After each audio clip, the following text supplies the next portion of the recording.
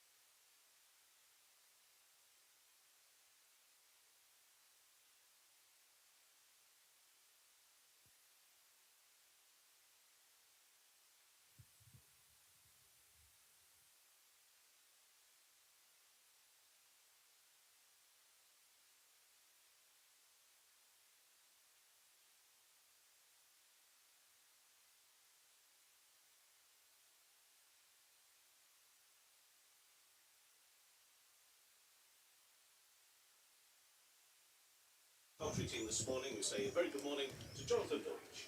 Thanks, Gav. Yeah, good morning, everybody, from an overcast North Marine Road. The news from the toss is that Yorkshire won it and chose to bowl first, understandably, given there's been quite a lot of rain around last week. Of course, the four-day match against Durham, well, 2 of those days pretty much washed out at the back end of the contest. So rain last week and a pretty similar scene when we turned up today. The outfield looks particularly soft. Umpires Neil Mallender and Surindaran Shanmugam making their way out to the middle. I'm joined by Matt Cole of BBC Radio Kent and also Graham Orange as our third voice for today. The Yorkshire team is going to line up as follows then. Harry Duke, Finlay Bean, Shan Masood back from Pakistan and captaining the side once again. George Hill, James Wharton, Will Frayne back in the team. And then Ben Mike, Matthew Revis, Don Bess, Ben Code and Dominic Leach. And with the Kent team, it's good morning to Matt Cole. Good morning, Jonathan Deutsch, indeed. And defending champions as they are, but show a lot of changes from that squad last year. Marcus O'Riordan to open with Ben Compton. O'Riordan coming back from a long-standing injury, his first team appearance of the season. Jack Leaning, the captain, of course, formerly of this parish. Harry Finch, Alex Blake, Joey Everson, James Baisley, the Australian making his debut for Kent today. Grant Stewart, Hamid Kadri, Matt Quinn and Matt Parkinson also making his Spitfires debut. Player I know Yorkshire fans know a lot about. I think John Deutsch was saying to me before we started, Jonathan, that he seemed to be following Yorkshire around in the last few weeks, but he plays for them as well. But yeah, Kent in light blue tops and dark blue trousers out there. Marcus O'Riordan and Ben Compton having a good old chat. Compton plays at a fairly, a considered pace, I have to say, for one-day games, you might think, but actually anchored many of those innings for Kent, most importantly, through the latter stages of that competition, to prove a very important player for them. If this was a football game, Matt, it's not happening, is it, with the kits looking so similar? But, of course, they will go ahead. So many of these one-day kits or T20 kits look fairly similar when they get out there on the field. Ben Code, who didn't play in the warm-up game over at Nantwich against Cheshire on Sunday, is back in the side. And he's going to open the bowling from the Trafalgar Square end of the ground. Let's get those Kent numbers right. It is O'Riordan wearing 55. Indeed so, yeah, and Compton wearing 2. Marcus O'Riordan right-handed. Ball spin as well. But yeah, he's been cursed by injuries all the way through this season. Very much looking forward, I'm sure, to making his seasonal first team debut. Compton at the other end, so O'Riordan will take first strike with 2 slips in behind him. In comes Code then, right arm over the wicket. And, first ball, straight, pushed back up the pitch. No run. It's to be hoped there's no great strength of wind here, Matt, because you can see the black sight screen sort of draped over the stands at the far end of the ground, the Trafalgar Square end of the ground. At this end, it's just laid across the seats at the other side of the press box from where we're sitting. I'm not sure if it's weighted down or not, but if they do get a gust or two like they had here last week, then we could be chasing the black sight screen somewhere off down near Peasholm Park. Code then turns, 2 slips in place, ring field, and O'Riordan trying to just flick this one into the leg side first up, and there is no run. I'll try and get you a bit of effects from somewhere, but my microphone appears, after being lashed with rain here last week, to have felt the effects of that and is not apparently functioning. But I can assure you there are some spectators in the ground here, quite a lot in fact. But there's certainly room for a few more if you're in the general area and fancy good game of one-day cricket. Code in, that's just hit uppishly into the gap through extra cover. Shan Masood will give chase from mid-off, and the first run of the day for the defending champions, who of course put Yorkshire out in what was a thriller down at Canterbury last year. It's not a game Matthew Revis will want to remember. He was just down away to our left, and there was much debate afterwards about that delivery bowl that Grant Stewart pinged, squared in on the leg side for 6. To finish it with a ball to spare, was it? Or was it? I think that was last ball of the match. It was, yeah. It was 5 needed, wasn't it? And he hit the 6. Astonishing finish, absolutely. And kept skin of the teeth at that point. They had to win that game to have any chance of getting through to the knockout stages. And that felt like basically the second half of that group stage was Kent doing that. So it was an amazing finish, yeah. Quite a long hold here, by the way. You're not missing any cricket. Ben Compton's having a look around the field, right and left combination out there. If we get a game as good as that today, we're in for a treat. It's of course Yorkshire Day, so Yorkshire would have to win it though if it was a close one, as Code is bowling this one just wide of off stump and there's no run, so happy Yorkshire Day to one and all. Can't see that many white roses being sported, but plenty of Yorkshire colours around. Yes, the crowd still filling in from the left-hand side as we look at it from the commentary box here. And Georgie's doing all sorts of fabulous connections here. Here's Code again. Compton just walking into this one and having a push at it. It's through to Harry Duke, and there is no run. Already sorted my IT problems this morning, John, so you're doing well. We have got some atmosphere out there. Thank you very much to 5 Live's very own Kevin Howells, who's either a microphone doctor or he's brought a new one in to replace mine. I gather Jonathan Agnew does much the same at TMS. He's up and down the front of the Lord's commentary box with the wiring. Kevin's out of earshot now, so that quip's absolutely lost on him. It's Code again, and Compton drops that into the offside. So tight first over, typically tight from Ben Code. Just 1 run coming from it. And Kent then 1 without loss after 1. You can get in touch, of course, as ever, at Jonathan Doidge or BBC West Yorkshire Sport at gmail.com. The Kent points of contact, a reminder. BBC Kent Sport rings a bell from previous broadcasts, Matt.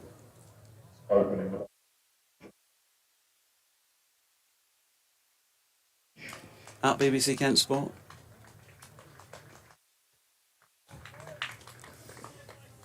Just doing his top of the hour update. And it's going to be Dom Leach opening the bowling from the Peasholm Park end of the ground.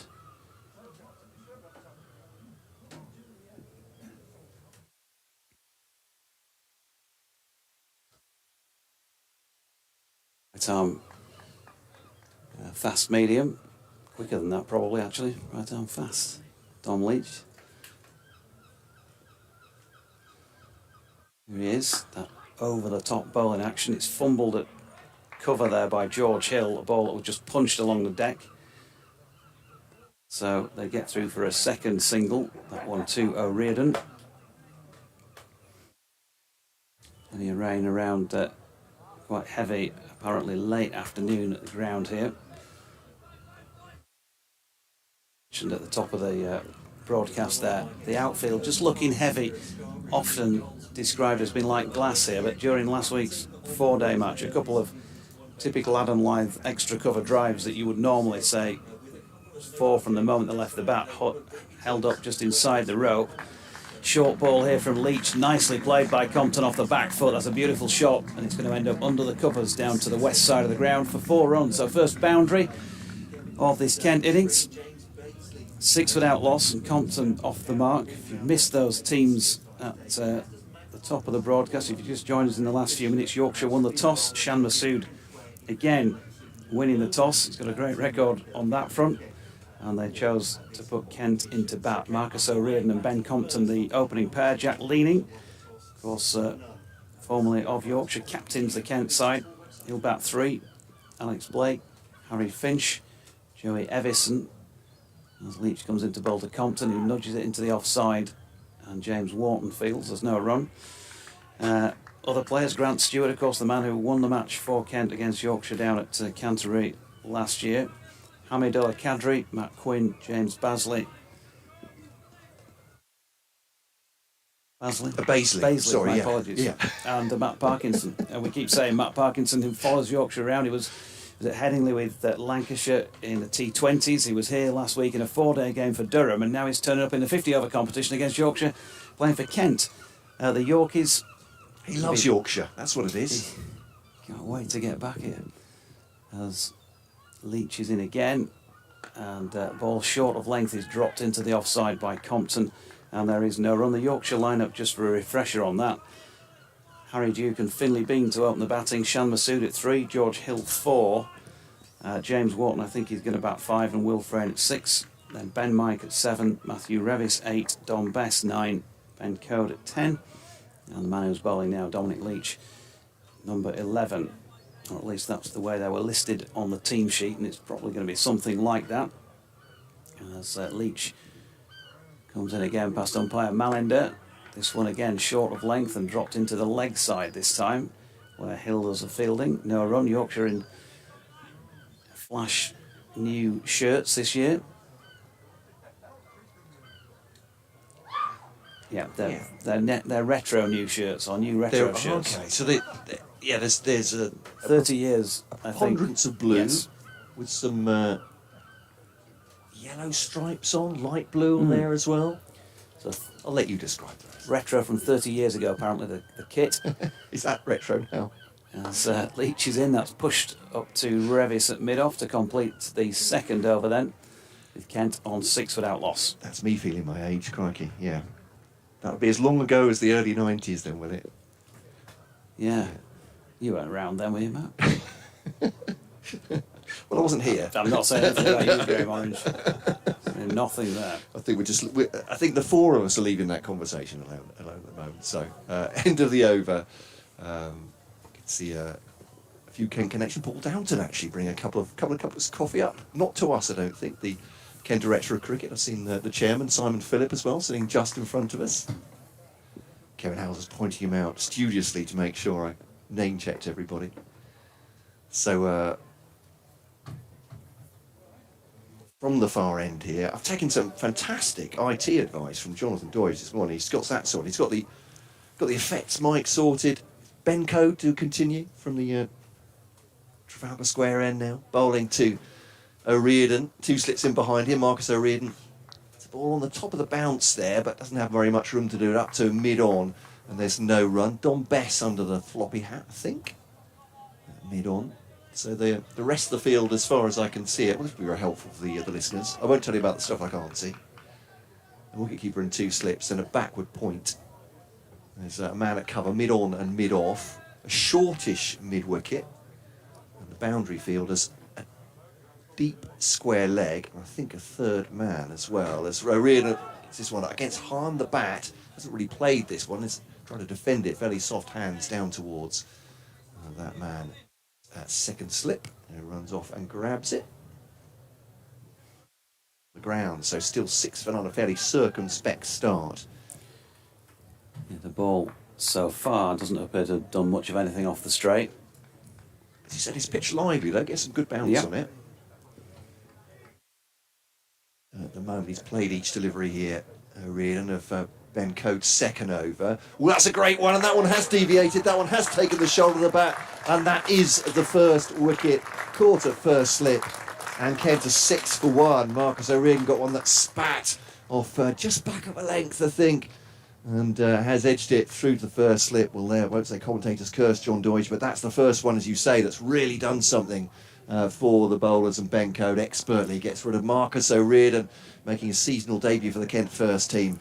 He makes just the 2 as he makes his way off. Yeah, I'm not sure it did a whole lot. I think it probably just held its line, really, angled in towards the right-hander, and so he felt the need to play at it.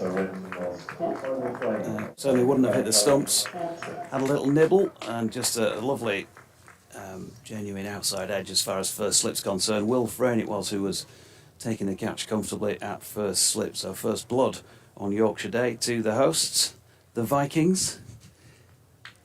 Can Kent come spitfiring back in the form of Jack Leaning, who's doing his little jig jog from side to side on his way out to the middle. Yeah, captaining the side. Joe Denley named as captain for this this one-day cup, but has that side injury.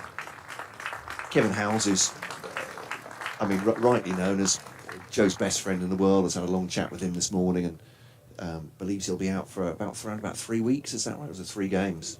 3 matches. There we go. 3 matches. Thank you. I want to make sure we get it absolutely right. Doing the proper journalistic work, getting here early, finding out the scoops. But yeah, Joe, who's had a really difficult season for Kent with injuries and with form as well. Not in the side. Jack Leaning got himself a century against Hertfordshire in the warm-up game for this one. Former Yorkshire player, of course. I think got his first century here at Scarborough as well. Back in the day, certainly says this is a ground that he's got many fond memories of.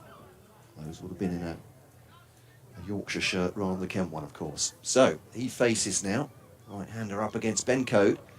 Comes in down the slight slope here at Scarborough, and again high in the bat for Leaning. He's just trying to shorten the delivery angle, taking a long step down the pitch. There is no run. The sun breaking through the clouds now. I mean, this is a difficult sort of day. Unsettled, I think it's going to be today, isn't it? We're hoping we avoid all the rain that might be on its way, John. Yeah, I think, well, it depends on which spectator or official you talk to as to what point there's going to be some rain or whether there's going to be any rain at all. So, who knows? The forecast last week was all over the place as well. Let's go to Leaning. Still there's 2 slips in. Leaning squirts down a little bit through a backward point, but he keeps it down well with soft hands, and there's a single going down to the man at deep third. So 7 for 1. I consulted 3 different weather apps today, and all of them said quite markedly different things. One said there won't be any rain today at all. The second said we'd have rain on and off all the way through the day. And the third was a kind of mixture of the 2. So who knows? I think it's very difficult to forecast showers. There was a lot of talk about that on TMS yesterday as I was driving up. So we point no fingers at meteorologists in that respect. With the vagaries of the weather, not just here in Yorkshire. It happens down south occasionally too. We get some rain. Just... I think it was 85. I think that's when we had the rain down in the south, as far as I remember. 85. 1985, I think, yeah. Anyway, round the wicket to Ben Coates bowling to Ben Compton. Ben against Ben. 2 slips in the gully in for Compton, who has 4 of the 7 for 1 so far. Good start for Yorkshire against the defending champions. Round the wicket he comes. It's defended by Compton into the offside. And that is the end of the over. 7 for 1 off 3. Great start for Yorkshire on an intermittently sunny day at Scarborough, but great to see the sun coming out here. The spectators that arrived already still filling in through the turnstiles here at Scarborough. North Marine Drive, is that right? Road. North Marine Road. I was going to get that wrong. So you've got Road. Trafalgar Square end, indeed. Peashome Park end. I've been to Peashome Park. There we are, in my dim and distant youth. There we go. Oh, really? I remember the battles in Peashome Park. That's the thing, isn't it? Is that right? There we go, still do. As I was a child a scant few years ago, so obviously it's still going. It's in black and white, that, wasn't it? It's in black and white. So Leach then, shirt hanging out. He's about to bowl again from the Peas home park end. 2 slips, point, cover, mid-off, mid-on, mid-wicket, so just a ring field really. And then the 2 men outside the 30-yard circle are down at long leg and third man, which will please Graham Orange, and would have done had Jack Leaning made contact with that ball that he's just stretched for a long way outside off stump, but has been rightly signalled a wide by Neil Mallender. Leach without the radar in place at this moment in time. But lovely scene when we get a bit of brightness here at Scarborough, particularly when we get a bit of sun. The ECB, Bill Mustoe, who's the president here, I was chatting to him last week when they unveiled the reopening of the West Stand away to the right, down at the bottom side of the ground, and Bill was saying the ECB had said, in their opinion, this is the best out ground in the country. And it's not easy to argue strongly against that. They've got their own personal preferences, but super place to come and watch cricket. Here is Leach again. It's straight and flicked off the legs by Jack Leaney. Yorkshire supporters will remember his strength through that area, and he comes back for 2. I remember Jack being particularly good in the V, seeing some big sixes hit down the ground over the years. 10 for 1 then with that 2, and Jack is on to 4. Sorry, Jack's on to 3, I should say. Ben Compton, who struck a boundary, has that sole scoring shot against his name at the moment. 4th over of this Metrobank One Day Cup. First time that company have been involved in sponsoring it. The ball fading down the leg side here from Leach, and inevitably is signalled as a wide. So already had a couple of those. And that was something I recall last year when Otis Gibson wasn't in charge. He was involved with the Superchargers in the 100 last year, and Ali Maiden took over as the stand-in head coach for this competition. And that was one thing that they were really keen to cut out, the gimmies, the extra deliveries. Here's Leach, he's gone full, and that's nicely played off his legs by Leaning. We'll pick up a single to Revis, who's moving to his right to field that at mid-on. Harry Duke takes the ball and flicks it back to Shan Masood, who got himself a half-century in the second test between Pakistan and Sri Lanka last week overseas. Landed back here on Sunday. Just asking him after the toss, he contemplates adapting his game from playing on a subcontinental pitch to coming back to Scarborough where there's been rain around, going from red ball to white. He said it's just part of being a professional cricketer. Leach, right arm round the wicket now to the left-handed Compton, who gets solidly behind that and pushes into the offside for Wharton to field, no run. Harry Duke, first time we've seen him in first team action this season, has been in the 2s because Jonathan Tattersall kept him out. Shy Hope kept him out, of course, as well at the start of the season with the gloves. And Hope playing red ball cricket, Tattersall playing both red and then T20 cricket. So a big opportunity for him to remind the coaching staff what he can do out there in the middle. Leach goes short here, and that's chopped into the deck and fielded at point by Ben Mike, no run. So 12 for 1. There's definite signs of intent in the early stages from the Kent first 3 that we've seen, but they haven't yet been able to cut loose. You're in this power play. Each of them has 4 runs against the name. Here comes Leach. It's up there, and just a tentative nudge by Compton. It's just wide of Finlay Bean at second slip. He was dying on him anyway, and it's gone for 4 up through third man. There is somebody out there, but it went fairly fine. Don Bess was unable to get round and cut that off. So 16 for 1, 8 of them now to Compton. He's saying different sort of shot from Compton. Finding things particularly easy out there. Just the 1 boundary so far, I think, as well. That was off a legitimate shot, if you like, from Compton into the offside. Off Leach, but struggling a bit here, the Spitfires, get some rhythm. Leaching again. And Compton pecks at this one, pushes it into the offside for Wharton to field. End of the fourth over then. 16 for the loss of Marcus O'Riordan, who, if you missed it, was caught at first slip by Will Frayne off the bowling of Ben Code for 2. Elsewhere, down at Southampton, Hampshire have won the toss and put Middlesex in, and the visitors 20 without loss, so pretty positive start of him being put in there. At Cheltenham, it's Derbyshire against Gloucestershire, and the hosts won the toss and decided to field first. They haven't yet taken a Derbyshire wicket. They're 27 without loss. At Chesterley Street, Worcestershire 35 without loss against Durham, who put them into bat. Match delayed at the game between Lancashire and Essex. There's going to be an inspection shortly there. So Code bowls to Leaning. It's just trying to turn it into the onside there. It's got himself into a bit of a muddle. It's dropped into the offside harmlessly in the end. So that a bit of gardening. That Lancashire-Essex game taking place at Sedbergh. Noon inspection local time. If it's got a bit grey and overcast and middly there, it might be difficult to get that one on, but we'll see how that one progresses.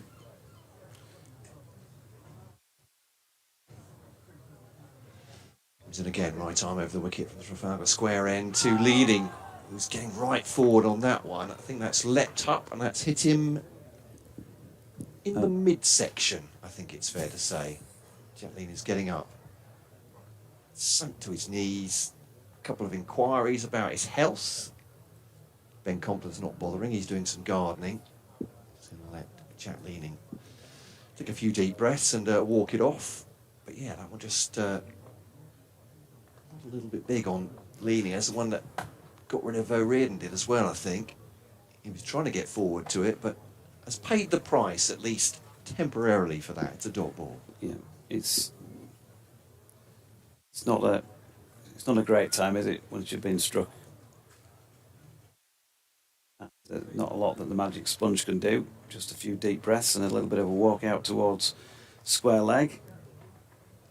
Ben Code might have had a smile, I'm sure. So Code struck him once, 16 for 1. Kent Spitfires in the fifth over now. Leading does get forward to that one, much more secure, but straight back past the bowler. Not any great pace either. Looking to take this on aggressively at the moment, Kent. It's been a difficult start. If you're just joining us, Marcus O'Riordan already gone. Caught slip by a frame of the bowling of Ben Code for 2. Now that's 7 for 1. Rising delivery. Just caught the shoulder of the bat through to the slip. Meaning bat raised now. Oh, it's hit him again, I think. Thigh pad maybe this time. It's skewed off towards Gully. He is having a bit of a torrid time here. Goes giving him a bit of a working over, Deutsche, here at this point from the Trafalgar Square end. Yeah, the ferocious Ben Code. But he's finding his way through the defence, isn't it? I think it's not exactly chin music, but he's finding it difficult to play out there, Jack Leading, at the moment. In comes Code again. As Leading comes down the pitch, and that one gets a bit of life off the pitch as well. Some lift off a good length outside the off stump, and he's kept everything inside it there, Leading, but he's away from playing that ball through to the keeper, and there is no run. So another dot ball goes past. 16 for 1. I keep having to remind myself, this is short order cricket. It's not T20. You do have time in this form. Still, best part of 45 and a bit overs to go here. But certainly Yorkshire, with their tails up to start, getting life out of the pitch. If not exactly sideways movement or lateral movement. And this one, again, Leading can't work away. It's got caught in glove and midriff and falls to the ground. End of the over, 16 for 1. End of a very good over from Ben Code. 4 Leading so far. Compton has 8. And definitely advantage Yorkshire at this point. The lesser spotted maiden in white ball cricket. Yeah. So from Ben Code so far, who has figures of 3 overs, 1 maiden, 1 for 2. So it's been pretty tight. Good to have one of the senior players along for this competition. Of course, with the 100 going on, numerous players involved in that, quite a few Yorkshire players. Matthew Fisher off down at Southern Brave, Jordan Thompson on his travels as well, for example. Just to mention a couple there, short ball here by Leach, that's going to be given as a no ball by Neil Mallender because Ben Compton wouldn't be the tallest, and even if he was, step ladders may have needed to be brought in for him to reach that. So while Otis Gibson wants to see quick bowling, he's definitely got a penchant for pace in his team. He won't want to see wasted energy and just an easy free run to the opposition. Won't want to see that at all. Challenge the batter. Here comes Leach again. That's more like it, short of length, but one for Compton to have to play, and he chopped it into the offside, no run. Jaffa Chauhan as well, involved in the 100. Sam Dalling just sent me a piece that he's got on the BBC Sport website this morning about Jaffa. I'm wishing all the players of both sides well in that, but we're covering the Metro Bank One Day Cup for you. All 8 Yorkshire matches on the BBC stations, plus any others that they get to beyond that. Beautiful shot by Ben Compton for 4 runs through extra cover. He arrived at Headingley for last year's First Division Championship match between the sides with a boatload of runs to his name at that point. I remember Ben came up and I think did he do all that match with us, or the first couple of days? I can't remember now. But talking us through his scores, and it was one of those where he thought it could be on for another big one here, and of course he didn't get many in the match. As cricket, just the way cricket goes, isn't it? But it was prolific early in the season, and it was just last season, wasn't he? He was basically plucked out of not second 11. He'd been there a long time, and obviously Kent then have the resources to go and snaffle it. They can't do a Surrey and go and get a Dan Lawrence from Essex, for instance. But I found a gem in Ben Compton, certainly. Leach again, short, and it's cut out into the covers where James Wharton fields. Dom Leach just had a 1-week loan spell with Northants a couple of weeks ago, so he's had a bit of experience elsewhere.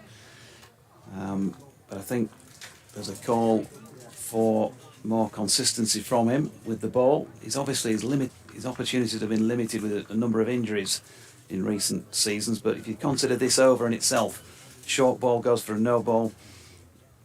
He's driven with a full length delivery through extra cover, and then a couple of half decent short balls as Compton gets one up there to drive and pushes it really into the offside, and will pick up another single.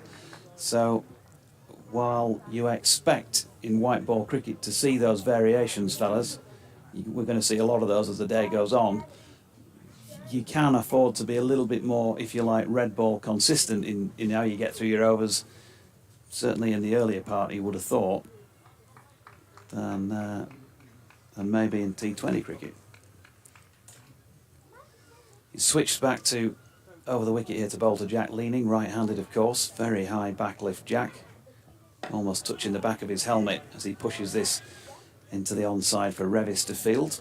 So 23 for 1.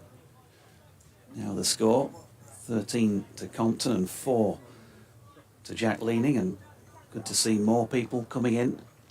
A couple of thousand, 2.5, something like that for the couple of days play that they got through in the 4-day game last week, but so disappointing. You look forward to your trips to Scarborough, and then to have 2 days washed out was, I think, a disappointment for all concerned, not least the extremely hard-working ground staff of John Dodds and his team, some of whom also came across from Headingley to lend a hand. As Leaning drops that ball out square on the offside, George Hill fields, end of the 6th over. And it is 23 for 1 to Kent, so 7 runs coming from it. Yeah, a bit of a fight back, I suppose, from Kent after the loss of Marcus O'Riordan early, but still plenty to cope with in terms of what the ball's doing off the pitch at the moment. Nice and lively to start from Yorkshire as well. And 23 for 1. Compton just signs of him settling in a little bit, but I think particularly from the far end where Ben Coates bowling, or because Ben Coates bowling, there's been some life in the pitch. Compton will get to find that out now. The left-hander will face him from this next over. I'm off to do an update for BBC Radio again. I think that's a perfect time to bring Graham in. Sounds good. give Matt a breather. We've got a bit of butterfly action going on across the window there. And Ben Code from the Trafalgar Square end, then that is wide of off stump and left by Ben Compton. Very tidy stuff so far from Ben Code. Good morning, Graham. Good morning, JD. Morning, everyone. Happy Yorkshire Day. And yeah, a steady start by Yorkshire. Taking the 1 wicket so far. And Ben Code is, I suppose you could say, metronomic at the moment. Yeah, here he comes then towards us. Running with his back to the Trafalgar Square end of the ground. Good delivery, which Compton is feeling for. Outside off stump. And through to Harry Duke. And there's no run, but red ball or white ball, he's always thereabouts, isn't he, Ben Code? Oh, absolutely, yeah. He's renowned for it, isn't he? I think there's always that one thing that you may be concerned about with Ben, is that during the back end of an innings, at his pace, he might go. Yeah, I suppose you could say it could be lined up. We've not seen any of those typical adaptations that are played in white ball cricket yet from either or any of the 3 batters, as Compton pushes that into the offside and there's no run. Where have you been of late? Graham, of course, Premier League umpire in the Yorkshire area. Where have your travels taken you recently? Have you been over here to umpiring the games at Scarborough? Yeah, I've done 1 game here when they played Sesse, the Yorkshire Premier League North. I'm at Hallam on Saturday, which of course was in Sheffield against Barnsley. Here's Code, and Compton just trying to turn that to the leg side, pushes it back down the pitch. Not so far off getting a leading edge on it. Well bowled again, Ben Code. But I'm looking at all the weather forecasts these days, and are we going to get any play, or how much play will we get, and inspections, reduced overs. And compared to last summer, it's been pretty difficult. Especially in July. June was okay. Yeah, the wettest July. I was listening to BBC Radio Leeds on my way over this morning. Wettest July in over a decade, I think they're saying now. As that's pushed up to mid-off, where Bess fields in his big navy floppy dot ball. Yes, I was here last week watching Yorkshire in the 1 day against Durham, and we came off. I think it was the second day I was here, and we lost about an hour through rain. But the rest of the day was fine. I know we lost the last few overs because of bad light. Then the day after wasn't very good, was it? Certainly was not. Code round the wicket, bowling it to Compton again. Good delivery once more. Ben Compton again playing at that as it beats the outside edge of his bat. And another superb over by Ben Code. He really has started well this morning. The only wicket to have fallen going to him. And 7 overs in now. Kent 23 for 1. Yes, it's giving the Kent batsman a bit of a torrid time. His previous over gave Jack Leaning a lot to think about, and in that over he got 1 or 2 to move away from the left-handed Compton. So a really good spell this. Yeah, a change of bowling now from the Peasholm Park end. George Hill has taken over from Dom Leach, and he'll be bowling to Leaning. I saw his father playing golf for York City many years ago. He was Andy Leaning, his father. Yeah. George Hill then, right arm over the wicket, and it's wide of Jack's off stump, and he chooses to leave. George's List A career so far looks like this: 17 matches played. He's bowled only in 8 innings of those 17 matches, whereas he's batted on 15 occasions. He's taken 10 wickets at a cost of 249. I think you can probably do the math in terms of his average. And he's going at 5.29 and over. Best of 3 for 47. If there is any swing there, he'll swing the ball. Jack Leach, though, using his feet here, coming down the wicket, trying to put a bit of pressure on George early doors. The scores so far, Graham, from this end, Peasholm Park end, where Dom Leach was, of course, bowling. 6 off the first over from this end, 9 off the second, and 7 off the third. And at the other end, where Ben Coe's been bowling, 1-1, maiden, maiden. Big difference. Here's Hill. Oh, he's got an outside edge on that, Jack, just pushing. It's upish, but wide of the cordon, and down to third man for a single. George Hill, well, he's full of commitment, isn't he, George? Look at it, he's on his knees at the end of his follow-through there. Yeah, he fell on the pitch. A lot of commitment there. But yeah, a big difference between, I mean, obviously Code is a pretty experienced bowler now. And Dom Leach trying to break into the Yorkshire side. And George Hill as well. They've learned a lot from Code. Very consistent. Here he comes again then. Right arm round the wicket to Compton, who's got a thickish outside edge on it. It's gone away backward of point. One of those where on another day that's probably ballooned up to hand, but a little bit of luck on Compton's side, and it looks like you're going to need it in the early part of this one. They've got a single there, so 25 for 1. What do you think to Yorkshire's retro shirts then, JD? Well, they're just kind of, yeah, they're all right. Yeah. Kind of like any other retro shirts or any other one-day shirts, aren't they? Sort of, generally speaking, forgettable, but they do a job in the marketing department. Short ball, and Jack Leach takes off there, 2-footed jump, and then hauls the ball away through mid-wicket for 4. Yes, and it's been given a no ball as well, because it would, well, according to the umpire, would have gone over head height, even though he's sort of tennis batted the shot for 4. Just looking at this again on the screen. Yeah, it would have gone over. Yeah, it's a no ball. You'll know the interpretation of that. Is it just because it would have gone over? It would have still gone. Yeah, counts? that's what the law says. It either if it goes over or would have gone over. Yeah. You umpires and your laws. I don't know. That's what they are, mate. They're laws.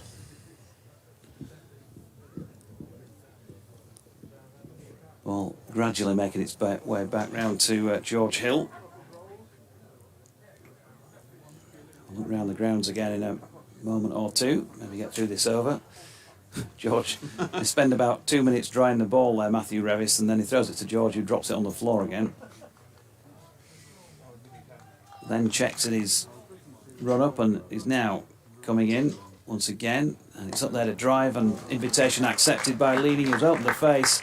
It's not as quick an outfield as normal here at Scarborough, but it's quick enough because that reaches the boundary through the covers, and a lovely shot by Leading for 4. Yes, Leading is finding Hill much more to his liking than Code. And half volley there, driven for 4 on the offside. That's in front of square. So Jack's starting to get going. He's on to 13, Compton on 14, and this time Leading pushes it to the left of Masood and takes him on, and I think many teams have cottoned on to that. Shan Masood never the quickest on his feet, and they've taken him on and comfortably got through 4-1. Still to come for Kent, Alex Blake, Harry Finch, Joey Evison, James Baisley, Grant Stewart, Hamidullah Kadri, Matt Quinn and Matt Parkinson. Just looking up the first winners of this competition back in 1993. And do you know who they were, JD? The very first winners of this competition. Ooh. Graham, oh, tell you what.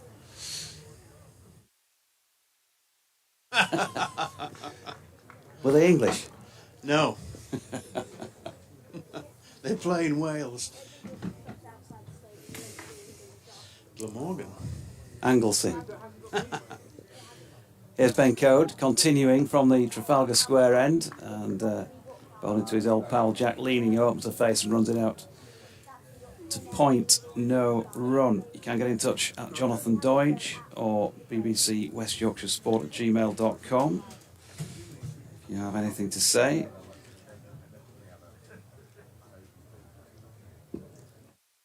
Code making his way back to his mark. Julie Bullock, good morning to you. She says, I'm currently multitasking with half an ear on England's Women's World Cup football, and finding the cricket is calming me down. Well, we're glad to be of service, ma'am.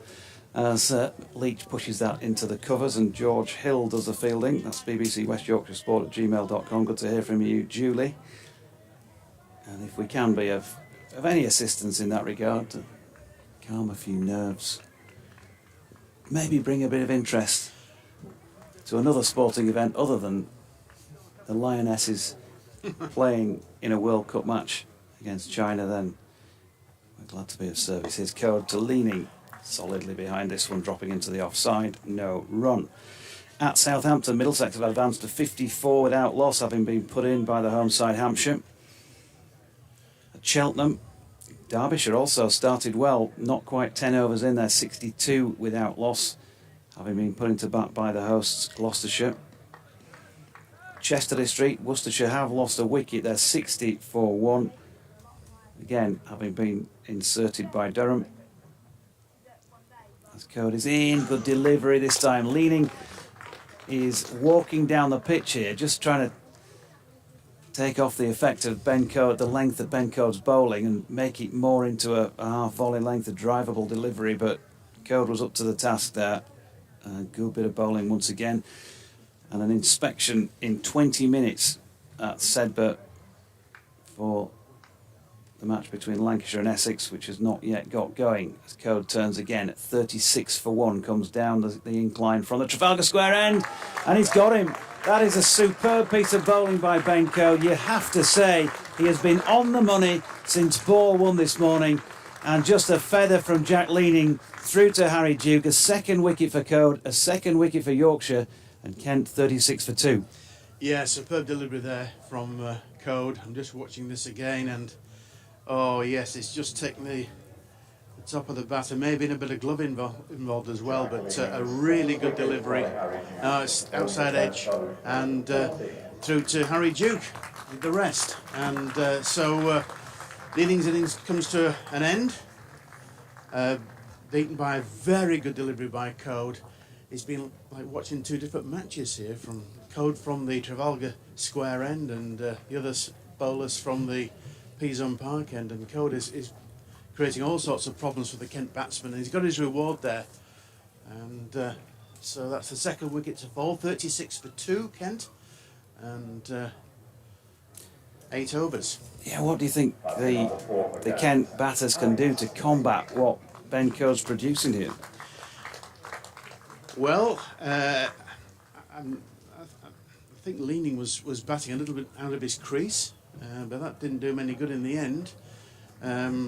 That's what batsmen do to try and negate the swing, to bat a little bit out the crease.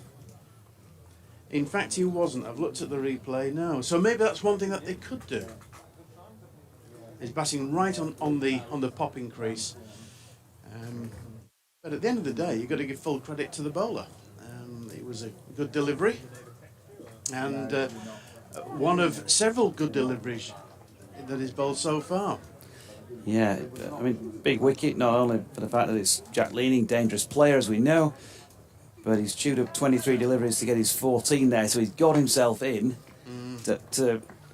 or as well in as he can appear to be this morning. And then, I think you've just got to credit the bowler. That's a really good piece of skill by Ben Code, who's been superb this morning, 2 for 2. And this is the last ball of his 5th over now. Alex Blake, the new batter for Kent, who is left-handed, of course, and he flicks that to mid-wicket first up. Brilliant stuff from Ben Code. 5 overs, 3 maidens, 2 for 2. Outstanding. Well, you simply can't get much better than that, can you? The runs have been coming from the other end, and but no, that's a tremendous piece of bowling by Code. I'd say metronomic, but that doesn't tell half the story. Is getting a lot of seam movement out there, a bit of lift, and he's got his rewards by bowling on the button. So it's going to be George Hill to continue. Code, by the way, has prior to today taken just 36 list A wickets as Hill's first delivery. There's a little flick at that by Blake. There's I think a crowd appeal more than anything from the cheeky chappie that is Harry Duke behind the stumps I think for he Yorkshire. Slipped his pad. I mean, that's why A, it wasn't given out, and B, why it wasn't given as a wide. Good take by Duke, though. Here comes George Hill round the wicket again. And Compton pushing that one back to the bowler. No run. Oh, he's not bowling at the moment, but as I say, Ben Code, 36 wickets prior to today in List A cricket, averaging 36, no great shakes. Economy rate 5.11 is reasonable by modern standards. 33 List A matches. So he's making a good fist of it for Yorkshire in the early part of this one against the defending champions in this competition, the Kent Spitfires. As Compton's latest shot is just a little push into the onside. Don Bess is at mid-on. Ben might confuse him there by coming across to try and field it. Yes, George Hill bowling from the Pizon Park end. It looks like he's settling down a little bit now. And he's in again. That's a roundabout leg stump. It thuds into the thigh pad. Good support from Blake. Gets them through for a leg bite. So 37 for 2. Yeah, just the wrong line there. And the scamper through for a leg bye. They'll be looking to get, as they have been doing, get runs from bowlers from the Pizon Park end. Because Code has got the ball on a string at the moment, 37 for 2. Yeah, certainly has that feel about it. So Blake just scratching his guard. First ball he'll have faced from the Pizon Park end. The taller of the two current Kent batters. And he pushes that one back to George Hill. No run. Alex Blake, 117 previous List A matches. And he's closing in on 2,500 List A runs, with the highest of 116, averaging just shy of 31. Yeah, very useful player, isn't he? And Yorkshire should be hoping to get their third wicket relatively soon. And in comes Hill again. That's turned square on the leg side this time by Blake, who'll pick up a single as a result of that to complete a tight over by George Hill. So keeping it tight at both ends at the moment. Just 2 runs coming from it, 1 off the bat. 10 overs, power play complete at 38 for 2. Julie Bullock has been back on BBC West Yorkshire Sport at gmail.com and says, glad I got through. I should point out that I'm one of your totally blind listeners and I enjoy BBC Radio's coverage of all cricket. Excellent. So we hope that the descriptions are conveying what is going on for you, Julie, and thanks very much for your correspondence. To have you with us. As Ben Code running down the incline from the Trafalgar Square end, and Blake walks into this, opens the face and pushes it out to Don Bess, who fires it back in over the top to Harry Duke keenly. Who was just in front of us there, ex-England wicket-keeper. Yeah, Paul Downton. Paul Downton, and Director of Cricket. For Kent, of course. So it looks like he's enjoying his day here at Scarborough. Here's Code.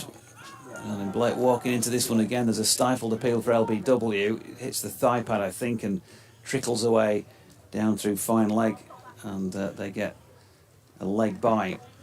Yeah, I think it was going down leg, wasn't it? Yes, it was. And Matt tells me that he's retiring at the end of the season. Paul Downton is Director of Cricket for Kent.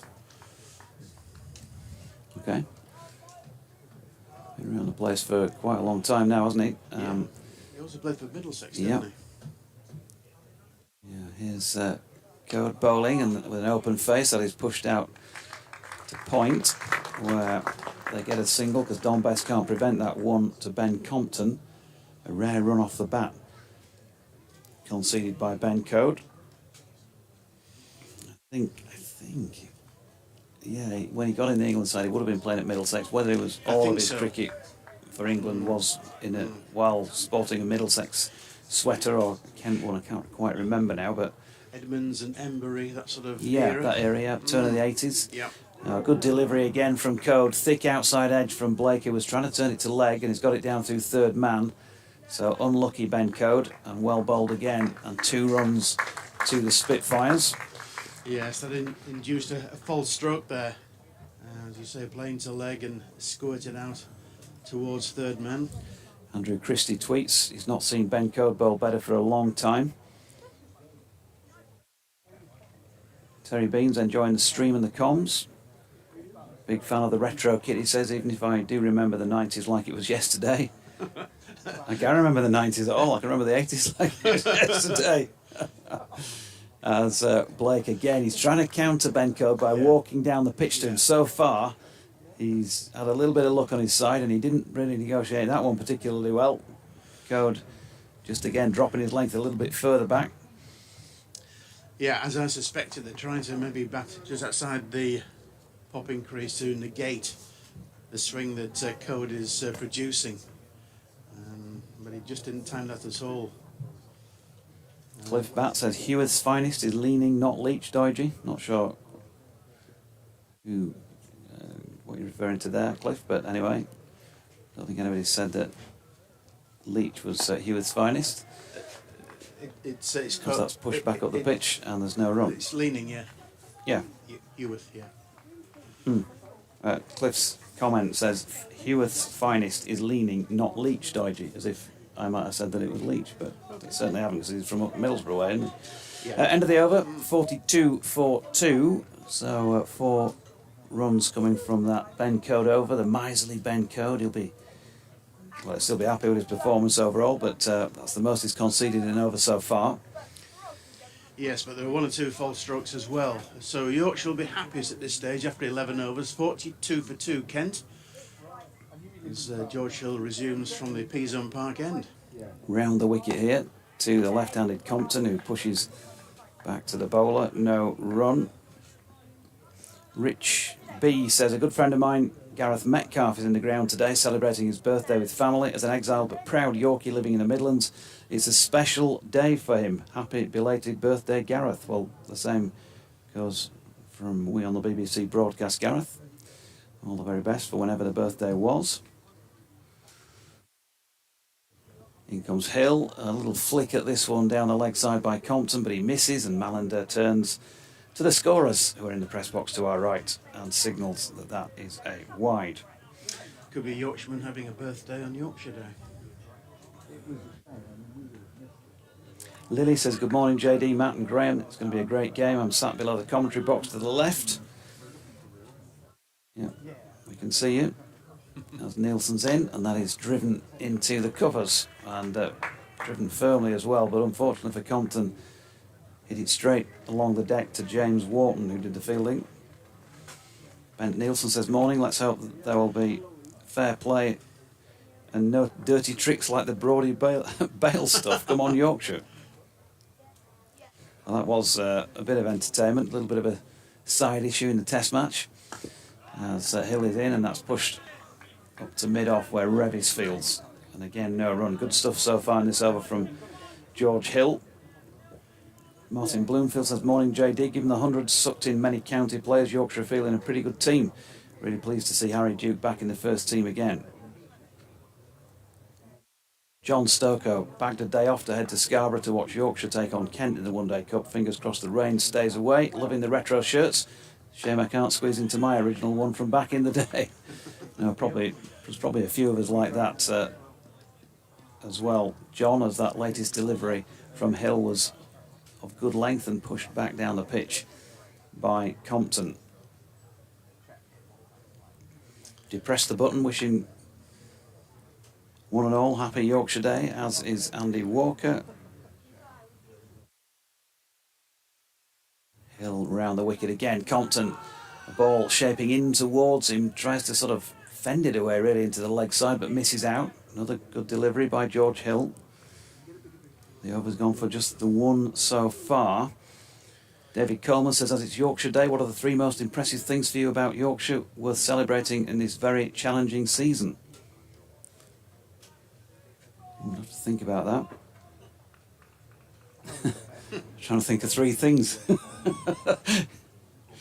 As in comes Hill, and that's dropped into the offside where Revis fields. And there is no run. That completes over number 12 then. Good over by George Hill, 43 for 2. Yes, very good over from Hill. He's supporting code now very well indeed. And as I say, settle into a rhythm from this Pizon Park end. And Kent have got some thinking to do here. 43 for 2 after 12 overs. And Compton, the opening batsman, is still there on 15.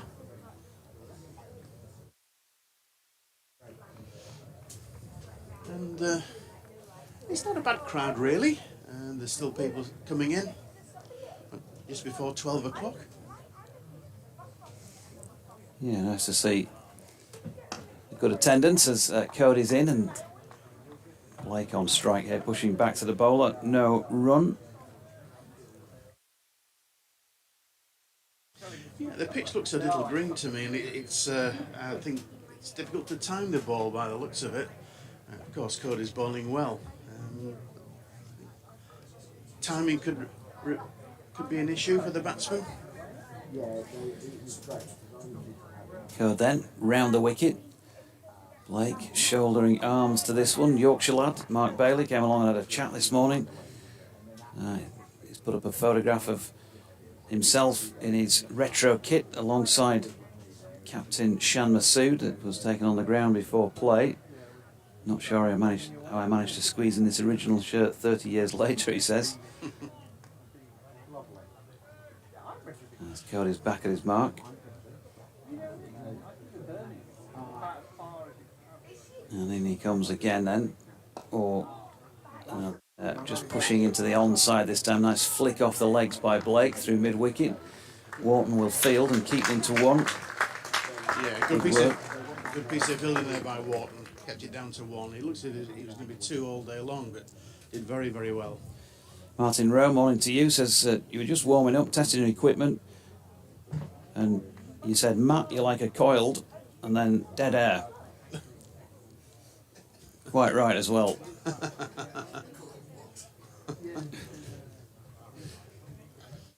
Where have Harry Duke and Will Frayne been, he says. I think the second team is the answer to that, Martin, as you're probably already aware.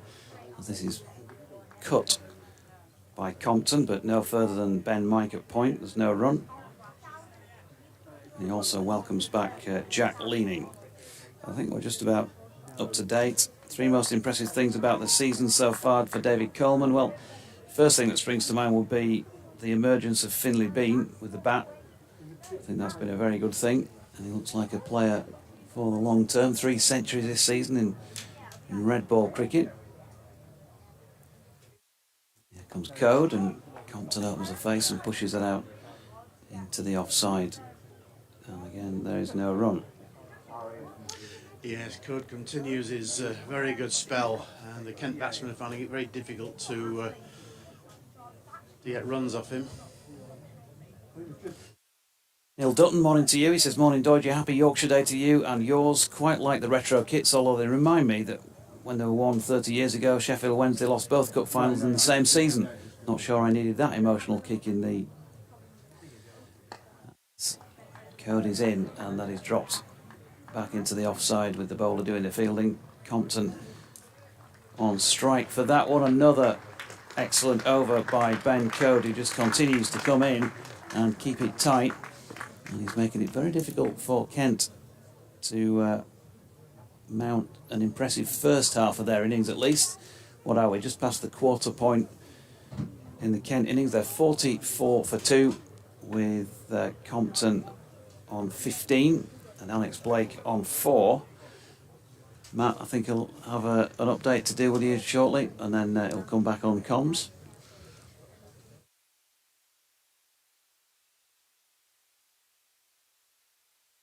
Yes, I see that Alex Blake went to Leeds Met University. George Hill continuing at the Peasholm Park end. And Blake drops that into the leg side, and there is no run. Ben Coates' figures so far: 7 overs, 3 maidens, 2 for 6. He's been working hard in red ball cricket since he came back into the side this season on a regular basis after some injury issues, of course. And got his average in red ball cricket back down below 20, which is impressive for somebody with over 200 first-class wickets to their name, as we know. Hill in again, and Blake, ball round about leg stump and diverted up to mid-on, where Shan Masood does the fielding. Yeah, so George Hill is certainly backing up Ben Code. And before he settled into a nice rhythm here as George Hill against these two left-handed batsmen. Here comes Hill again. It's up there to drive, but thick inside contact on it. Missed by Bess coming around from mid-wicket, but Shan Masood cleans up. So no run there to Blake. I do wish, Graham, they'd tuck the shirts in. The lovely retro shirts, but I do wish they'd tuck them in. Just look much smarter, wouldn't it, if they were tucked in instead of hanging out? Well, that's the thing these days now, isn't it? I suppose. It's the younger I generation. know that's probably really old-fashioned of me. As Hill is in, and that's pushed up to mid-on where Shan Masood does the fielding. It's nice, smart retro shirts, and just takes the edge off, doesn't it? Hanging out round your backside. Yeah, I see that George Hill's sweater is round the waist of Neil Mallender, and the hoops on his umpire's coat. Ooh! Now then, this one's gone high in the air. Chance here for Harry Duke to get under it. And Yorkshire have a third wicket, and George Hill has a first one of the competition in 2023.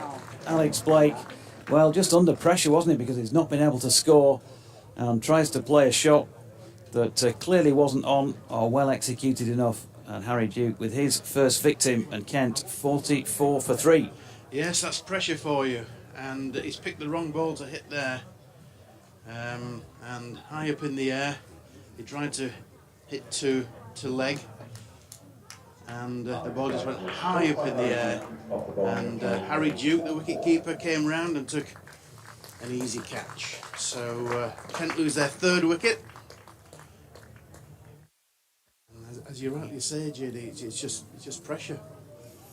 Yeah, just a lack of opportunities to score. I think I incorrectly said Harry Duke's first catch, but of course he did take the snick from Ben Code earlier in the afternoon. So before you waste any time emailing or tweeting, hands up. Yeah, he was leading, he got out, wasn't he? Yeah, so Finch comes into the middle now to join Compton for Kent. And Finch is Kent's wicket-keeper today. Number 72 on his back. And Compton has 2 on his back. So there's some rebuilding here for Kent now. 44 for 3. And they've got the odd boundary, but it has been the odd one. Yeah, that partnership came together the last ball of the 9th over and was ended the 5th ball of the 14th over. So exactly 5 overs together, and they yielded just 8 runs between them. That's how difficult it's been in recent times for Kent. So George Hill to the right-handed wicket-keeper Harry Finch. Blake, by the way, 4 from 16 deliveries. George Hill, Peasholm Park end. There's just going to be a slight change in the field here because Shan Masood is feeling like he wants to attack a little bit more now, sniffing an opportunity. Listening to the various suggestions from the spectators and officials beforehand, there could be some rain around. Yorkshire have obviously put the opposition in so they can try and have at least some control of what's going on out there, as that first ball to Finch has just dropped out into the offside, no run. But we could end up with a DLS match. And obviously, the more wickets you can take, the more that will help if we get to that sort of situation. Absolutely, yeah. I mean, there are black clouds overhead, but no rain as such. But there is a bit of blue sky to my left. But hopefully, fingers crossed, we can get through today's match without much or any interruptions at all. That's a wicket maiden, by the way, by George Hill. So only 8 runs. Short ball here by Ben Coden, pulled by Compton. He's not really got all of it, though. Under the chase on out into the distance by Dom Leach to do the fielding. And they get through for 2.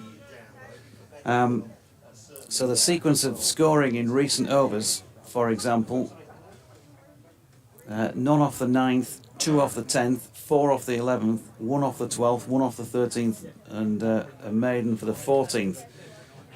That's not a lot of runs in recent times. He said, can't even add it up that quickly. So Code in again, and Compton probably going to get 4 here. There is chase going on from Ben Mike, who's pretty quick and will get the ball back in.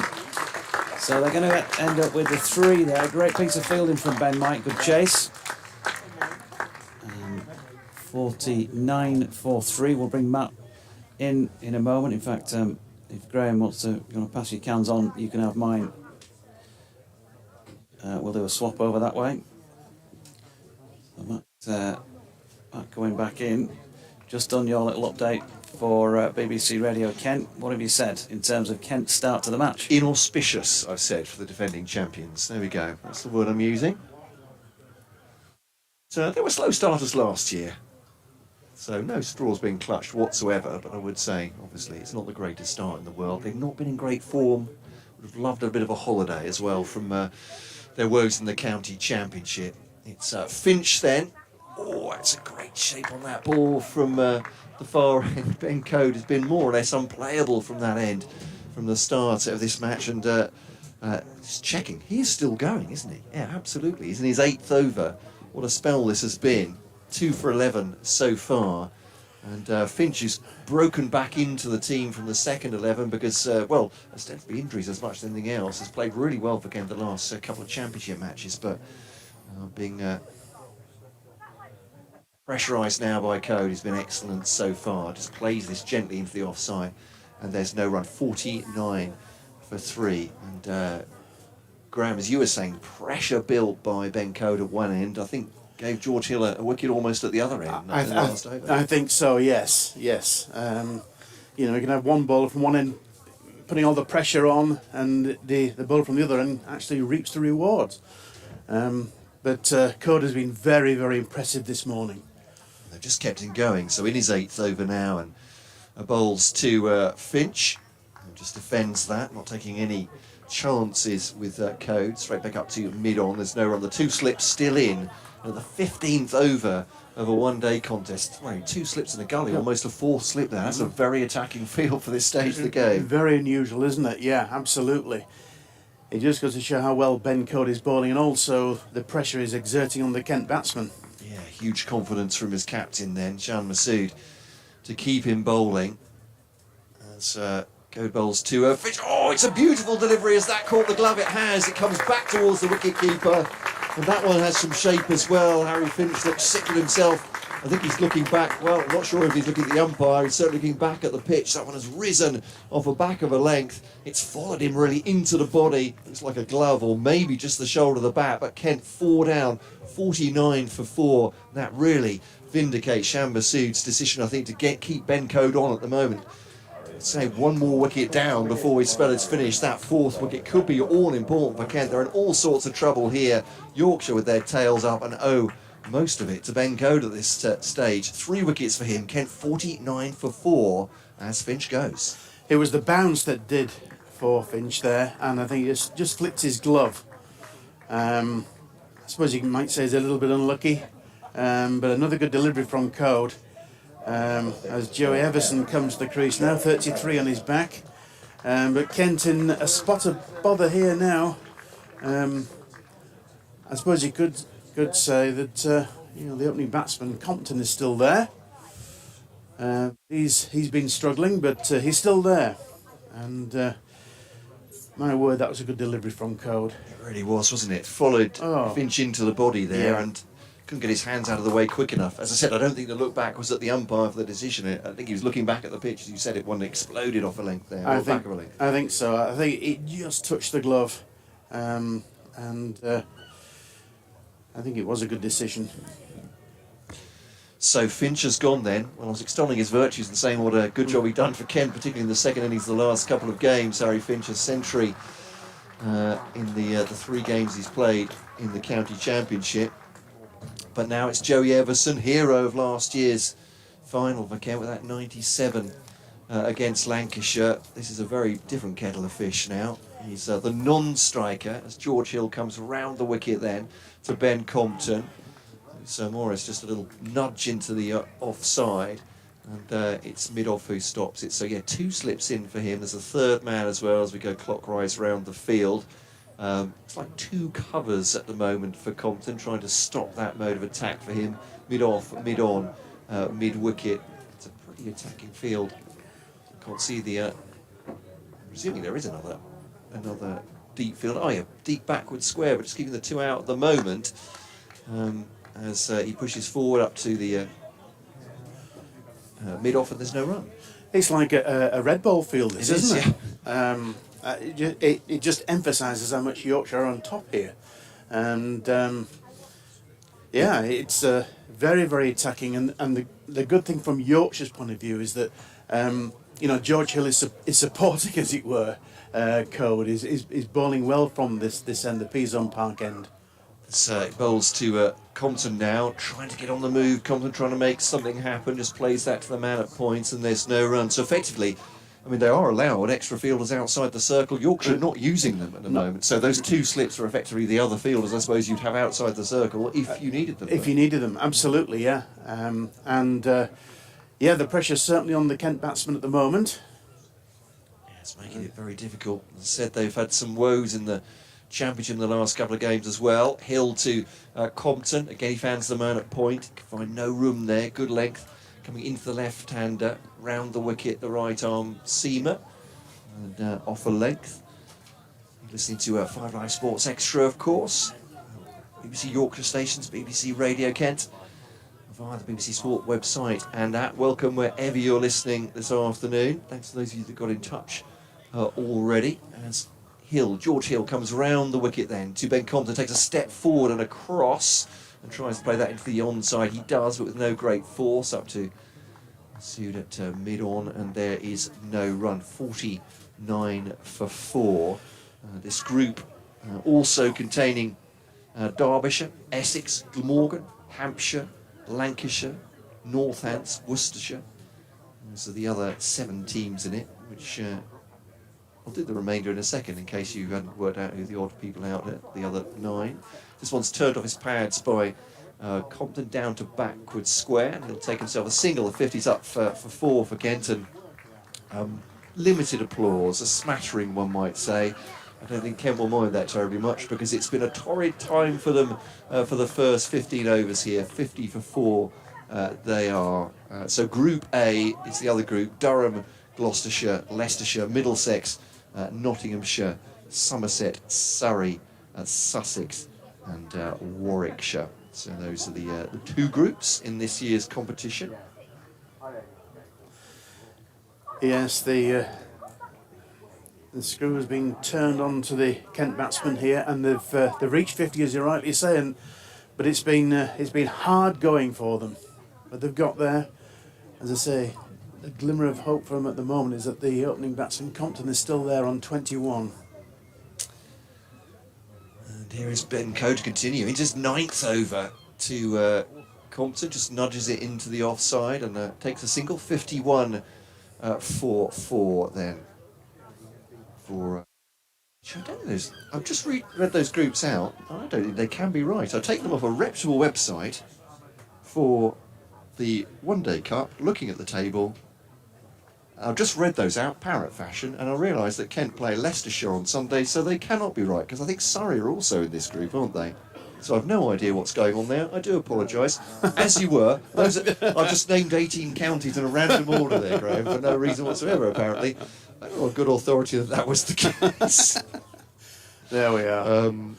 I mean, it's early in this competition. Perhaps we're all finding... I'm not going to tell you which website that came from. I'm going to protect the innocent. Off the wicket comes code to Everson, but it's made me look very stupid. Perhaps I should rely on my own intelligence. That's 2 minutes we'll never get back. That's true. So imagine, if you will, those are the 18 counties in this competition. And and I'll try and find out which groups they're in. That wasn't last year, was it? It may well have been. It may well have been. I think actually. someone has copy and pasted there. So as I said, I'm as responsible for reading them out. It's code to Everson. There I was trying to do a job for listeners on 5 Live Sports. It sounded very impressive anyway. Yeah. So just to repeat, it did come off a reputable website there. The 2 groups, they're not right. The ones I read out there. So we'll have another go in a minute. Perhaps you can guess who those groups might be, but certainly we know Kent playing Lancashire, Yorkshire playing Lancashire, Yes, play the yes, Leicestershire as well. Surrey are in their group. In addition, as Coe comes over the wicket to bowl to Everson, this one again gets up a little bit. Everson does well and carves it out towards point. But again, really aggressive field here by Yorkshire, quite extraordinary in the 17th over as we are now. Kevin Hales has come to my rescue. He's checking it is this year, and They must have been last year's. yeah, I think so. I think 2023. Thank you. I'll check again. So I read them out parrot fashion, and here we go. That looks better. That looks a lot better. As code bowls to Everson. So yes, these are the groups, as you were.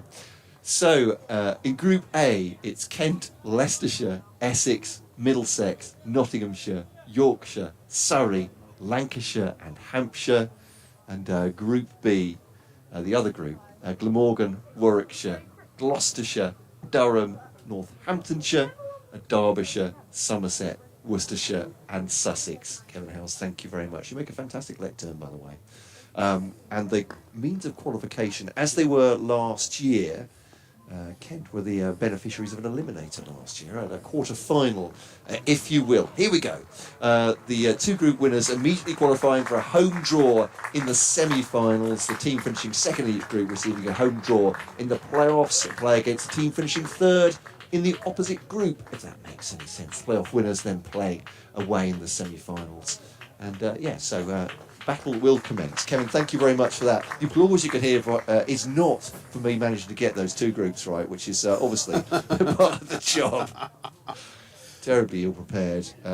You put your trust in people. It's the end of Ben Code's 9th over, 3 for 12, Graham. I mean, it's extraordinary figures. Almost goes back to yesteryear in one-day cricket, doesn't it? Absolutely. When the Gillette Cup first started. It's heel to bowl from this end. Just feels completely anachronistic, but those are the figures that Ben Code has turned in, bowled unchanged for 9 overs, 3 for 12, astonishing stuff. It really is. You mentioned the sort of muted applause when Kent reached their 50, but when I was walking, there were quite a few Kent supporters coming in with me. There's a few here enjoying their day at Scarborough. Absolutely, I've seen a few familiar faces. Round the wicket comes Hill. Oh, again, he gets shaped this time. And a play and a miss from Ben Compton outside the off stump just leaves him a little bit off the pitch. Yeah, just gets it was the not much, but enough and some bounce as well. It's the bounce. Yeah. I think it's the bounce that's sort of, scuppered the Kent batsman really, or bamboozled them, if I can put it like that. Saying in the previous over, just before Finch went, that's what's helped round the corner by Compton, using the bounce if you like, and actually a really game attempt by the man at deep fine legs, that Don Bess, I think. Looks like him. Under the sun hat, but actually going quickly up the slight slope for 4 runs, so Compton goes on to 26, and they've relied on him so often, Kent, not only in the championship, but the One Day Cup last year as well, anchoring the innings and making sure there was someone there playing in that bat. Yeah, well, he's still there, and he bowled down the wrong line there. and George Hill, and he got punished for it.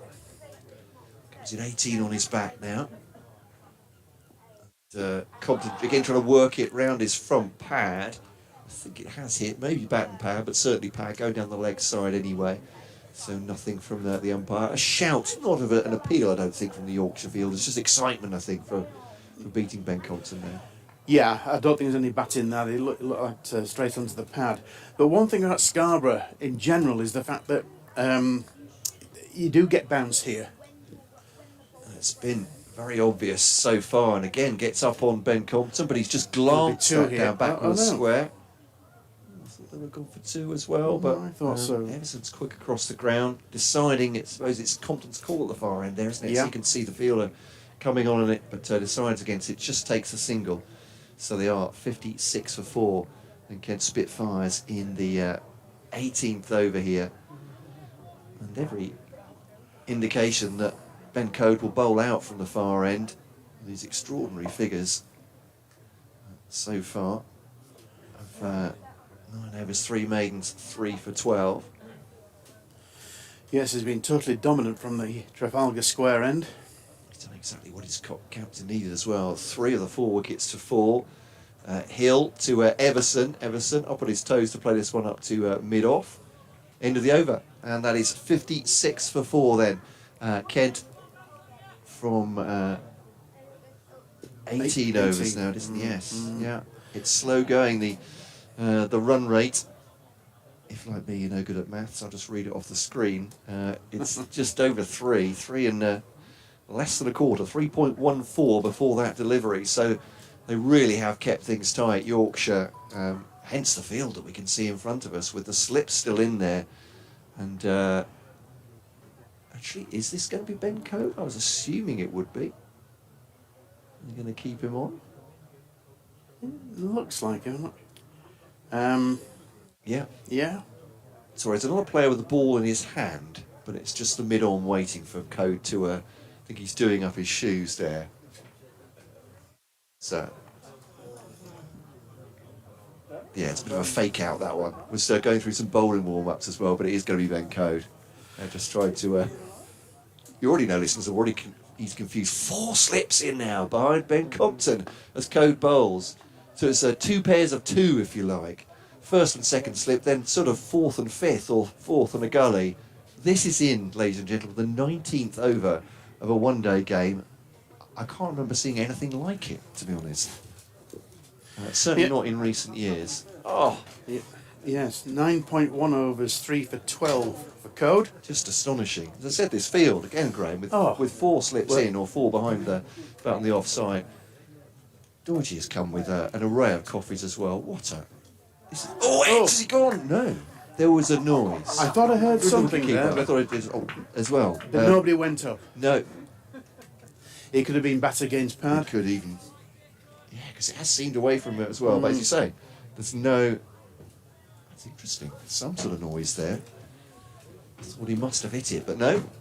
Through the wicketkeeper. And there is no run. Again, gets a bit of movement off the pitch there, does Ben Code. Round the wicket now to Compton. And there's a push and an attempted run, but into the offside, Masood Fields, and there is no run, 56 for 4. But this is a long way back for Kent, looking from their point of view to a respectable score, you'd think. I was just going to say that, irrespective of what the result's going to be, I mean, this is a fantastic start for Yorkshire, isn't it? It really is. They won the toss, they've inserted Kent, and so far so good for Yorkshire. I don't know if Kent's bowlers will look at this with any relish. It depends what total they're bowling to, I suppose, at that point. As Coe comes around the wicket to Compton, sees that off into the offside, again gets a bit of bounce, does Code, and out towards, that sort of point area there, where Don Bess is fielding. As I said, it's 2 sets of 2 fielders behind the bat on the offside, and the batter. 2 pairs. So, if you like, first and second slip and 2 gullies, or first and second slip and 4th slip and a gully. Ranging slightly wider now as Don Bess as Code comes in. Well, to Compton, flicks that off his pads, and that will go fine. That will be 4 as well. Decent shot, that one, from Ben Compton. And I would wager that's the first boundary we've seen of Ben Code. It is indeed. That's the very first one. And well, he's got every excuse to be tiring just a little bit in his 10th over, I suppose. That looked a little bit of a tight delivery, but it was the wrong line, and probably the worst ball he's bowled all this in this spell. And he was punished there, 4 runs. I think they're more like 2 gullies, aren't they? Yeah, I think they are now. They've gone even wider. Bess is almost like a backward point now, as this is defended by Compton. 60 for 4, Kent, at the end of the 19th over. And you can hear the applause for Ben Code. Here on 5 Live Sports Extra, BBC Yorkshire stations, BBC Radio Kent. It's the Yorkshire man that's getting the warm applause, and quite rightly so. He finishes, I think, subject to confirmation, with 3 for 16 off his 10 with 3 maidens. That's a fantastic effort, and most importantly, taking those 3 wickets at the top of the order. Yes, and a boundary off his last over as well. In fact, when he fielded the ball, that final ball of his own ball, I saw his face as if he was disgusted with himself for giving that 4 away. Setting high standards. Hill to Everson, tries to whip that off his pads. I think it's mostly pad. Umpire Neil Mallender signals it is indeed a leg bye going square on the inside. And George Hill, who's aided and abetted him from this end, 1 for 21 of 6 by no means a slouch either, going at 3.5 and over. Just looked at the replay, the ball was definitely going down, but it wasn't far off the leg stump. He sort of moved across. It wasn't far off the leg stump. Anyway, leg bye. Going to say the trajectory of the ball would suggest that as well, wouldn't it, going square? But this has got through his defences this time, up towards the thigh pad of Ben Compton, maybe even a little bit higher there. He goes off for a little bit of a jig, and yes, it's hit him amidships. He's just on his haunches at the moment, having a think. So if you heard a sharp report of something, it's come off the box, and Ben Compton is just composing himself apart from anything else. He's had to try and stay there. Well, wickets have fallen around him on 31, and this is a really important innings for Kent as well. Someone needs to hold this together if batter's going to go at the other end, and Compton's staying there at the moment. Offers that. Looked like an edge for a second, but I think he's played that deliberately down to third for a bit of bounce as well. Controlled it as well as he could have done. Takes a single, and there's 62 for 4, Kent, but Compton has half of those at the moment, more than half. But Yorkshire, as I said, with Code finishing with 3 for 16 and Hill 1 for 21, going at 3.3 and over. This is a fantastic start. Yeah, Kent won't want Compton to give this away now. He's been there right from the start, of course, on 32. Yeah, But it's Everson facing now. Yes, 2 slips and a gully in still for Everson. They're still attacking Yorkshire, and why not? Kent can't get the ball off the square at the moment. Everson trying to drive it into the offside, and tut once again. This looks distinctly tricky out there. But as you say, whatever happens with the second innings, and if the pitch is still doing this for the Kent bowlers, this is a very, very good start. Absolutely. But that's the beauty about cricket. You never know, do you? You never know. For Kent, batting still to come, but 4 out already. Go through this in just a second. Hill, a big yahoo outside the off stump from Everson. Eyes lit up, thinking there was one to hit off a good length. It's bounced too much for him, and he's missed it through to the wicket keeper. So if you're just joining us, Marcus O'Riordan first to go. Caught frame bowled Code at slip for 2 in the 3rd over. Leaning caught behind off the bowling of Code for 14 in the 9th. Alex Blake under pressure, going for a big hit. Top edging up into the sky. Duke getting underneath it off the bowling of Hill for 4. And the leg side, this one, should be a leg side wide, is indeed. Neil Mallender signalling that one. And then Harry Finch going caught behind off the bowling of Code off a vicious delivery, which rose and came off the glove for none at 49 for 4. And Kent, I wouldn't say they're trying to rebuild, they're trying to build anything at all at the moment. The Spitfires finding it very tricky indeed. Bit of a field change as Hill is running in. He started to glower at the batsman, and then I think, did he glower at the captain? Perhaps he's more asking. I don't think you get to do that, do you, young George Hill? as the field was moving, or he was trying to run in. That's an inquisitive look. It's driven, not quite timed, and almost that fielding change paid dividends because it dropped just short of the fielder at cover, and that is the end of the over. 63 for 4. Joey Everson had a wild swipe at the ball before. That one was uppish, just fell short of the man at cover. End of the over at 63 for 4. And Jonathan Doidge rejoins us. Oh, thanks to Graham. We'll be back in half an hour's time. But what a game this is for Yorkshire so far. Kent in all sorts of trouble, John. Yeah.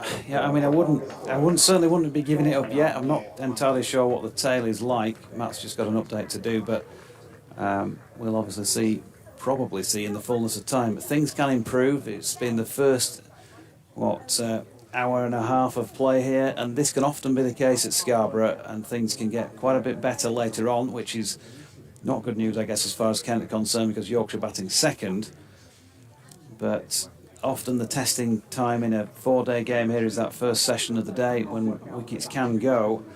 You tend to have to bat carefully, but then you'll reap the rewards later on in the day if you can stay put. And in the context of a 50-over game, we're still playing through the same time periods of the day, so the first innings set for 11 o'clock until round about 2:30, and it may get better towards the back end of the innings. We saw that in a couple of games here last year, so you wouldn't be throwing in the towel by any stretch of the imagination if you can't, but Yorkshire will be very happy to have taken those 4 wickets so far, and they now need somebody, don't they, to back up what Ben Coad has produced. I'm not saying anybody else can come up with figures like 10 overs, 3 maidens, 3 for 16, but they want somebody to bowl with a bit of substance for them, and it's Dom Leach back into the attack at the Trafalgar Square end to try and do that. First ball to Compton. He's played to the feet of Finlay Bean at Gully. There's no run, just one slip in place. That's Will Frayne at this moment in time. Took a catch already today. First wicket, in fact, that of Marcus O'Riordan. Beautiful delivery by Ben Coad to dismiss him for 2. And Leach down the incline again. Right arm round, short of length. There is a man out at deep backward point, George Hill, out on the boundary, and it was cut nicely by Compton, but will only get in the 1 run. The 4 wickets to have fallen. O'Riordan then first to go for 2 when the score was on 6. That was halfway through the 3rd over. Jack Leaning hung around for quite a while and got himself a start, 14 off 23, before he nicked one to Harry Duke off Coad. The penultimate ball of the 9th over. Partnership for the 2nd wicket worth 30. The biggest of this match so far. Wicket number 3, Alex Blake was caught Duke bowled George Hill for 4 when he skied one that he was having a go at. 16 deliveries, the score on 44 at the time for that 3rd wicket, and just 5 more added before Harry Finch was caught Duke bowled Coad without scoring off his 5th delivery at the last ball of the 15th over. Here's Leach, flicked into the leg side. Oh, Dom Bess with a diving attempt at a catch at mid-wicket, and he's jogged his way back. Now there's got to be a run out at the 2nd run. No, it's not been given by umpire Neil Mallender. Joey Everson it was who flicked it to the hand, really. Dom Bess has put one down there. It wasn't an easy chance, but it's one that if you want to win trophies like this, you probably want to try and get your mitts around. And then casually, he was jogging back to pick the ball up, so they took him on for a second. So not great fielding all round in that respect. Drop catch and then letting him get back for a 2nd run.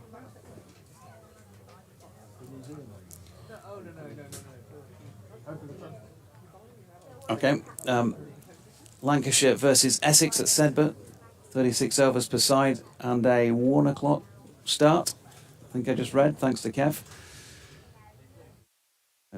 Sports Extra here at North Marine Road in Scarborough, where Leach is bowling here over the wicket then to the right-handed Joey Everson, who dropped it into the leg side, no run. How costly might that be come the end of the 50 overs? Still pretty much 3/5 of the innings to go.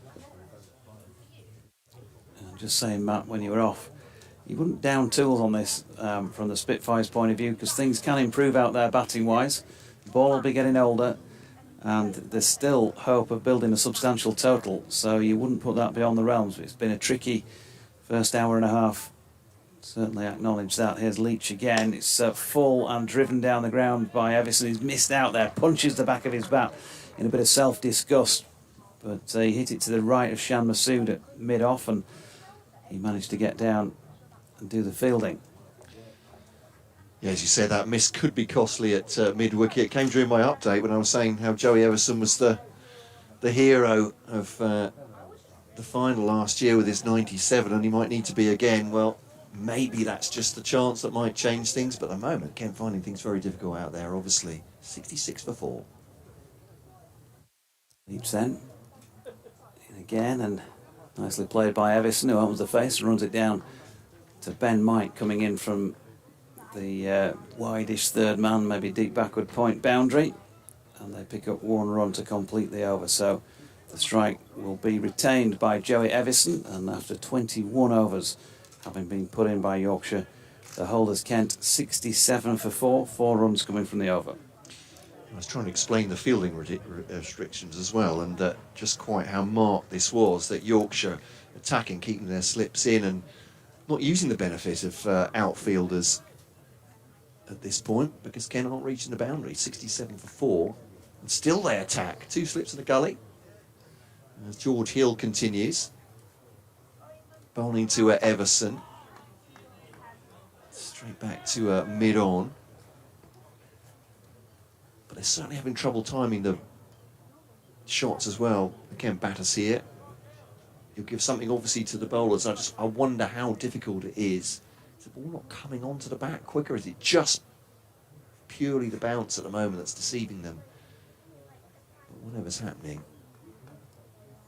Yorkshire bowlers getting the best out of this pitch at the moment. Hill to Everson. Just a minute bit of shape away again. On bounce, he could have left it, but it was a half play at that from Everson. He looked interested, through to the wicket-keeper, and no run. So just 1 over so far in the entire innings has gone for double figures, which is very unusual at this stage of a 50-over knock, isn't it? That was the 8th over. George Hill went for a 4, and then a 4 off a no ball. That's a swing and a miss. It's a huge swing from Joey Everson. Again, he's trying to find a ball he likes, but too close to the body, that one, and too much bounce. Again, it's gone through the wicket-keeper. He just can't lay a bat on it. Dot ball there. But yeah, just looking at the batting to come for Kent. James Bazley, a bit of an unknown for me, I have to say. It'll be the first time I've seen him. He's playing for Brisbane Heat in the Big Bash for Queensland as well. He was the all-round. A big hitting, we gather. This one is a hit as well, Everson. This could be the first 6 of the contest. Lifted over mid-wicket, and that is Flamingo, Kevin Peterson-like, if you like. Neil Mallender signals the first maximum of the contest. And you were saying barely boundaries coming off the bat at the moment, John, and let alone a 6. But that was lifted beautifully over length. Yeah, he walked into it and he made it into a nice sort of half volley length flick off his legs. Picked it up really well, didn't he? And in fact, it not only carried the boundary, it came bouncing back off the first floor level, if you like, the advertising hoardings on the west stand. Hill to Everson, defends that one up to mid-on. And there is no run. 73 for 4 then, Kent. So James Bazley will be coming in, was down to come in next. Grant Stewart, of course, Yorkshire fans will need no reintroduction to him. Another Australian who played his cricket at Sandwich Town as well, incidentally. I mean, that's of interest certainly to people in the east of Kent. I just thought I'd mention it. Hamid Al-Qadri, not quite as attacking as those two. Hill to Everson, goes on the drive but stops at mid-off, and there's no run. End of the over, 73 for 4. Certainly can occupy the crease. Hamid Al-Qadri scored some important runs for Kent, both in the Championship and the One Day Cup last year. Matt Quinn, not quite so secure as the previous we've offered, and Matt Parkinson has not yet starred with the bat, I think it's fair to say, in this form of cricket. So just a reminder, Lancashire against Essex at Sedbergh due to start after rain there at 1 o'clock. 36 overs per side will be across that, as we are also across the other matches at Chesley Street. Worcestershire now 143 for 3, having been put into bat by Durham. Sorry, is this Dicky Bird at the bottom? It is Dicky Bird. It is. Okay, I beg your pardon. Sorry, I It is interrupted you. the lesser spotted bird. No, actually, he's often spotted at Yorkshire matches. Ornithologist, you know me. Here is Leach round the wicket, bowling to Compton, who drops that ball out into the offside, no run.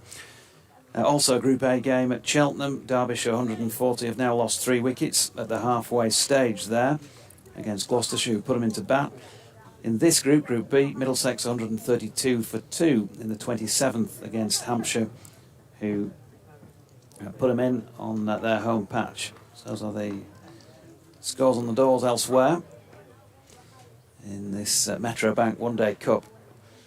As Dom Leach from the Trafalgar Square end bowls short of length and is pulled by Compton nicely, but he picks out Matthew Revis down on a long leg boundary and they get through for 1 run. It is Dicky Bird, who's been having a word with one of the speckies, and he's now making his way down to our right back of the sight screen for a wander round, doubtless to join the hordes in the hospitality tent over there. I say hordes, there's nothing like as many as there were on day 1 of the 4-day game last week. Not sure if there's any sort of an event taking place there today or not. There are some people seated on the stripy deck chairs. Leach over the wicket. Lovely shot this by Evison, who's opened the face and cut that away. And Matthew Revis with a very good piece of fielding down on the west side boundary, just inside the rope, saves 2. Because they get the 2 that goes on the board when it looked like being 4 from when it was struck. Super piece of fielding. There's been some good cricket played today. That other competition is, of course, starting today. There'll be lots of hype and merry-go-round about all that. And there might be some good cricket played, but there's going to be plenty of it in this competition as well, I think. Matt Cole has... he has a haymaker at this one. Joey Evison, he was trying to hit that one somewhere away to Oliver's Mount in the distance, but missed out. Indeed so. I like to feel the breeze off that from the commentary box. I understand here, but Kent have a number of players playing. 8 of the horses, the women's team will be playing for the in the 100. Tawanda Mayeye a wild card called up for the Oval Invincibles as well after his efforts in the T20 Blast. Leach down the incline. Ooh, Evison another. He wants to play his shots, doesn't he? On his, I think, rare occasion that he might have played at Nottinghamshire previously. I'm sure he also was. He certainly liked to feel bat on ball, shall we say. But that clearly comes with risk, and especially on a day like this, as we see shots of Dicky Bird. For those of you who are privy to the streaming and those who are not, Dicky is he signing the back of somebody's shirt? By the looks of things, a youngster who's popped out of the crowd to meet the legend that is Harold Dennis Bird. And there's a bit of interaction between the pair. Not easy to see because unfortunately they've both got the back to the cameras, but I think he is signing something there as Leach is in. Good delivery, which cuts Evison in 2, and that's one of several who've been caught amidships here from the Yorkshire Armada. Yeah, he's dropped the bat in pain there. I mean, that gives an indication. I mean, obviously, wry smiles from everyone of the male gender for some reason. I still don't know why we do it. Just glad it's not you. Yeah. But it does. But for the grace of the cricketing gods go we. Indeed. But it does give an indication what this pitch is doing, doesn't it? It's getting through the defensive, and there's good bounce as well. Everson finding it very difficult. You mentioned him attacking here, Joey Everson. Sorry, we're on Dicky Bird watch. Yeah, apologies for No, that's cutting in, fine, that's fine. But I brought it up. Dicky, he sort of lost his I way started after doing the signing, and then he looked at the coffee tent and realised he was going to have to pay for it, so he's walking past that and the ice cream tent, and he's going to go off for probably a freebie down at Hospital. And why wouldn't you, Dicky? Well, why wouldn't you? I would say your money's no good here. Proper Yorkshireman on Yorkshire Day. Okay. I'll go for freebies. It's Hill coming round the wicket to Compton, who's still there. Crikey, only by the grace and all that, because he swung at a really wild one there. It's taken by Duke. He in front of first slip. But sorry to cut in on the Evison comment you were saying Yeah, about... and I was just saying that although his natural instinct is to attack, you're 23 overs through the Kent innings at the moment. This pair really need to hang around. Ben Compton knows he has to and is going to do that. Everson's natural instinct, you just think he might need to play a mature knock here to get Kent through as it's played up to mid-on for no run. To get them through to, where are we? At least 35, maybe 40 overs, because you've got some big hitting batters to come. But exactly. So your last 15 can bring you plenty of runs here. The pitch will be drying out every moment. There's a little bit of breeze, although I wouldn't exaggerate that and say it's strong, but it should still be drying out. Moisture should still be coming out. It should be getting easier back half of the innings. Hill still 2 slips in behind Compton. That's a good shot, well timed through the onside. And outfielder's a little bit sluggish. It's had rain on it. It's 2 for the Kent pair, 78 for 4. And applause for the fielding, 36 for Compton, 11 now for Everson.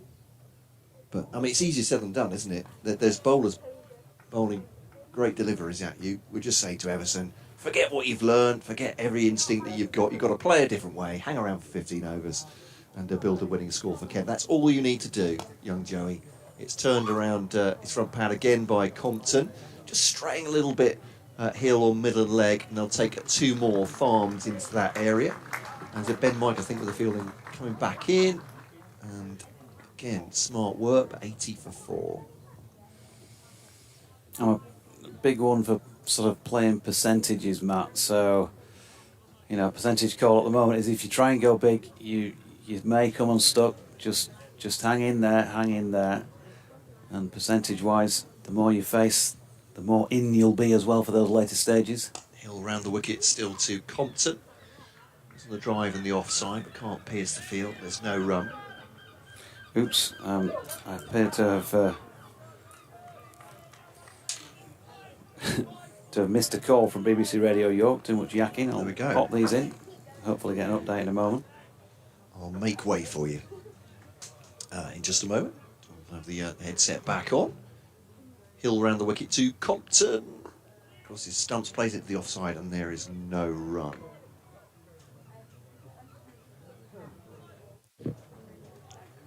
I'll get the thumbs up when John needs to break in. But end of the over then. Hill takes his cap.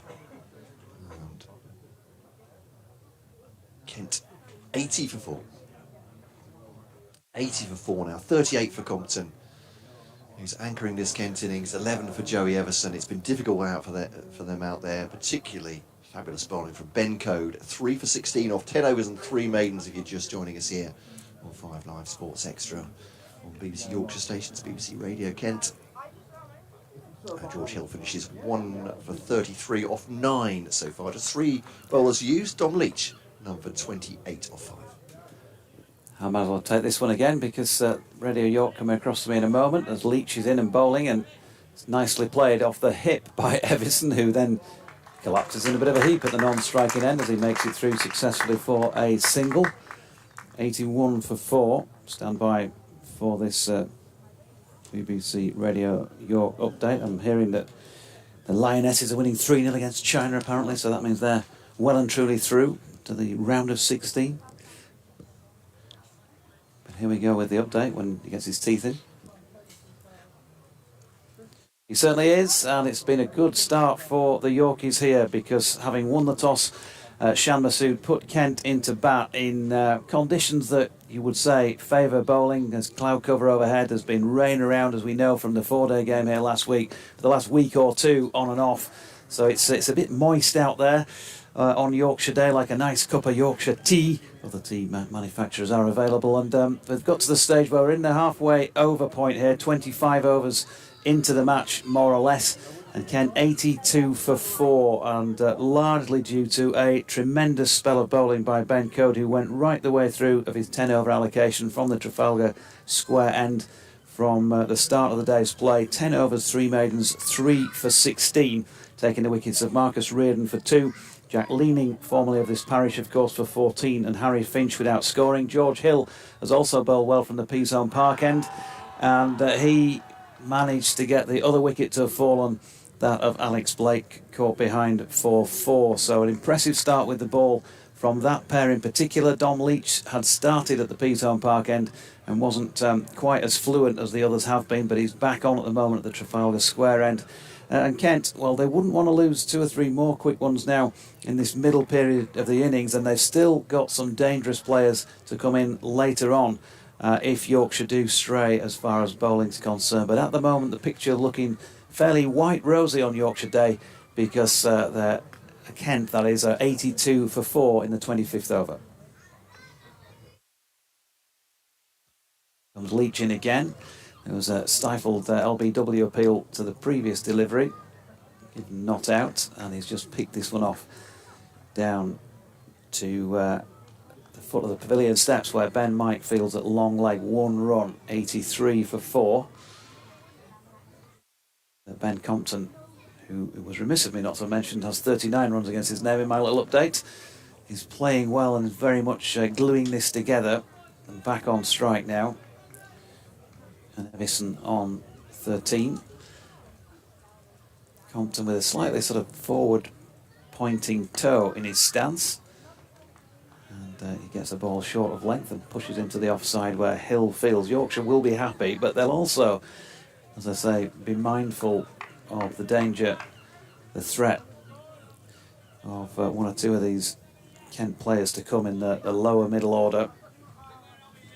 First-hand experience of that, of course, from Grant Stewart down at Canterbury last year. So they need to continue working hard.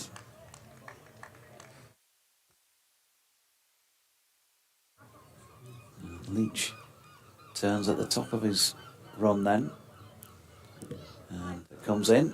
Short ball pulled backward of square leg then by Compton. James Wharton out there doing the fielding, and they get 1 run, 84 for 4 at the halfway stage. Yeah, clearly not happy Matt, in terms of that being a good score, but nonetheless, still you've got to look at it that halfway in, 6 wickets still in hand here, and got to try and build as many as possible. Before I put you into bat with that, actually, speaking to Liam, sorry to extend my point as they take a drinks break, but speaking to Liam, who's doing the data analysis for Yorkshire here today, he was a bit nervous before the game started, but I'm sure he'll carry it off manfully. But he said, we're looking at a par score here of around about 265, we think, on this pitch, on this day. 265, I did think at the time, yeah, you normally think that, but the outfield will be slow. I think you'll certainly have something to bowl at if you get sort of 225 plus, and that's certainly not beyond the realms of possibility at all at this stage. 265, well, again, not beyond the realms, but it'll take a bit of work to get to that from this position. So, just got to put as many on the board as you can, and play with your head still in the back half of this innings. Yeah, I think, obviously, as I said before, these two need to do the bulk of the work. What Ben Compton does give you, I was saying before it started, it sounds counterintuitive for a one-day cup squad, but Compton playing a run a ball, or just a little bit less than a run a ball last season, worked really well for them in situations akin to this, where they got into trouble. He could go at one end, stick limpet light there, and perhaps stroke makers at the other. But they are going to have to accelerate through to get towards 225. 265 will be something pretty extraordinary from here, from what we've seen from this pitch, I would say, as well. But prolonged drinks, but Compton there on 40. Everson trying to attack, has already been put down at mid-wicket by Dom Bess. Sharp chance it was, diving to his left. I wonder if that might be the turning point. Jas Singh is the Kent 12th man, just giving Ben Compton a choice of new batting gloves. And Arafat Bhuiyan coming off the field now. It's a lovely scene here at Scarborough. And the 12s are coming off now, so we'll be back in action very shortly. said, is I'm not sure if it's the finest outground in English cricket. I mean, it hasn't got any rhododendrons, has it? So, by virtue of that, Kevin Howells has given me the stop talking now signal. Is that right? I'm about to be thrown out of the ground, it turns out. The pitchforks have been ready, and the torches. I'm just joking, everybody. It's a fabulous place to watch cricket. Here's Hill to Compton. Cut away. I feel they've got half a hand to it, but actually it's going to the boundary. Forward a point. Nice shot from Compton. He goes on to 44. And by no means decrying the fact that he can expand as well, Compton, but he's playing a very, very responsible innings here, as we're quite used to from a Kent point of view. On to 88 for 4. But no, it's not hard to extol the virtues of this ground, is it? That natural amphitheatre with a banking on the left-hand side as well. Tents to our right.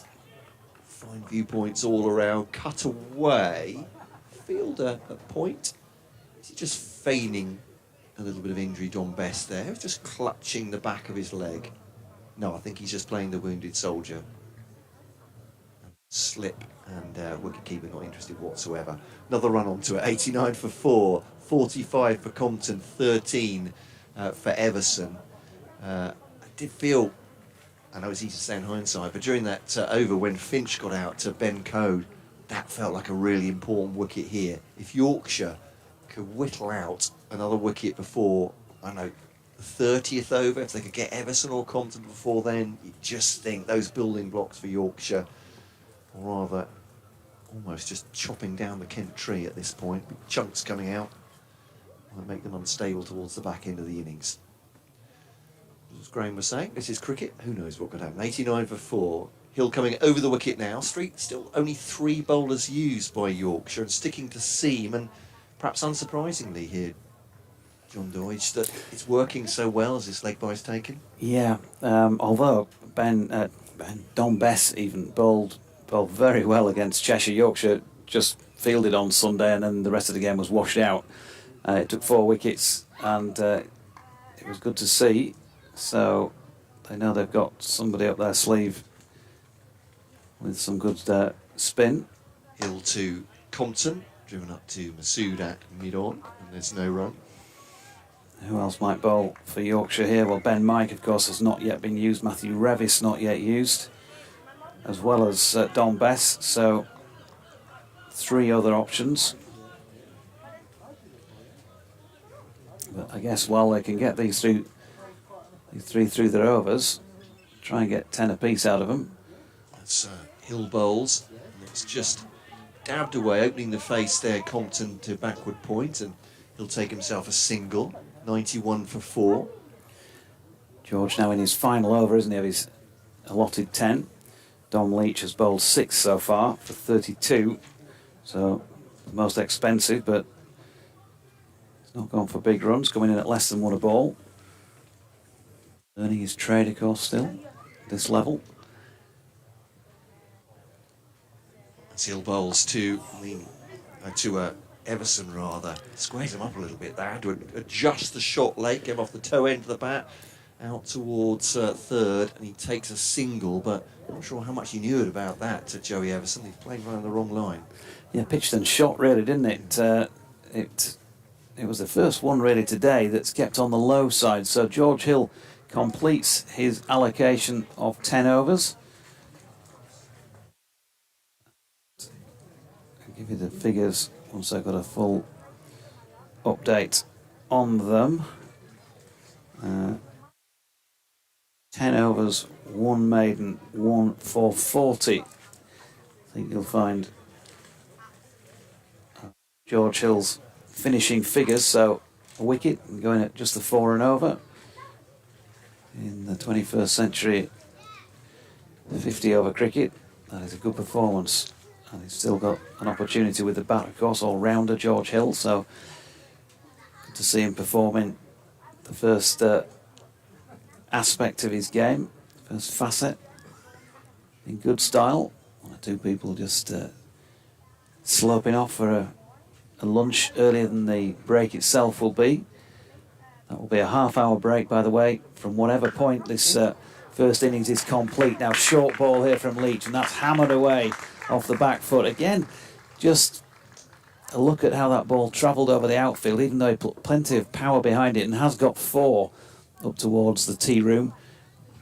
It was definitely slowing up quite considerably on its way to the boundary rope, so you can factor that in to some extent, in that whatever they do score, Kent, over the 50 overs, it'll probably be worth a few more than that in reality. Yeah, it's a good point. It's a sweet sound off the bat, that, wasn't it? It sounded like it was hit very firmly indeed, but just about got there.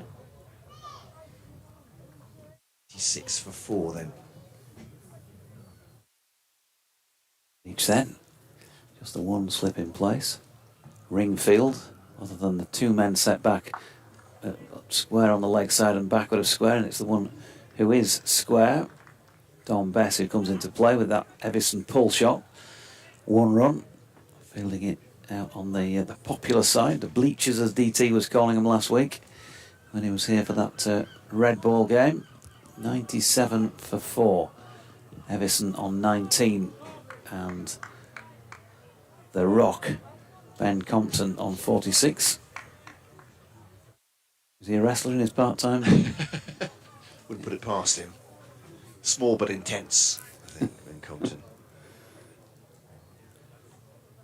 Leach then, round the wicket, nicely played by Compton, but he can't get a run for it because Finlay Bean is pretty quick in there at gully and was round to cut it off. No run. I'm a bit of a proponent that there ought to be some considerable difference between the colours that the teams wear through the summer, and there's, you know, my lazy eyes looking up there, and I'm seeing the bowler coming down the pitch, thinking it's a batter, and thinking there's all sorts of trouble going on because Compton's playing the offside.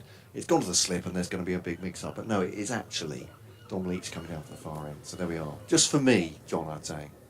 Just for you, man. There ought to be an away strip.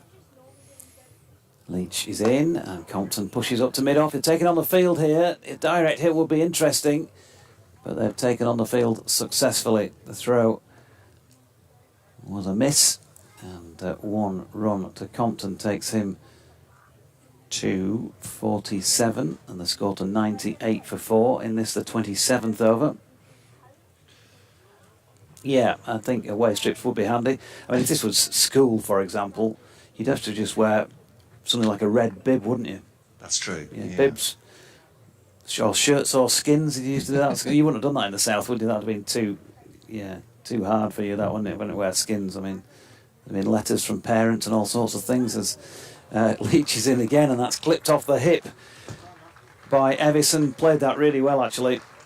Just a lovely, deft little glance down to the advertising boards in front of us, and that brings up the 100 for Kent in the 27th. It takes Evison on to 23, but yeah, there'd have been no shirts and skins, would there? Would it have been shirts and coats, probably, something like that? Well, probably not coats, because your valet holds your coat, of course, while you're doing exercise. So,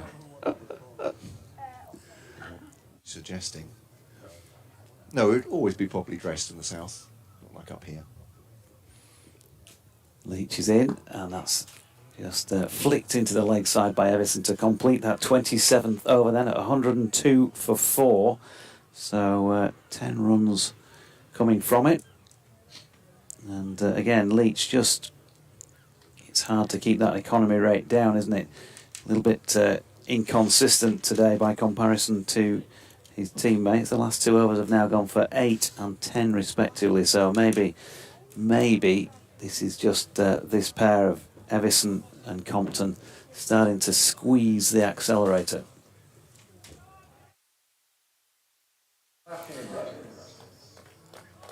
Matt just about to do another update. I'll have one of those in a moment or two as well for Humberside. We'll bring Graham back in. He just brought the lunches, but he's going to have to sit and suffer now for an hour until he gets his. Matthew Revis is the bowler to whom Yorkshire turn for their second change, and he's going to come on at this Peasholm Park end to replace George Hill, who bowled out, of course. 10 overs, 1 maiden, 1 for 40 for Hill. Revis round the wicket, right arm, back of length, and that is pulled with control by Compton down in front of us, and they get through for 1 run. 103 for 4. Welcome back, G.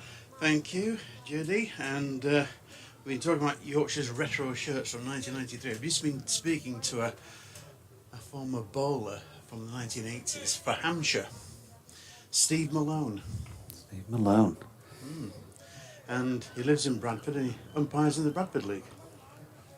Steve Bugsy Malone, perhaps? He was known as that, yes. Was he really? Yeah.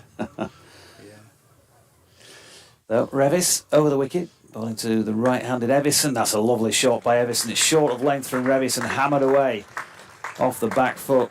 Thoroughbred cricket stroke by the Kent batter through the covers, and 4 more. Yeah, I think the pitch is getting a little bit better for batting on now, and Kent will be trying to take advantage of this. That was a very good shot by Everson, really was. Authentic shot through the covers off the back foot for 4. So Revis just trying to settle into some sort of rhythm.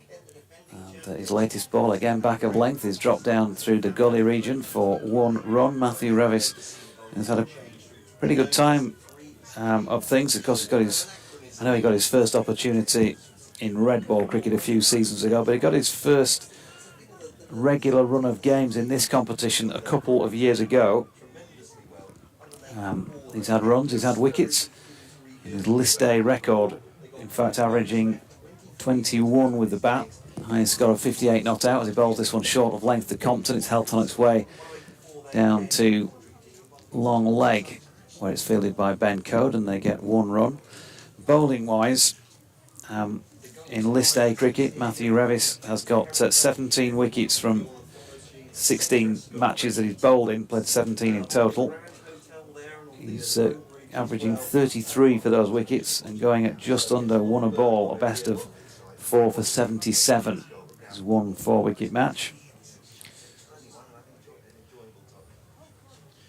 And then he comes again here to the right-handed Evison. That's better than the ball he bowled at him earlier in the over. That was punched for 4 through the covers this time. He's just defended up to Masood at mid-off, no run. Yeah, this is developing into a very good partnership for Kent. Last wicket fell at 49. It's now gone to 107 for 4.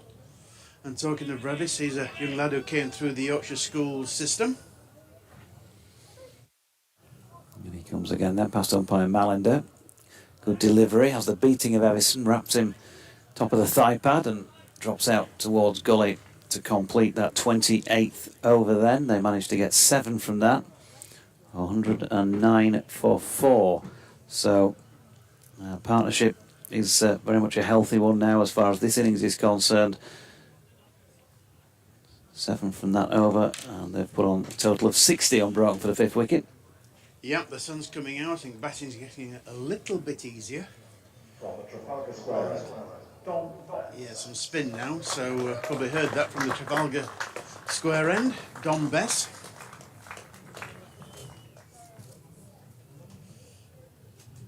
Spinner. Yeah, not been seen around so much of late. And a couple of loan spells away, Warwickshire. A couple of weeks at Somerset. Back in the fold though, as I say, bowled well in the warm-up game over the weekend against Cheshire, for whom Tom Kohler-Cadmore's brother Ben was playing and opened the batting. He took 4 wickets, didn't he? Best He did. That match, yeah. He did. And he's going to bowl them from the Trafalgar Square end, off spin of course, off Don Bess. Bowling to the left-handed Compton. And his record in white ball cricket is a pretty good one. First delivery is just turned backward of square leg. It's no run. Bowling-wise in list A cricket, I'll give you some more Jen in a mo because he's in again and Compton turns that one out square on the leg side for a single that takes him to a half century, and a very well played half century it is. It's a good job for Kent that he has stuck around here. 50 from 84 deliveries, including 6 fours for Ben Compton. And while it might not be sort of Herschel Gibbs, Vivian Richards type innings. It's been much needed under the circumstances for the Spitfires. He's been the rock. So Bess over the wicket now to Evison, who's got a top edge on this one. He's going to get runs for it, and it beats the man up inside the circle and goes away for 4 runs. So look, not on Bess's side. But he's played 26 List A matches, Don Bess. This is the 26th match in which he'll have bowled, and he's taken 21 wickets at 55.66. Best of 3 for 35. His white ball record that I was referring to being better in T20 cricket, where we've seen him much more often in action for Yorkshire. That's nicely flicked off the hip this time by Evison. They're going to pick up 2 down to long leg. Best probably a little bit disconcerted with that delivery from his own point of view.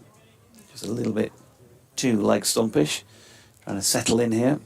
And of course, this Kent pairing, right hand, left hand combination. We'll be trying not to let him settle in. Now, as this one is pushed past mid on, that's an interesting attempt at fielding by Finlay Bean, which he's missed. And the ball goes up to long on for 1 run. Did it go underneath him, or did it go past his outstretched hand? It was hard to tell from I think it went underneath this angle. Best round the wicket to Compton, who tries a reverse sweep. The first time, I think I'm right in saying, in the last ball of the 29th over, that we've seen anybody try any adaptation from Kent. Yeah, but he made no contact. That's the end of the first over from Don Bess. And these 2 batsmen are just retrieving things a little bit for Kent now. 117 for 4 to 29 overs.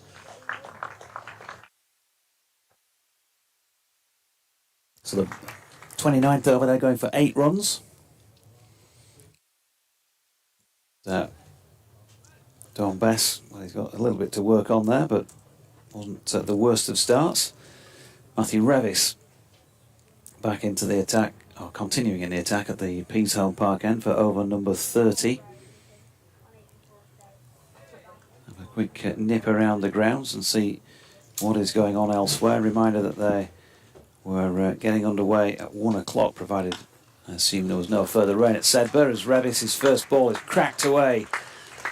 Square on the offside by Evison. Too much width from Revis, first up there. Yeah, they have got underway at Sedbergh. Lancashire 16 without loss in the 4th over against Essex, who unsurprisingly decided to field first on winning the toss. Both Worcestershire and Derbyshire in their respective matches are 205 for 4 against Worcestershire against Durham at Chester Street in the 36th over. Derbyshire away at Cheltenham against Gloucestershire in the 34th over of their innings. As Revis is in and shouldering arms here, Evison, no run. Middlesex 184 for 4 at the Ageas Bowl against Hampshire, who put them in, and that is your lot for today's first raft of fixtures. That was a better line and length from Revis.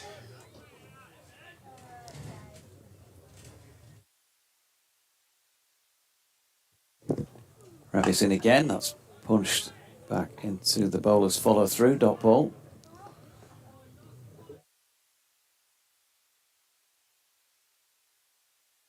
Lunch looks appetising, but I certainly can't wait for my next break at 1:30. Getting stuck into that, if there's any left. With the loitering gannets, we've got Kevin Hells and Matt Cole, who would certainly look in place just down the road at Bempton Cliffs with the rest of the gannets, as this is turned into the leg side by Evison and fielded by the incoming mid-wicket, no run.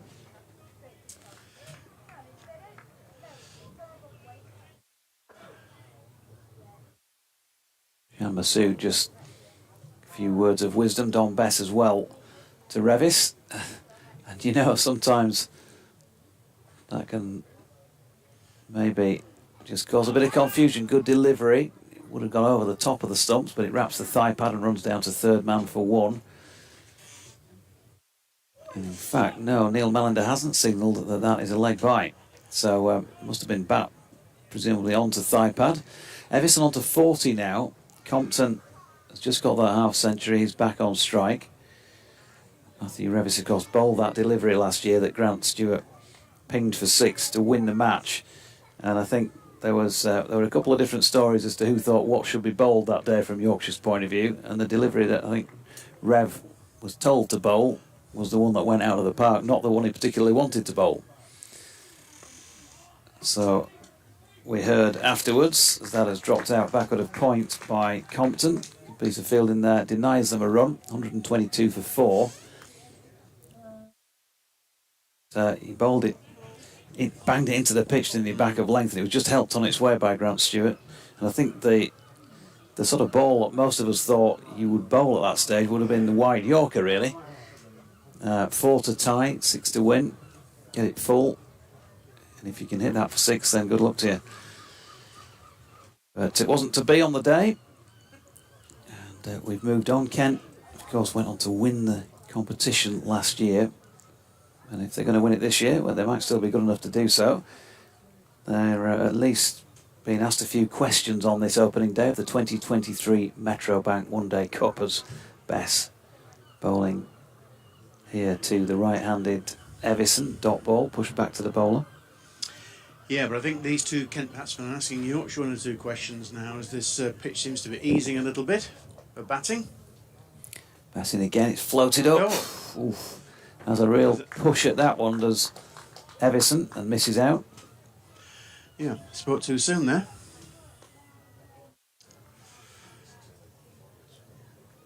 Played and missed. Slip in play still.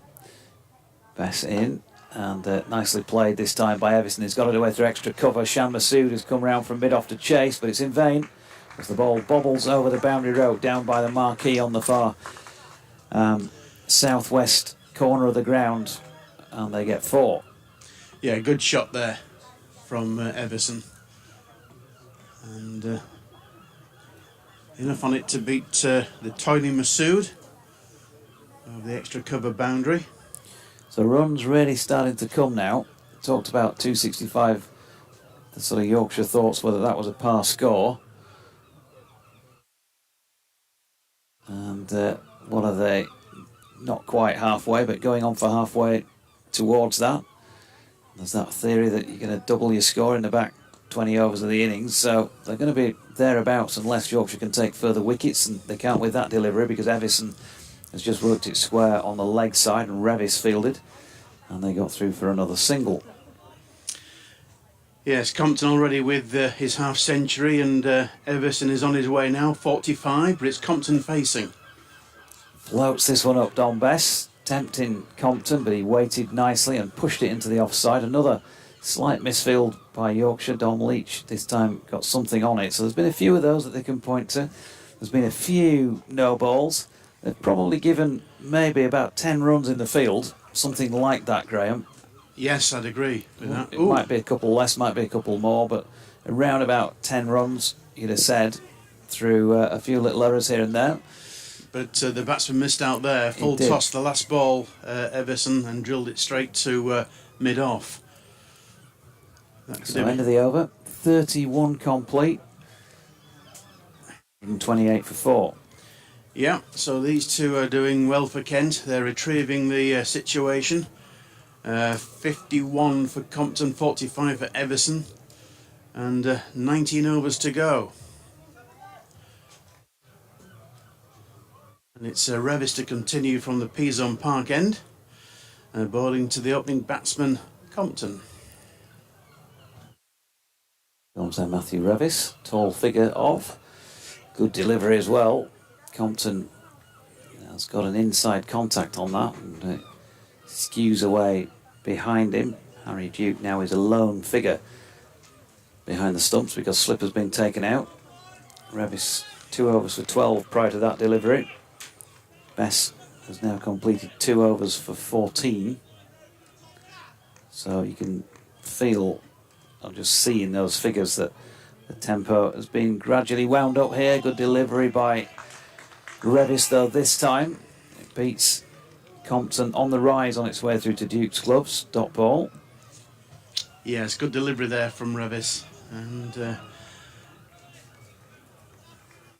thought beaten for a little bit of pace there as well.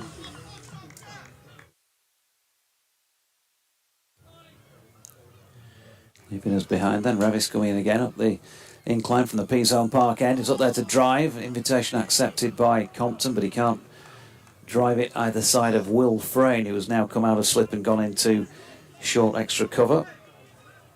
Another dot ball, and at this stage they're all invaluable. Yep, like gold dust.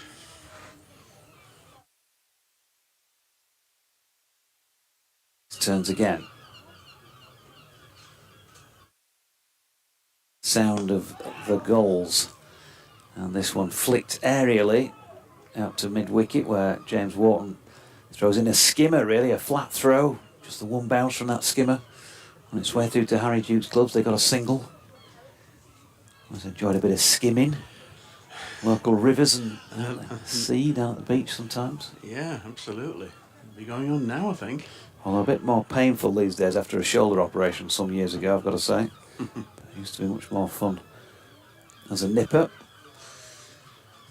Revison again, that's full of length and flicked off the pads by Evison for a single. So they continue to pick up runs, but so far in this over at least, there hasn't been a boundary. Can Matthew Revis get out of the over without that? It seems quite a long time ago, JD, when the last wicket fell, Finch, without scoring.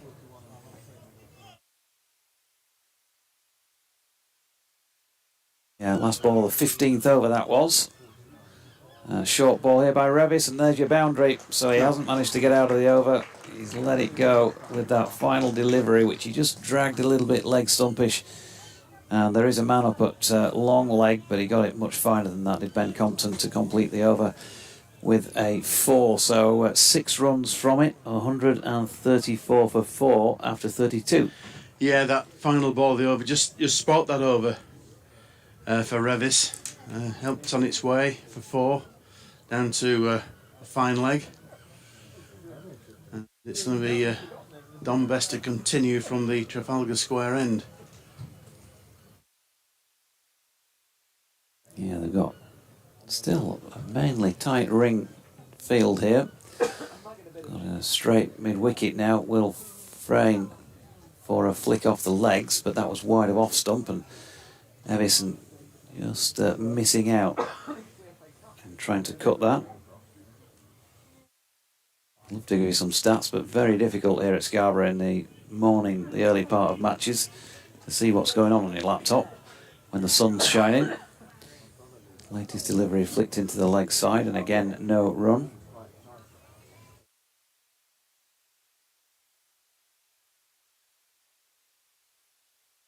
Best prepares to come in again over the wicket. Evison, he's not struck that one cleanly. It's a bit of a leading edge about it. He's thinking about a second run here. Good piece of fielding out there in the deep by Ben Mike. Sends him back, as did his partner Ben Compton, who didn't fancy taking on the arm. Yes, I noticed for Everson, the mid-off went a little bit further back outside the circle there.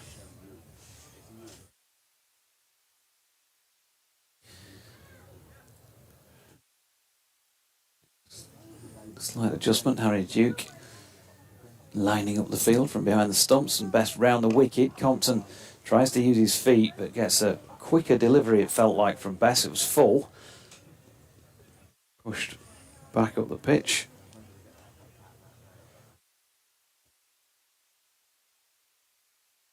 Best again floats this one a little more. Hammered into the offside. Leach again hasn't managed to get that down that and stop that cleanly, so they've made a 1 into a 2. Yeah, but a short delivery, and I thought Leach did well there to get something on it to prevent the boundary. Best with that side arm delivery. Compton pushes it to mid-off, takes on the arm and they're through again. Finley Bean unable to prevent that, so the end of another over. 33 now complete. Wasn't a bad one though. 138 for 4. So just the 4 runs coming from it. The last half dozen overs have gone for 7, 8, 5, 6, 6 and 4. So there was a threat of a lot of momentum for 3 or 4 overs, and that has been slightly quelled by the Yorkshire bowling, but this pair is still there, and with what, 17 overs remaining and 6 wickets in hand and 2 batters set, at this moment in time Yorkshire desperate really to take a wicket just to get a new batter out there, end somebody's knock, break the partnership. Kent, they're still playing out there for these last 15, maybe dozen or so overs, where they can really rack up a score that's going to challenge Yorkshire. A ball short of length, just been hammered off the back foot this time by Compton into the offside for 1. Yes, it's looking a little bit ominous for Yorkshire in terms of these two at the crease, because Compton's now gone to 60, Everson is on 47, and they've really turned things round for Kent. Revis again, that's worked by the right-handed Everson up to Bess at mid-on. But they haven't got away from Yorkshire, this pair. Still been pretty steady. And if Yorkshire can just break this partnership from their point of view, then get a new batsman at the crease. Have to start again. Revison again, driven this time through extra cover. Lovely shot. Masood is giving chase, and he might get there. He will get there, in fact. So Everson will pick up just the 2, whereas as it split the gap, it looked like it might be boundary bound. Kent, of course, that fantastic run of form towards the end of last season, got them all the way to be winners of this competition. Whereas Yorkshire, well, having lost at Kent, beat Derbyshire in their next match, and then wound up with defeat to Hampshire, which ended their interest in the 2022 version of this. Nicely played at square drive here by Joey Everson, has brought the hero of last year's final to another significant score, 50 on the board for him. Nicely played. And, he's largely played risk-free cricket since he's been out there, just the odd flash. Played sensibly, he's played to the conditions. Deserved that half century to his name as Compton pushes one out into the deep on the offside. George Hill doing the fielding this time. Yes, these two have batted well, and they're just setting up a basis for a flourish towards the end.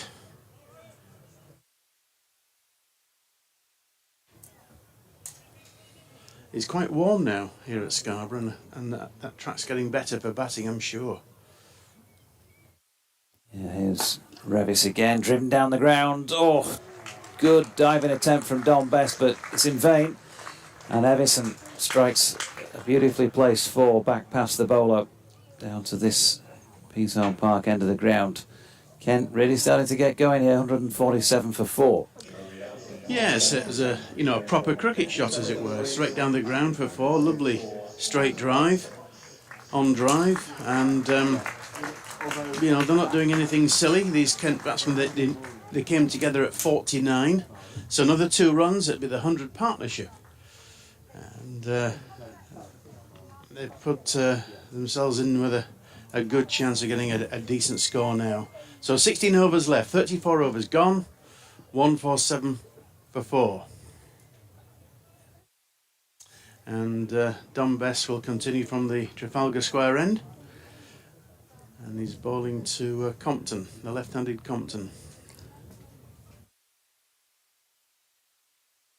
Wicket then for this first delivery, and nicely played by Compton, just lays his bat on that, gentle run down to short third man where Revis fields. 1 run, Matt's back, he's going to do his update, and then we'll get him back on air. But probably feeling a little bit more chipper than he was after 15 overs. A double fist bump suggests he might be. He's obviously claiming a foot in both camps here as well today. He's one of those, it's a bit like an Aussie attitude, isn't it, really? You know, there's always some reason to claim you're a winner. As this latest delivery is flicked square on the leg side by Evison, there's no run.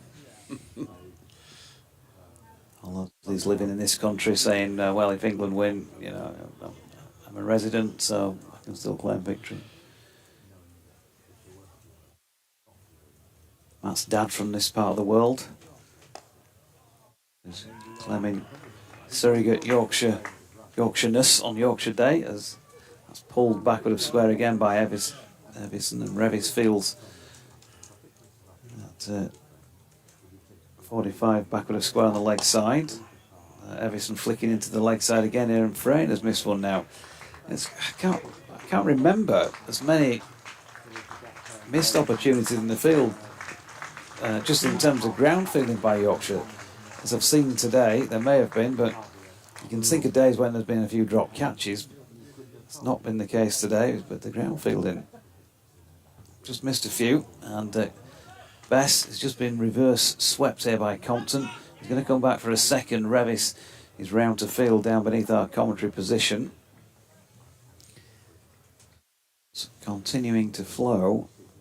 It's not a frightening score, but who knows, it could still be a very big one. And if Yorkshire are looking at 265, then you can flip that sort of feeling from earlier on at the moment and say they're going to have to bowl pretty tight in this next 15 to keep it below that sort of score, or somewhere near it, in fact, as Compton eases one in front of him, and that's the end of Bess's over at 151 for 4, so just 4 runs coming from it. Yeah, it's got the potential now to be a pretty decent score, with the two very set batsmen at the crease. Conditions-wise, obviously, things have dried out there, so it should continue to improve unless we have some rain as the day goes on. And what you would say, Graham, I think as well, when you look at the team sheet, and I accept that Ben Coad has bowled really well today, as did George Hill, but Yorkshire's strength in depth lies in their batting, which is probably different to previous years in this competition. When you look at down there, their lineup, Harry Duke did well in this comp last year. Finlay Bean is having a good season. Shan Masood, an international player. George Hill, we know his capabilities. James Wharton's had 100 in white ball cricket this year. Will Frayne as well. Dangerous player when he gets going, as we've seen in 50-over cricket. Ben Mike, who's got the ball in his hand and now coming on from the Peasholm Park end. Another dangerous player with the bat, as Yorkshire found out today, costing a T20 match at Leicester a few seasons ago. Dot ball first up from him to Evison, that was turned into the leg side. Matthew Revis, Dom Bess, Ben Coad, so they bat, pretty much all the way down. Absolutely, yeah. I mean, they'll be confident, chasing down, well, I'll say any score, especially here at Scarborough. Ben Mike then, right arm over, of course. A little bit more zip than some of those in the Yorkshire side. Well, this one's short of length, and it's been helped away round the corner off the hip there by Evison for a single. Yes, a little short there, and quite easily turned onto the leg side by Evison for 1. Yeah, so we've had the century partnership, and my word, Kent did need it.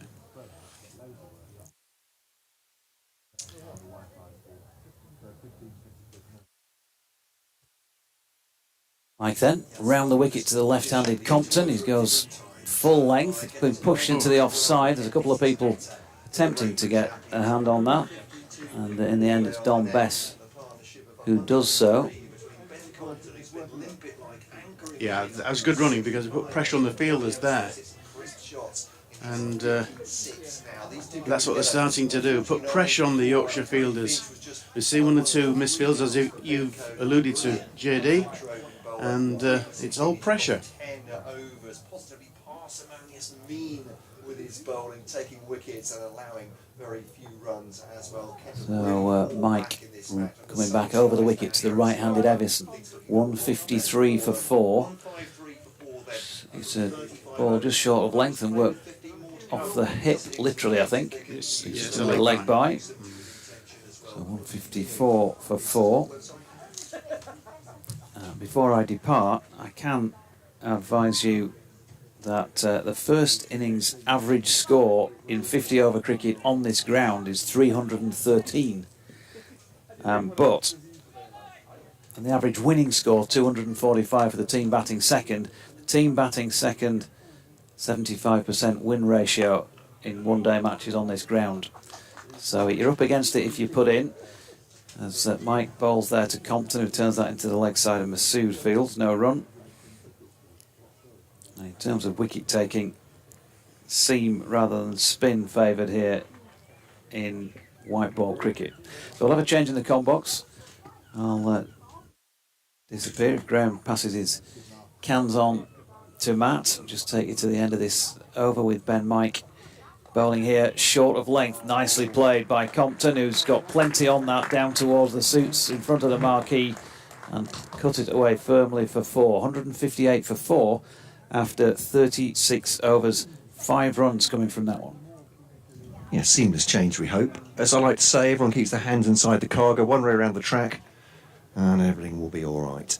End of the over. Jonathan Deutsch, thank you for that. Real fight back this from Kent from 49 for 4, as was that excellent spell from Ben Code, 3 for 16 from 10 overs and 3 maidens. Winding back the clock to, I don't know, the 70s in one-day cricket. Last time had figures like that. Fantastic. Positively parsimonious with the ball. Don Bess will continue for Yorkshire Vikings from the Trafalgar Square end, bowling to Joey Everson, back in his crease, rocks back and defends it up to mid-on, and there is no run.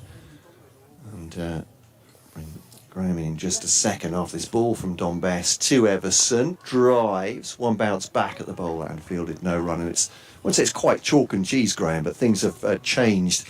It was a matter of patience, I suppose, for these batters as much as anything else, which Ben Compton has shown, particularly there, this pair.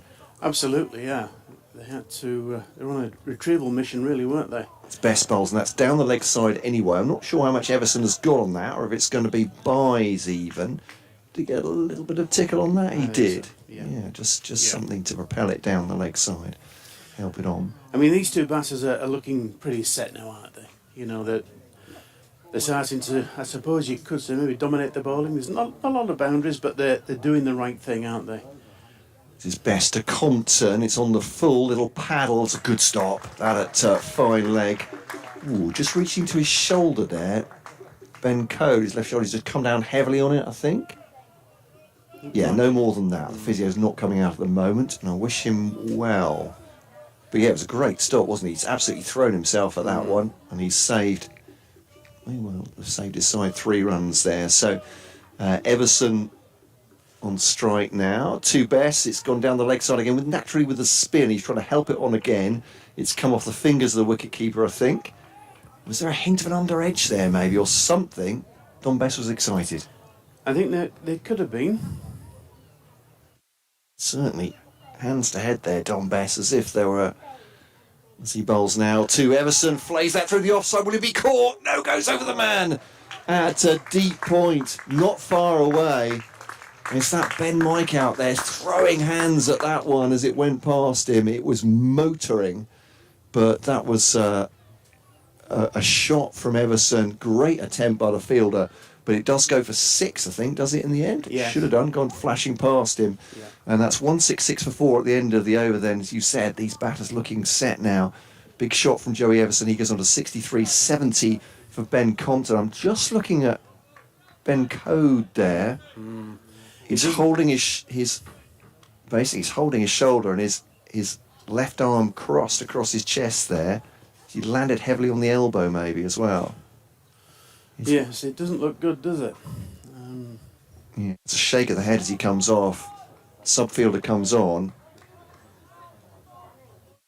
And Code, in his efforts to stop that ball going for 4, he's coming off the pavilion beside us here. Just keeping an eye on him. Is he following the physio up the stairs there, maybe? Yorkshire staff doesn't look happy.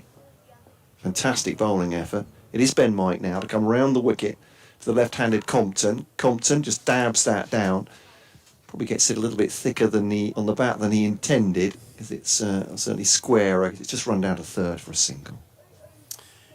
Yes, it's got to the point now where Yorkshire are pretty desperate for a wicket.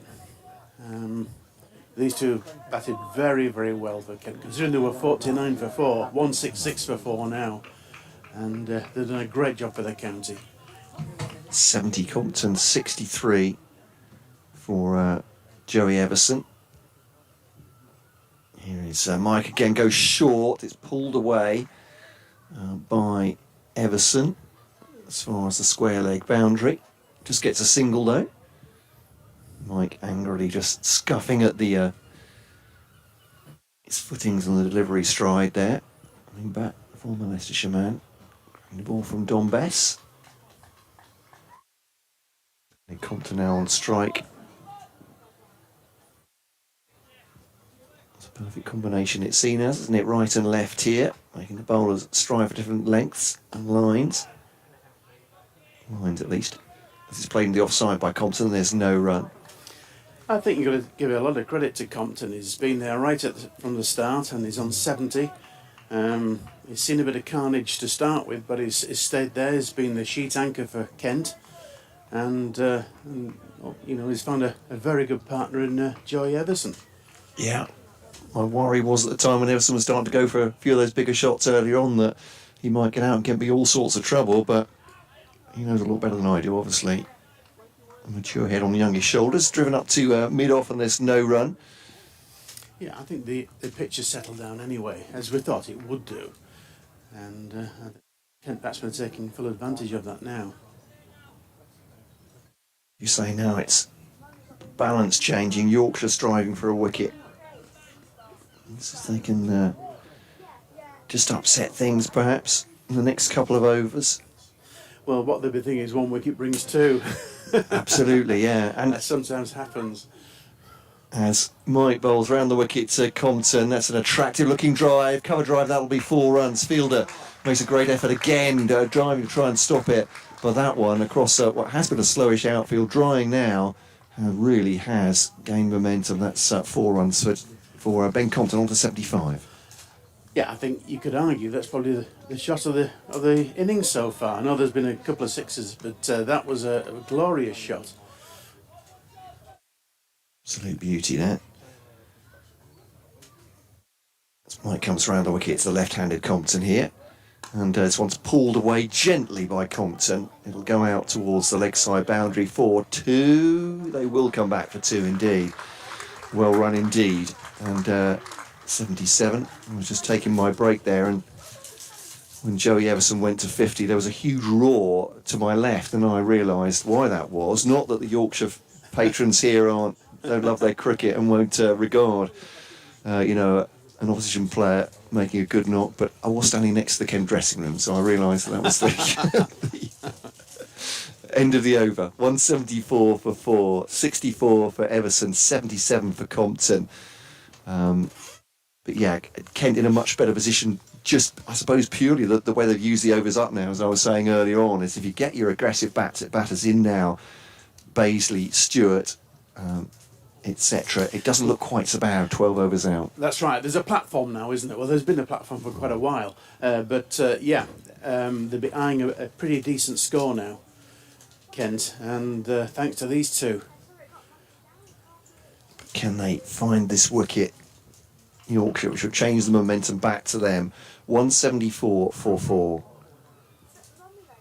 Just having a look around the field, which has been changed, actually, just been tinkered with. Is that Matt Revis, I think, at backwards square leg.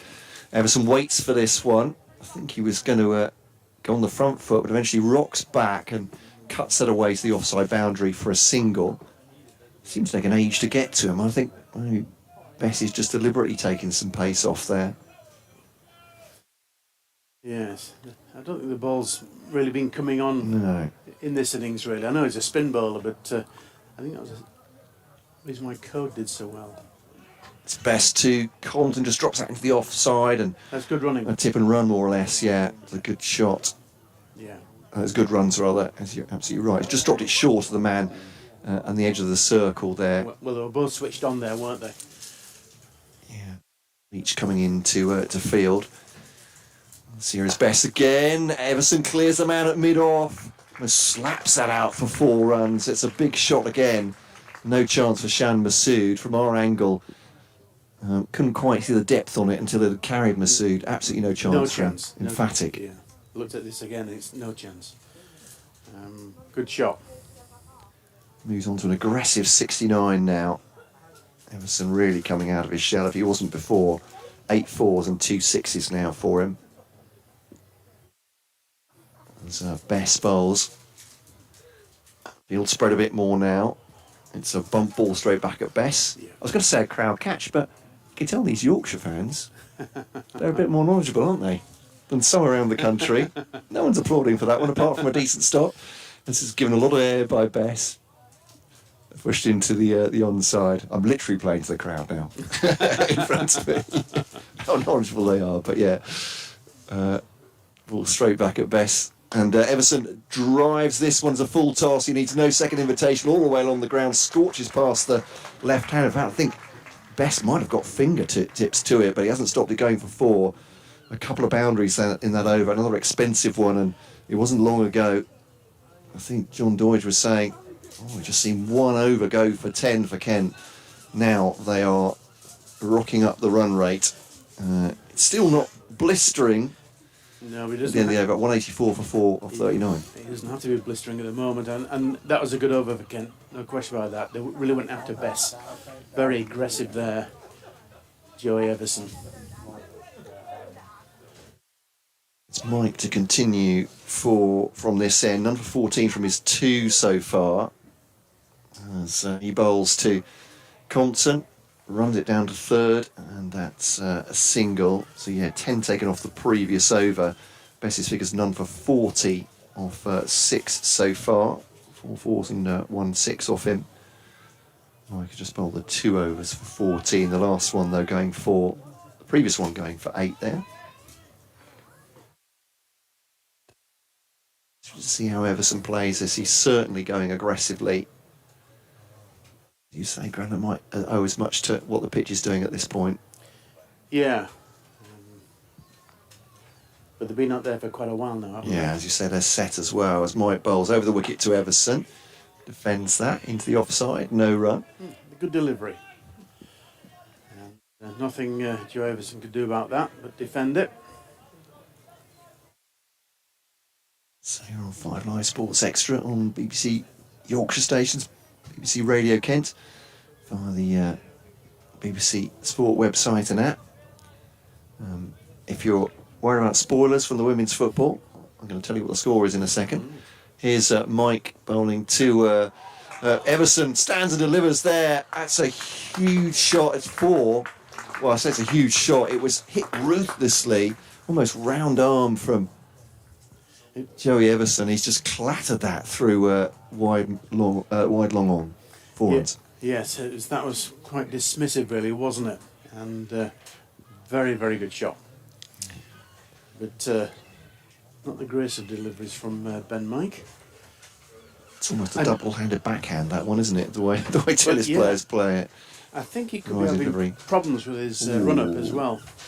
Yeah, he's just got hands on knees there, Ben Mike, as he may be. Was he twisted as he was scuffing at the footmarks, wasn't he? Yeah. Before. I don't think he's happy with his run-up. No, he's not limping, so that's good news. But yeah, as you say, Graham, Don Bess he's doing the filling job at the moment, filling the potholes.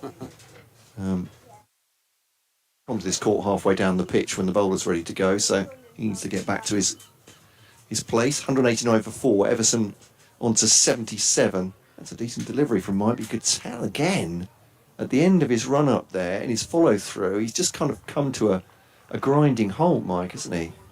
As that one's just cut away for a single. So his natural follow through would take him down the pitch, but he's almost sort of stopped, I think, stuttering in the footmarks there. Yeah, here at Scarborough, the bowler it's a bit of an uphill run-up, as it were, and that can just catch the bowlers out. Bit of gardening now, and Don Bess again putting some sawdust down on the popping crease. Yeah. Almost ball by ball, trying to make sure that Mike's got decent footing there. Perhaps in the change of innings, the ground staff will be out there. Round the wicket now to left-handed Compton, drives into the offside, doesn't time that one. Again, it's a decent delivery from Mike on a good length just outside off stump. He's revs the fields and there's no run, 190 for 4.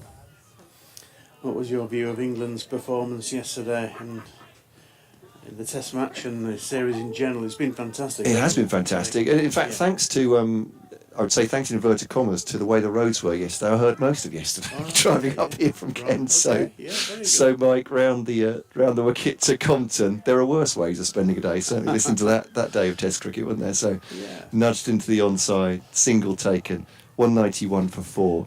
I'm going to be very boring, I think, in this way, and there's been a lot of controversy during the series, but I just really enjoyed it. Yeah, it was just brilliant entertainment apart from anything else. So I think that word enjoyment is important because hopefully then lots of youngsters will take up this sport after seeing that, and there could be a resurgence in youngsters playing cricket. Yeah. I mean, that's kind of my thinking that the drama, the controversy is almost part of the story, isn't it, of a day's cricket anyway. But the catch that wasn't from Ben Stokes, extraordinary stuff. I still haven't seen the replay, but heard it beautifully described.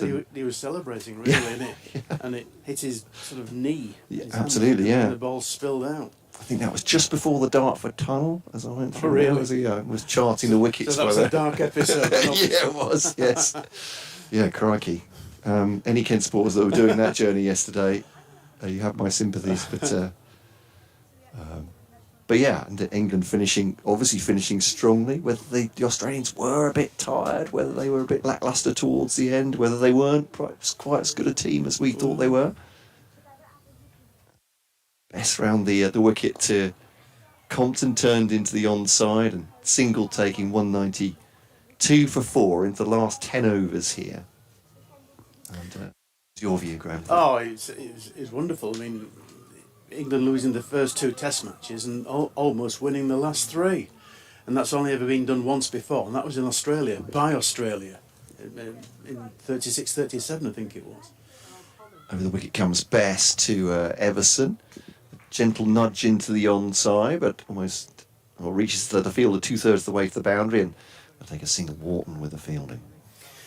Yeah, about a month ago, I was umpiring a Yorkshire girls under 15 match against Durham girls under 15. That's Best bowls to Compton, floated in, given plenty of air, single up to long on. And Paul Collingwood was at the ground because his daughter was playing for Durham, and of course he's the assistant coach, isn't he? And I was having a little chat to him. I said, hopefully he can create some history here. As Best bowls to Everson down the leg side and helped her with the spin as well. That'll go for 4 behind square. No chance for Revis inside the circle. He looks a little bit forlornly back at his wicket keeper and the bowler. 4 more, 198 for 4. It's 83 now, Everson, 82 Compton. That was a poor delivery from Best, no question about that. But yes, it's just been wonderful. 2-all, and a rained off Test which could have gone England's way, should have gone England's way, I think. It's Best to Everson launches this one into the offside. Will it go for 6? Yeah. It will. Over the rope in front of the tents on the right hand side as we look at it. And that is 6 for Joey Everson. And that's a 200 up for Kent. 204 for 4. We thought early on, 49 for 4 in the 15th over, whether they might struggle to get to 200, 220. At the moment, they are absolutely motoring. Joey Everson has 89. So it comes round the wicket. Best gives him a lot of air there. Plenty getting above the bowler's eye line. And it's driven gently out into the onside for a single end of the over. Everson has 90. Compton has 82. 205 for 4. When you talk about the girls' cricket, the women's series was brilliant as well. It was, wasn't it? Absolutely. Coming back from 6-0 down in that one in the multi-format series. Just really exciting stuff. So yeah, I think I was told that cricket is the fastest growing sport in women's sport, which is great. And a lot of clubs have women's sections now, and they're thriving, really are, and it's good to see. I think the game itself, the women's game, just seems to be getting exponentially better year on year It's as well. improving all the time, isn't it? And that's not to decry anything No, that's no. happened in the past. No. It's just the quality just I find it incredible. Every year you just think these are fantastic quality players. Obviously the move to professionalism has helped. When you can concentrate on it as a career, you're going to get better, aren't Absolutely. you, with good coaching? So There's a real yeah. competition for places now, isn't there? Both in the county setup and also the 100 and the international level. Yeah, long may it continue. I said that series. We'd like both of them to go on England's way, but just Mike to Everson. A little bit loose this shot, is it? No, it's going to be 4 runs. I think Phil's not going to get there. It was in the air a long time. His only thought is I didn't think the contact was that clean as it came off the bat into the offside from Everson, but he's given it so much power that it's gone through extra cover, Graham. That's 4 more. He's 6 short of his century. This is a very impressive innings by Everson. And of course, he's got more runs now than Compton, who upped the innings. Yeah. They're both set for a century here, I reckon. Looks like it. Everson picks us up off his pads. This will go for 6, will it? And that is his century. Yeah. Opens the arms wide. A handshake and a hug with Ben Compton. Cheers from our left from the Kent dressing room. You won't be surprised by that. Joey Everson, last year, short of a century in the final as Kent won against Lancashire this one-day cup. Today, he makes a century from 215 for 4 in the 42nd over, and he and Ben Compton came together in a position when they were in all sorts of trouble at 49 for 4. This is a very fine innings indeed. Yes, he picked that up so well, didn't he? And he was 6 as soon as it left the bat, and he knew it. So 100 for Everson, and he's still facing Ben Mike. Yes, indeed. Mike comes into bowl to him now. Still work to be done for Everson. As I said, there 8 and a bit overs to go. Just drives that past the man at mid-wicket. Revis is a little bit slow getting up. I think he'll be fine. And that single taken from Everson. But I guess no surprise he's overtaken Ben Compton. The time he's been at the crease, Compton really, his job and his role especially today has been to make sure he's there. Yeah, the anchor, absolutely. I mean, these two have complemented each other so well, haven't they? It's it's been a brilliant knock so far by Everson. Round the wicket, that's pulled gently away by Compton out towards the leg side boundary, and he'll take himself a single. 217 for 4. He's on 83 so far. Apart from anything else, I mean, this game has ebbed and flowed. The momentum has changed in one huge fashion, hasn't it, from early in the innings. As I said, Kent 49 for 4 in the 15th over. But dare I say, as a neutral, this makes this a very interesting contest now, I think. It does, absolutely. As Mike bowls to Everson, slower delivery. Everson waits for it. Works it into the onside for a single. And he also emphasises how well Code bowled as well. He was making the ball talk, wasn't he? And it's so sad to see him go off with a shoulder injury. I hope he's not too serious, because obviously over the years he's suffered from quite a few injuries. Yeah, he just went down heavily on the elbow and the shoulder, I think, didn't he? Making a stop. Yeah. Saved his side 3 runs, it looks like, but at what cost? Mike to Compton then at 218 for 4. This one gets up. Compton has levered that one away on the offside, and that will be 4 runs, just dropping short of the boundary. Again, Mike's dropped a little bit short there. Compton's gone on top of it somehow, outside the off stump, and has carved it away for 4 more. 222 for 4 at the end of the 42nd. Yes, and some drinks are coming on for these two Kent batsmen, and well deserved as well. Absolutely. Applause for them. 102 for Everson, 87 for Compton. Everson's other 100 in this competition coming last season against Glamorgan. 109 he hit there. He's on course to exceed that with 8 overs to go. Going back to Yorkshire, as I see a fan walking in front of the stand in a Yorkshire shirt, just shrugging at his friends there. I think it's changed remarkably, Graham, from the early stages here. Yeah, absolutely. What a turnaround. And, you know, I know it's a short, well, not as short as the T20, of course, but 50 overs, it's a shorter form of the game, but 50 overs is a long time. And you got plenty of time to turn things round, and Kent have certainly done that.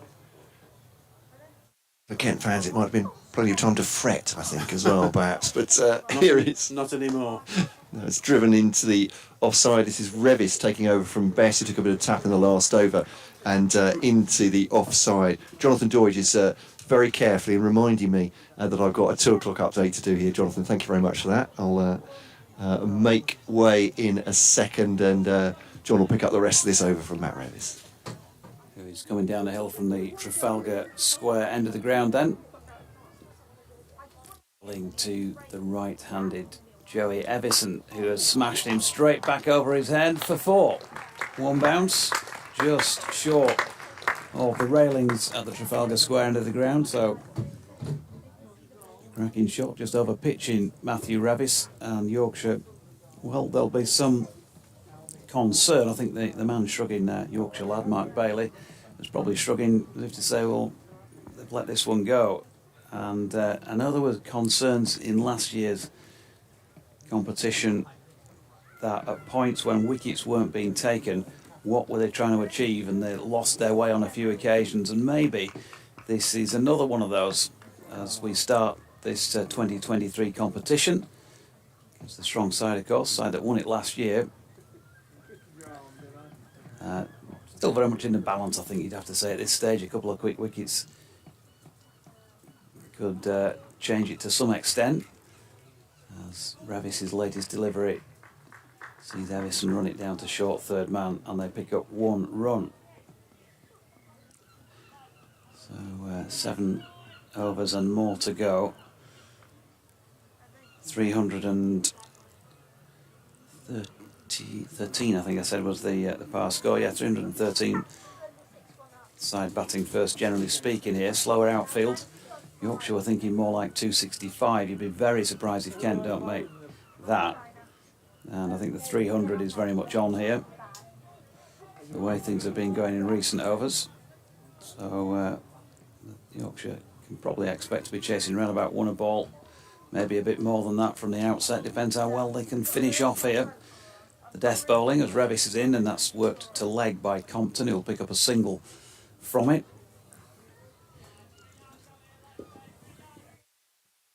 Goal, Graham Orange and myself, Jonathan Doidge, 5 Live Sports Extra, 5 Sports Extras I think we're supposed to call it these days, from North Marine Road in Scarborough, this Metrobank one-day cup match on the BBC Sport website and app, uninterrupted coverage. And Revis bowling from the Trafalgar Square end, flicked off the hip with that knee tucked up by Evison, will pick up a single down to the 2 sweepers. Dom Leach just down in front of us, the tall figure of the Middlesbrough-born seam bowler. We've seen him in action here, hasn't yet taken a wicket in this match. James Wharton was the man coming around from deep backward square. It's like changing the field for the left-hander. Will Frayne now moving to a short, wide third-man position, backward point, that sort of feel to it. Revis again, looks to the skies in disgust because he was then flicked into the leg side by Compton for a single to complete that over at 230 for 4. So 43 now complete.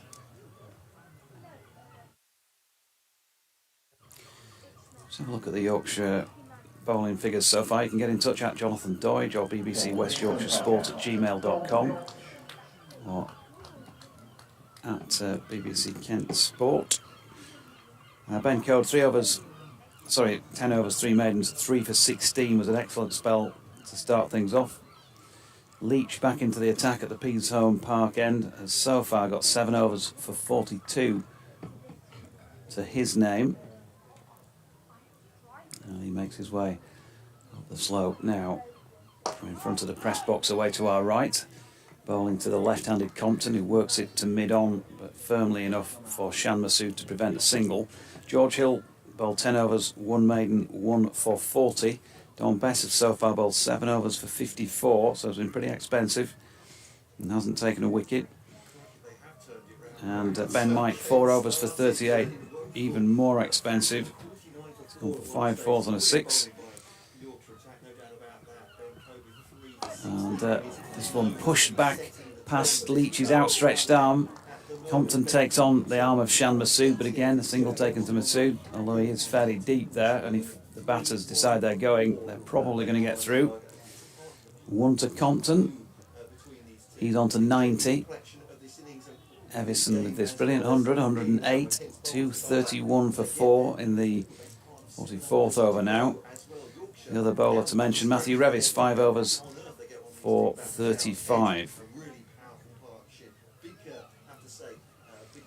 That Evison 100 came in 84 balls, 12 fours and 4 sixes.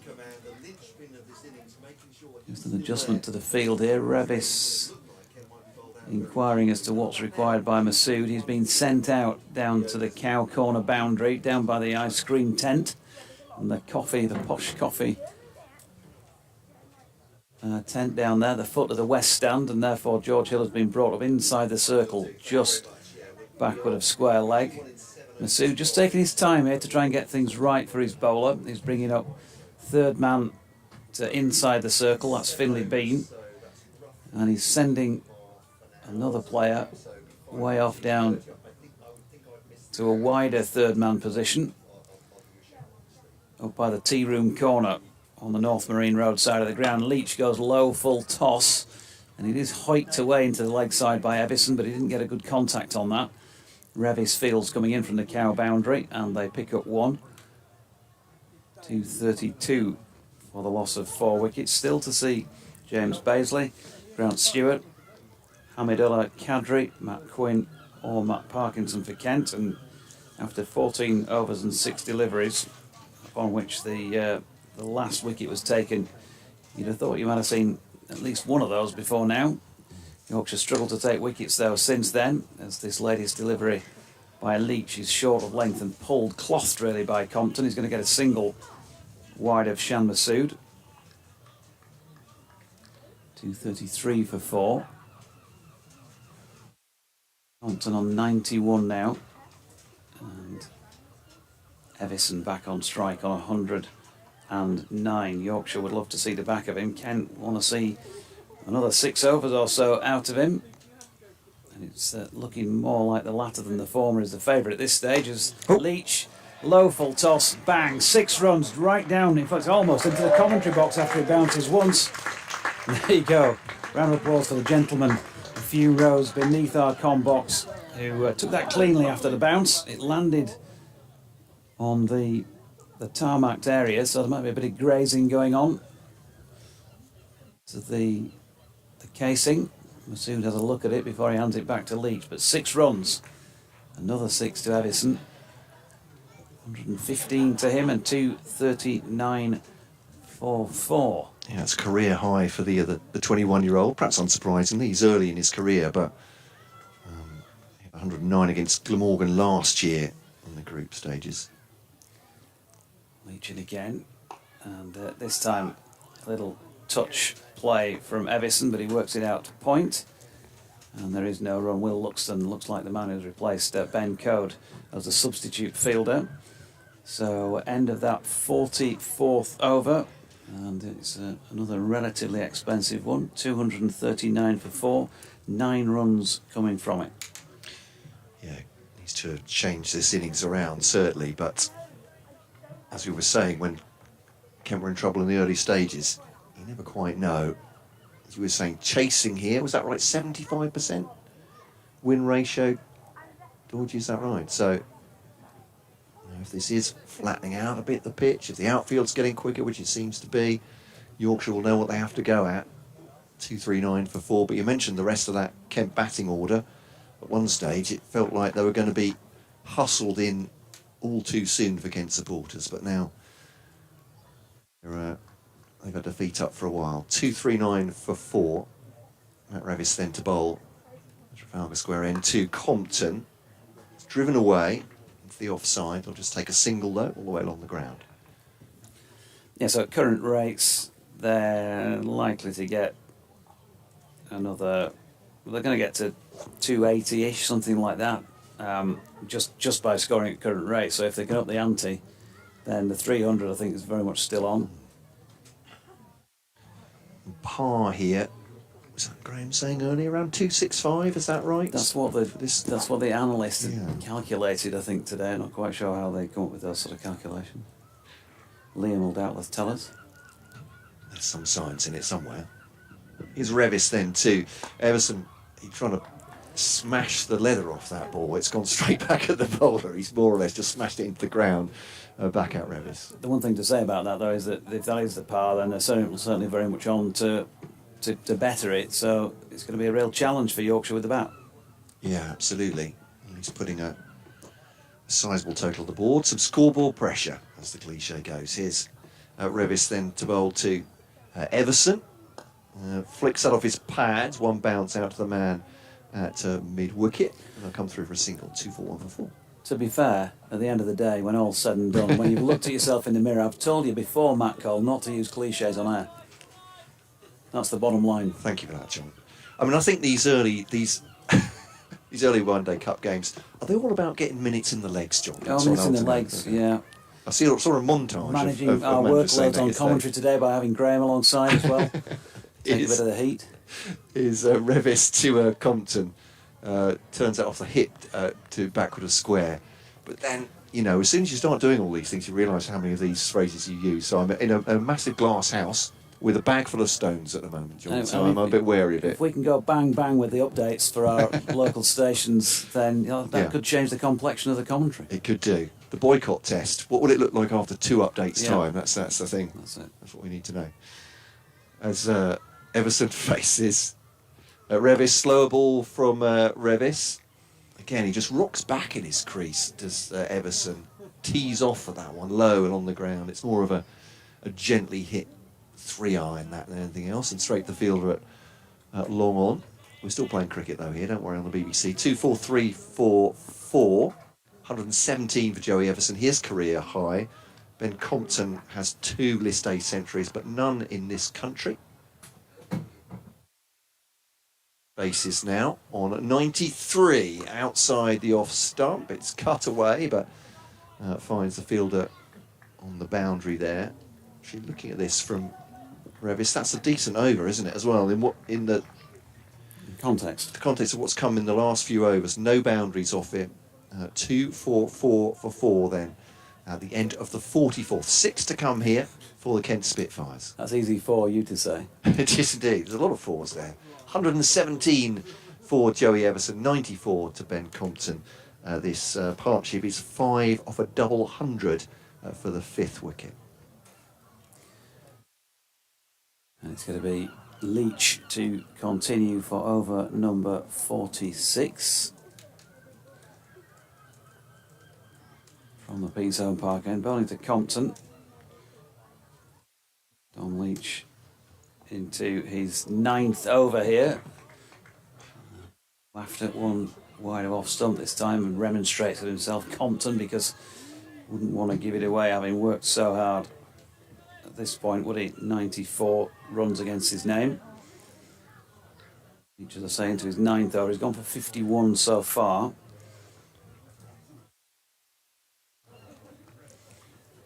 And this could be one of Yorkshire's issues among the remaining 7 games in this competition as he bowls short here, Leach.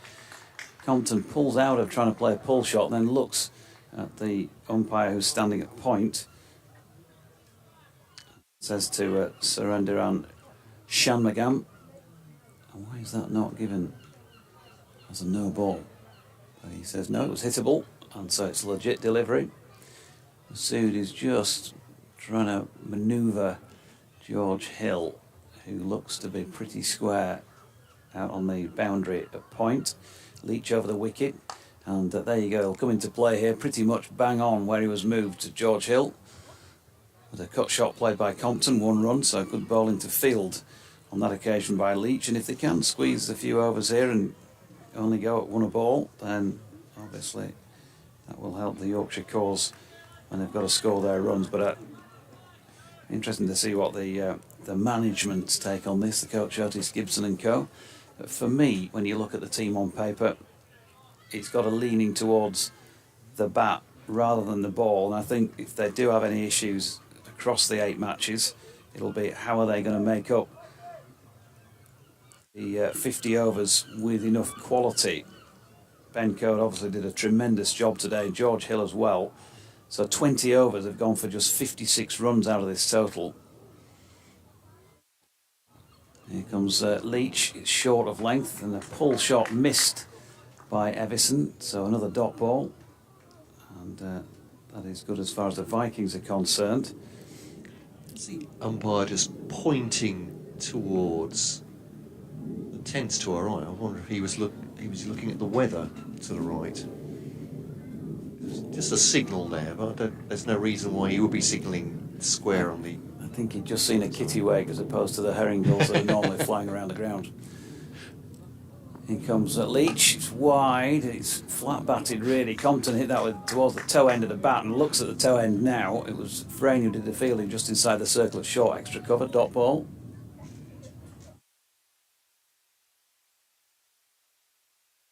So, our umpire should give us a gauge as to what the umpire might have been thinking there. Graham standing at the back. All right, Graham just thinks he was signalling 2 to go in the over. Nothing to do with the seabirds around this part. So.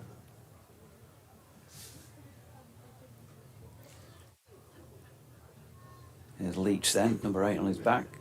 Scurrying in from the Peasholm Park end. He's gone full toss again and he's going to pay the full price again.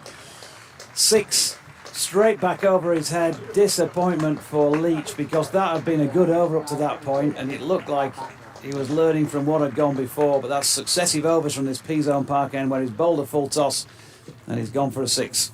251 for 4 at the end of the 46th. That's a double century partnership as well for these two. What a turnaround this has been for Kent Spitfires, and the record books I'm looking at as well, it eclipses Kent's 5th wicket record in all list A games as well, which stood to Alan Elam and Bernard Julian in 1977 against Leicestershire of 163. So that's Bernard Julian, one of my favourites when I was a youngster because he bowled left arm. And Swift too. Part of the 76 West Indies side over here. It would have played in at least one of those test matches, I think, in 76, maybe more. So from the far end, it's Leach, then just driven away by Compton for a single. 252 for 4. What a partnership this has been between these two. And Everson on 123. 96 for Compton now, with 3.5 overs to go now. And Kent really making a game of it here, and this partnership has done that to great effect. Not underplaying the part that Ben Compton's played in this at all.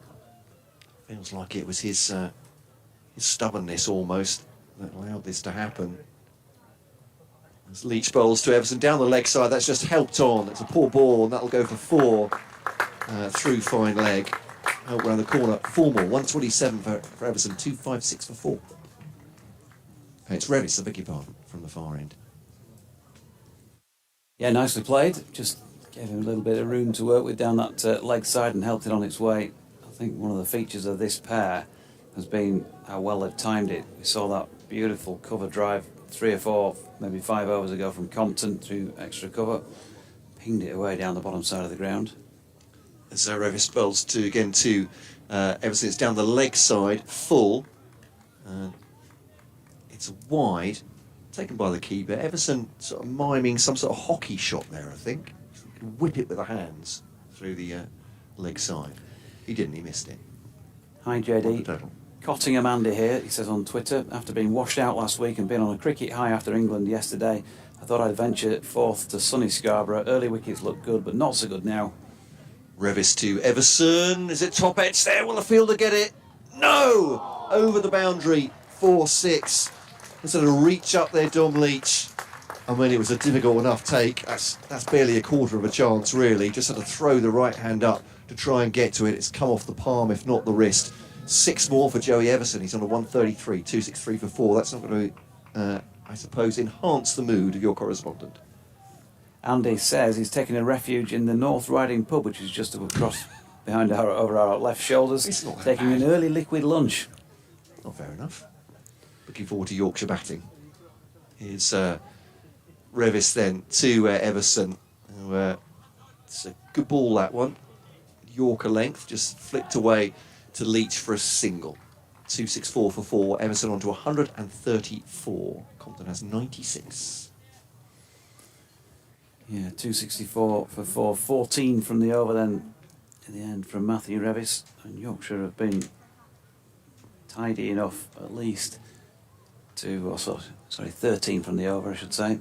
Tidy enough to avoid many double figure overs. 17 the biggest over, bowled by Ben Mike.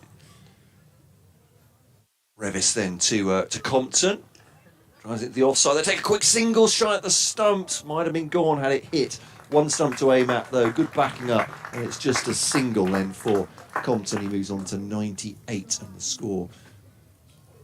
They would have put the run up. He's on to 97, beg your pardon, on 265 for 4. Yeah, they'll just want whatever, 10, as many as they can get and over, clearly, but 10 a dozen and over. Doable off these last 3 now, 300. Indeed, I think a ball to come here from Matt Revis to Joey Everson. He looks to tee off at this one. It's nurdled off his thigh pad, I think, and they'll come through for a single. Compton backing up. Yeah, I think it's got underage perhaps off the thigh pad. And that will be a single to end the over. Everson get himself on strike. Ben Compton on 97. I don't think Compton will care that he's 3 runs from a century and his teammate has the strike with 3 overs to go whatsoever.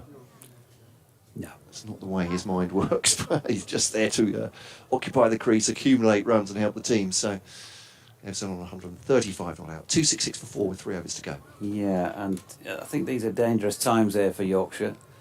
If they get it wrong with the ball, they might not go for just 10 and over, something like that you'd expect. It could be significantly more against 2 players well set. So here's Leach for his final over. Goes short first up. He's round on that. Felt like he was a little bit too quick on it. Everson, in playing his shot, he was through it before the ball got to him. So maybe a slow bouncer, or maybe it just bounced slowly, if you like. One rather than the other. Trampoline bounce. But either way, tick for Yorkshire because it was a dot. Kent gone very strongly here since that end of the 15th over mark. 49 for 4 at one stage. Leach with Everson just opening up the offside there and didn't get a great contact on it. We'll push 1 out to Will Frayne in the covers. Yeah, apologies, haven't been on the emails and are they still called tweets? The social media during the... I don't know, really. They've got an X against them now, haven't they? Whatever that means. I think it's a sign of affection in some countries, but... Not in Yorkshire. Here's Leach. Don't get carried away. As that's pulled around the corner then, flicked around the corner by Compton, down to long leg. They're going to pick up 1. Sam says, listening to the comms while painting my door frames, brackets snore. Could you give me a general average score or run rate for the one-day cup? I'm going to Scarborough on Thursday for my first ever one-day cup game. Well, it'll be good to see you along, Sam. I mentioned, I think earlier that Yorkshire think par score here today is 265. You would think it'd be more than that if the outfield is quick, which it isn't today. So you're looking north of that, really. 313. The average score for the side batting first. He's skied this one here as Everson underneath it. And taking that one safely coming in from the cow corner boundary was Matthew Revis, and so they have finally taken a 5th wicket, and it's a first wicket for Dom Leach. Something to celebrate for Yorkshire after a long void out there in the field, and a brilliant knock by Edison comes to an end. The hero in the final last year for the Kent Spitfires, the holders of this trophy, and 136. It doesn't matter whether you've made the trip up from Kent here, as Paul Downton has, and he's standing and applauding, or if you're one of the home supporters, plenty of people on their feet because they recognise a high-class knock when they see one. Well played, Joey Evison, 268 for 5 Kent in the 48th. Yeah, really warmly applauded by this crowd at Scarborough. People getting to their feet to applaud Joey Evison off the playing surface, but one big shot too many, but he was going to have to go for it with 18 balls, fewer than that left. But what an innings, and what a partnership with Ben Compton that has turned this Kent innings around. So Evison, 136, which included 14 fours and 7 sixes. And he was out there facing his 106th delivery. Brilliant effort from him. So 268 for 5. I make that a partnership of 219 for the 5th wicket. And he fell there to the 4th ball of the 48th over. So new man in here is, as Leach comes Baisley, in I think. to bowl to Baisley, 77 on his back, and it's a short ball, and pulls that, drops it into the offside, a mistimed pull.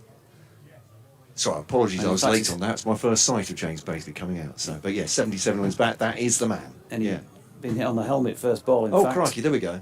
So we're going to have a stoppage here for the usual concussion protocols. So welcome to Scarborough, James Baisley, says Dom Leach. Let's hope he's okay.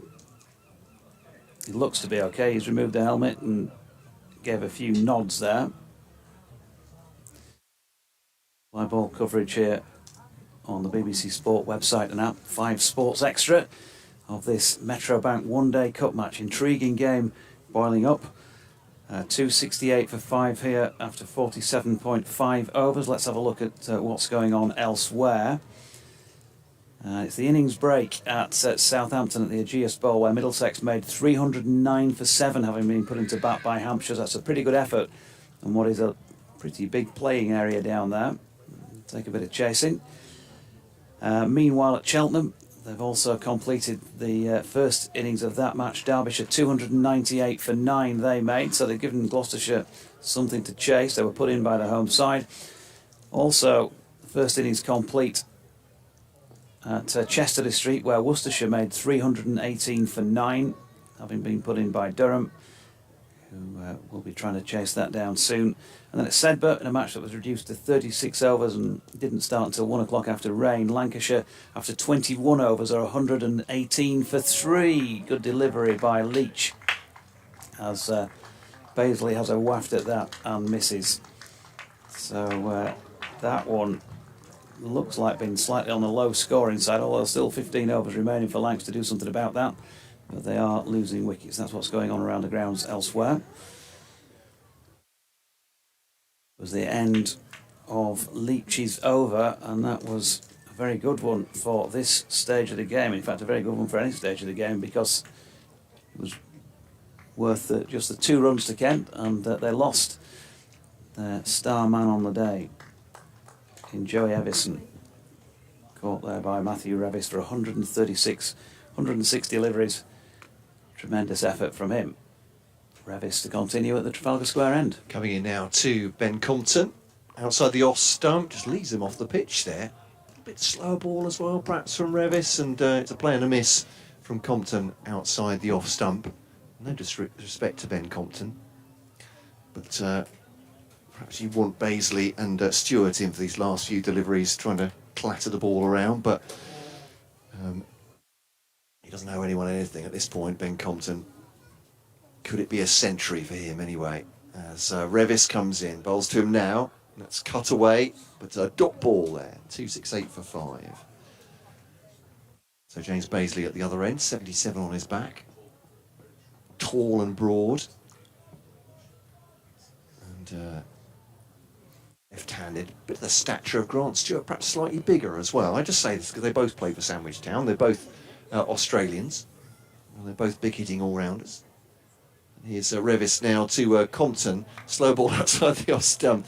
Revis got it all right there, apart from the direction. Yeah. Lovely float to the slower ball, but just too wide. And that's when you kind of feel for the bowler, and you can see what they're trying to do, and it's not easy to execute, and he's just shown us it's not easy to execute, but he wasn't that far off.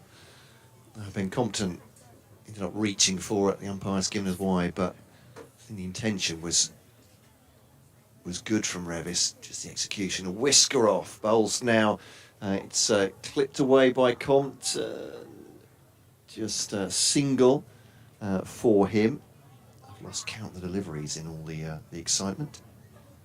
Hint of the Clint Eastwood about that. Have you seen that film? All the excitement. Has he bowled 4 balls or 6? That's what I want to know. No one knows where I'm going with this. I'm just going to carry on commentating and pretend I never uttered those sentences. We'll wipe it out in the final edit. It'll all be all right. There will be at least a delivery for James Bazley to face. As Revis bowls to him now. Big Australian goes for this one. Up in the air. It's going to be caught, is it? And he goes. Yeah, he was swinging for the fences there. And Revis, Wharton coming in from the boundary, has caught it anyway, coming in towards the edge of the fielding circle. It wasn't a clean hit at all by James Bazley. And he goes for none. And his first bat for Kent. Just missing off. Got a little bit big on him. Actually, top of the bat as well, or upper part of the bat. Didn't time it. Out in the outfield. Running catch taken, 270 for 6.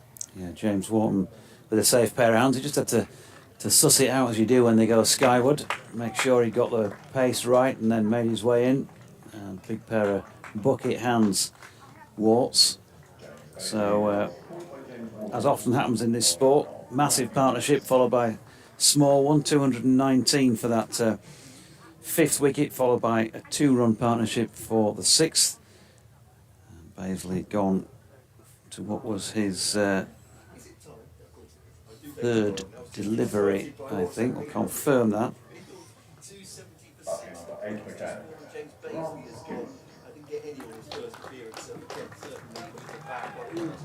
And Grant Stewart coming in, sporting number 9, but batting at number 8 for Kent. Hero of that win against Yorkshire at Canterbury in this competition last year. We'll have an update for BBC Radio Leeds very shortly.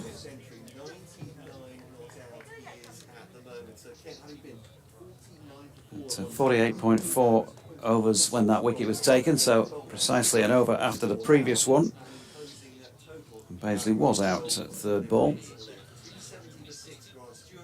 So Stewart waits, in comes Revis. It's leg side delivery, it's flicked the same way as was the previous ball, and Stewart has gone first ball, caught by Wharton on the square leg boundary.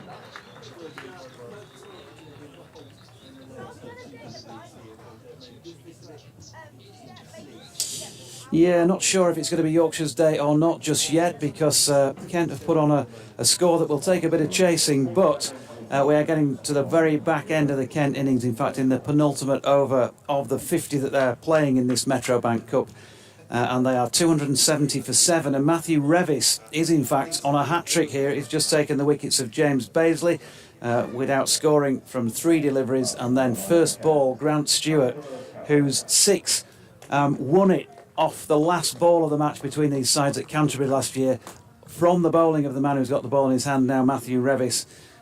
Well, he's just taken Stewart's wicket first ball this time around, so successive ducks after a brilliant 136 by Joey Evison. He's been very well supported by opening batter Ben Compton, who is out there and 99 not out, having been out there since the start of the day's play. And Revis is coming in for this hat-trick ball now, which has been chipped over the top of Harry Duke behind the stumps for Yorkshire. He's got it. Bowled him. He's bowled him. It looked as though he chipped it over the top, but he's actually clipped the top of the middle stump. And Matthew Revis, well, unbelievable after what happened to him at Canterbury last year, crestfallen after Stewart hit that ball out of the ground to win the game for Kent. He has taken a hat-trick here, and Kent's innings, which looked like it was going to finish up around about the 300 mark, is now looking like it's going to fall some way short there. 270 for 8, hat-trick for Revis.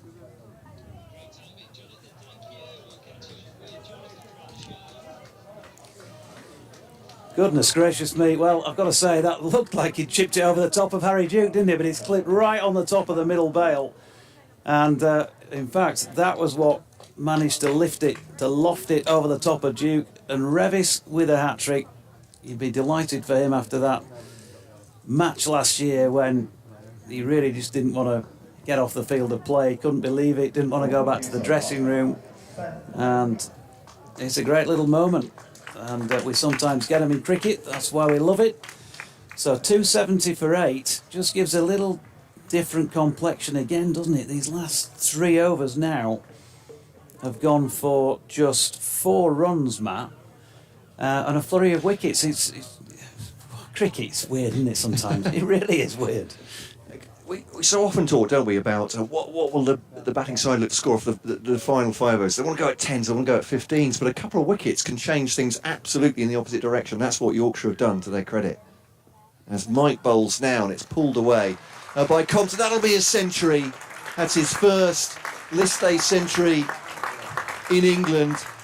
And what a knock this has been from Ben Compton. As much as Joey Everson was spectacular for his 136, this 100 from Ben Compton has anchored through Kent through dark times at the beginning of their innings. 271 for 8 owes a huge amount to that man out there right now. Takes a single off the first ball.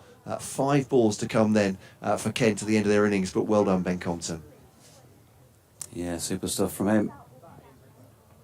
10 fours in that as Mike hairs in towards Quinn, up in the air. That's going to stay hit, and that's one bounce on the concrete into the seats in front of us, and that is a big hit by Matt Quinn. I was going to say he's capable of that, you've just seen that, so absolutely redundant sentence, but he has launched that over long off. Not sure how much graceful technique there was from Matt Quinn there. He hasn't half hit it hard though. There we go. No technique at all. I'm getting told in the box here. 277 for 8. He's gone 6 there. As Quinn, 4 balls to come then. As Mike bowls up in the air from Quinn this time. He sort of helped it up in the air. Oh, it's dropped. 2 fielders coming together, and they've made an absolute mess of that between them. And a bit of a gentleman's, excuse me, Wharton coming in from the boundary, fielder running towards it, was running back to get its Will Frame, took an excellent slip catch early on. That was a lot easier, to be fair, a lot more straightforward. It's been put down, 278 for 8, 3 to come. He's really good fielder as well normally. Just, I think the fielder in your eye line, he wasn't sure, was he, that maybe he couldn't hear a call or maybe there was no call.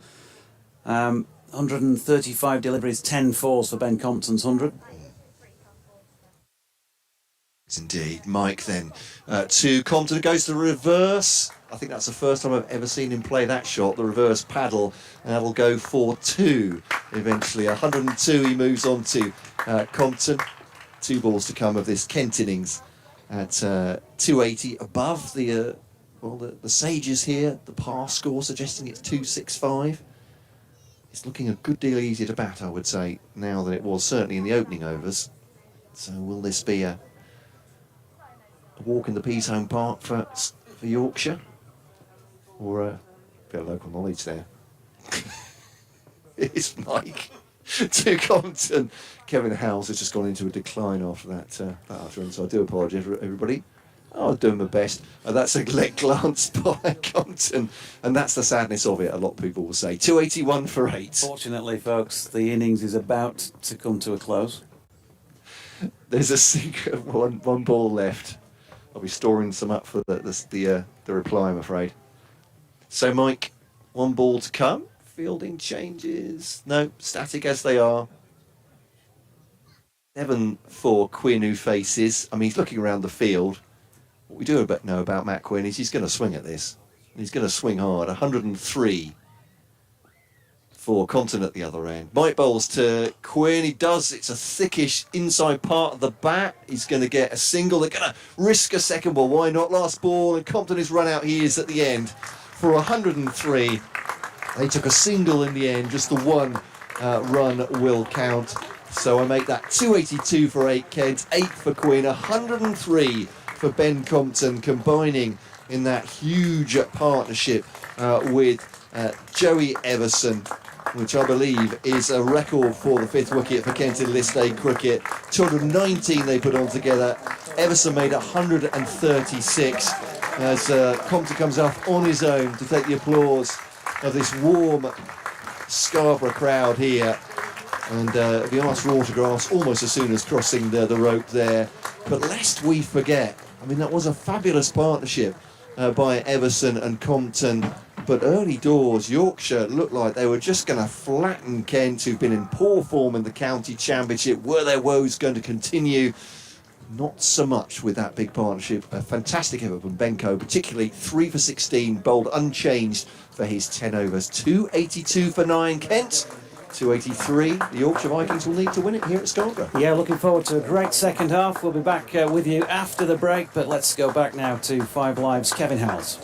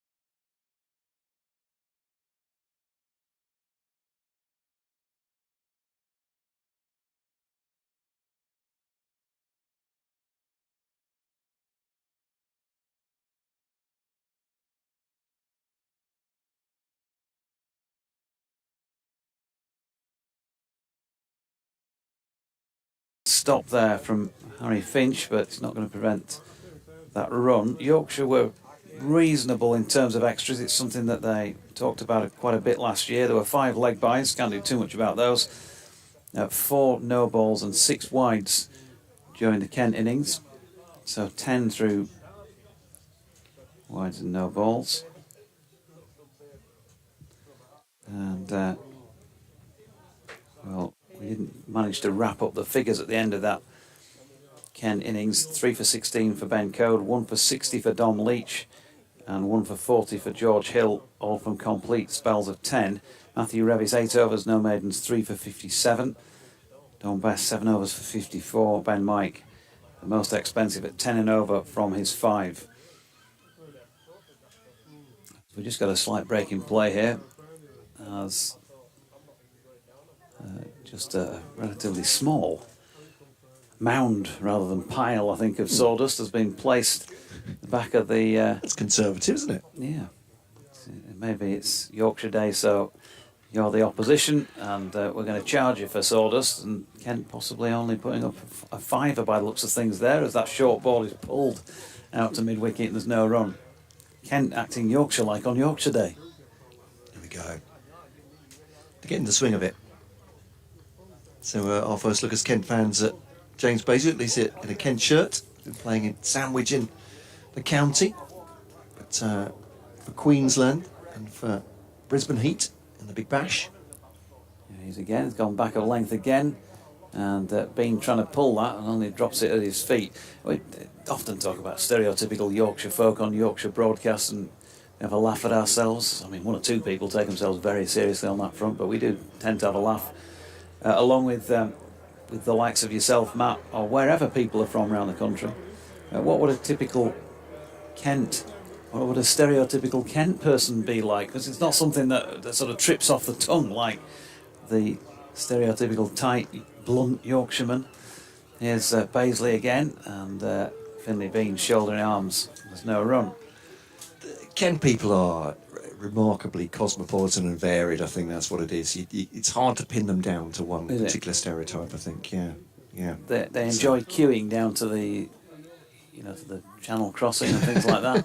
They're very patient. They enjoy watching people queue down the Channel crossing if you live in Dover particularly, but there we go.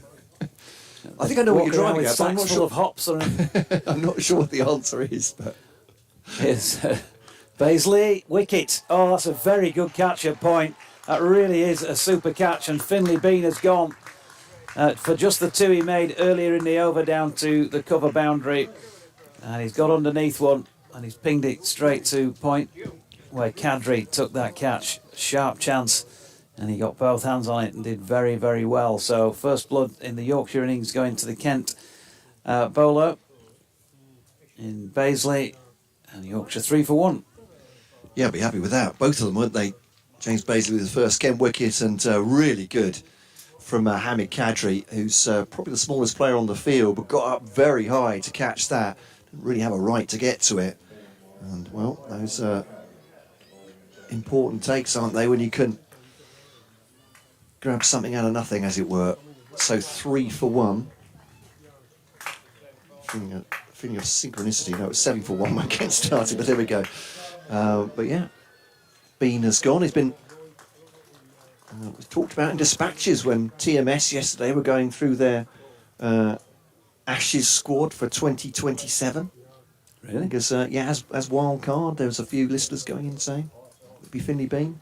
I think there was a thought from Daniel Norcross particularly that he really liked the name Finley Beans, so that, but I'm not sure he knew that much more about him. But there we go. He's gone today, and He just needs to pick up the phone, Dan, doesn't he? Just ask. He's got all our numbers these days. Just I'd have give been it a happy to bang. go on yesterday. I was just sat in traffic. I told you, didn't I, earlier? But there we go. The call didn't come. 3 slips in now for Kent, as much as Yorkshire did at the top of their innings. Really attacking here. And James Paisley has his first wicket. He's going to bowl here to the Yorkshire captain, Shan Masood, fresh back from subcontinental conditions in that Pakistan-Sri Lanka 2-match test series, and he's solidly behind this, pushing into the offside. No run to complete. A very good opening over then from Paisley, who looks as though he's going to be banging that ball into the pitch back of a length. And he got him a wicket. 3 for 1 after one of the 43 scheduled to be bowled in this Yorkshire innings. A reminder, their revised target, 261 to win from those 43 overs. You say big man banging it in just back of a leg. Doesn't seem like a bad tactic from what we saw from Yorkshire in their opening overs. Certainly there was some lift to be gained out there. Be interesting to see what the rain has done to this pitch. Grant Stewart at the other end. Italian internationals playing T20 World Qualifiers for Italy last week. Mamma mia. Indeed so. Born in Kalgoorlie. Bowls to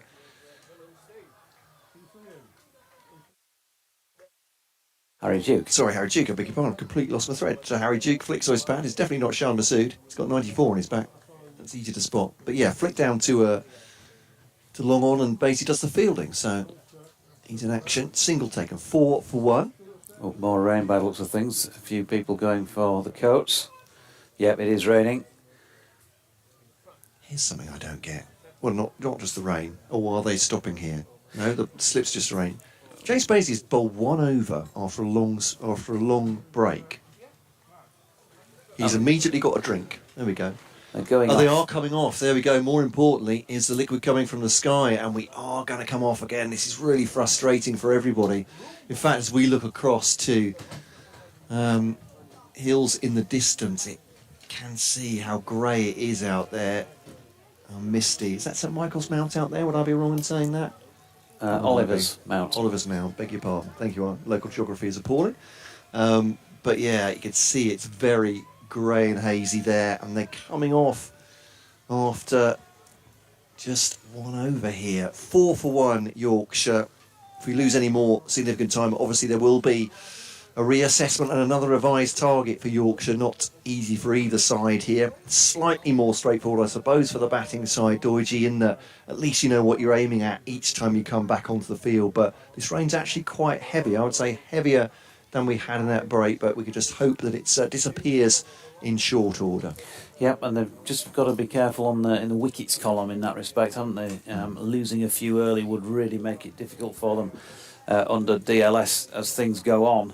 So just got to be a little bit careful. It cost them in T20 matches in the past when they've really gone hard at the opposition and lost a few and ultimately ended up well short. So that's one thing to bear in mind, and I'm sure they will, but at the moment we're not seeing much cricket because we're seeing plenty of rain, and it's 4 for 1 after just the 1 over bowled there by James Paisley, who took the wicket of Finlay Bean.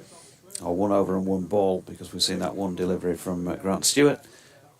While they take an enforced break, we shall also take another breather. Back with you when there's further action.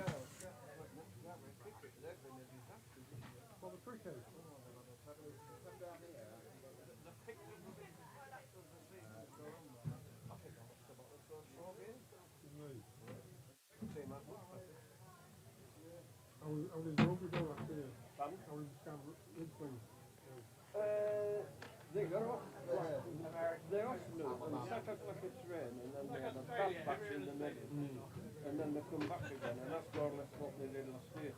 I think they ended up about 6th. What are in North East? North East 1, is it? North East 2. North East 2.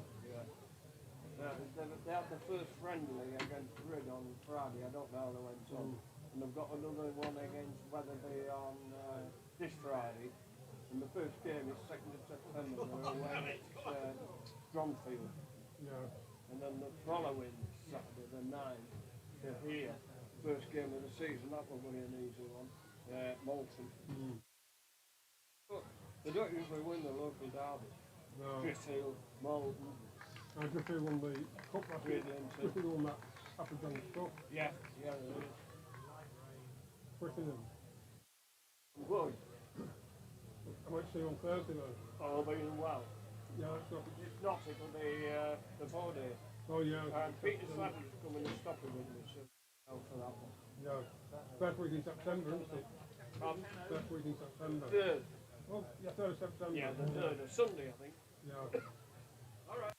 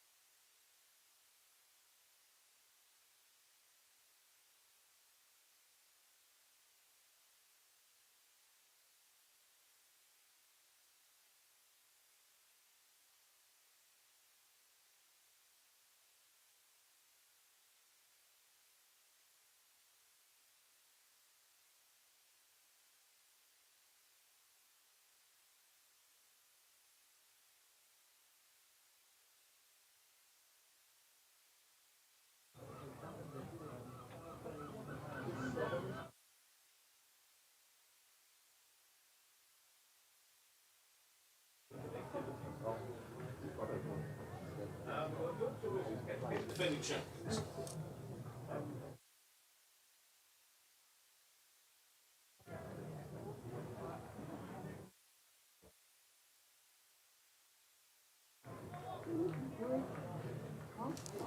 Welcome back from North Marine Road after another delay because of inclement weather, and another revised target now for Yorkshire, which is a bit of a head scratcher, chasing 283 as they were off 50. They now need 235 to win off 35, having lost that one wicket of Finley Bean. Power play is 7 overs, 21 and then 7. You're right, I think it's a bit low, but there we are. As this one goes down the leg side, Grant Stewart's second delivery. We've had a half an hour between them, more or less. So I said that with tongue firmly in cheek. I think you meant that the number of overs required to get those runs is low. Yeah? No, I think it's way too high. More or less 10 overs. You could do this, come on. Stewart sprays that one a little bit down the leg side, so a wide to start as he resumes. So his second ball of the second over to Shan Masood. Ball just nudged into the onside. Power plays, which we're in now. The first power play now stands at 7. And then 21 overs the second power play, 7 for the final one. Because it's divisible by 5, fortunately that means 7 overs per bowler at this point. We've had 1 over from James Baisley. Took a wicket for Kent on his debut in his very first over, courtesy of a flying catch from Hamid Kadri at point. Off the inside edge, and that's going to go for 4. And Shan Masood gets a little bit of good fortune there. Very nearly a play and a miss, but that inside edge has shot over the stumps. Some good bounce from Grant Stewart, as we'd expected from what you've seen before from those Yorkshire bowlers, but that one was a close one.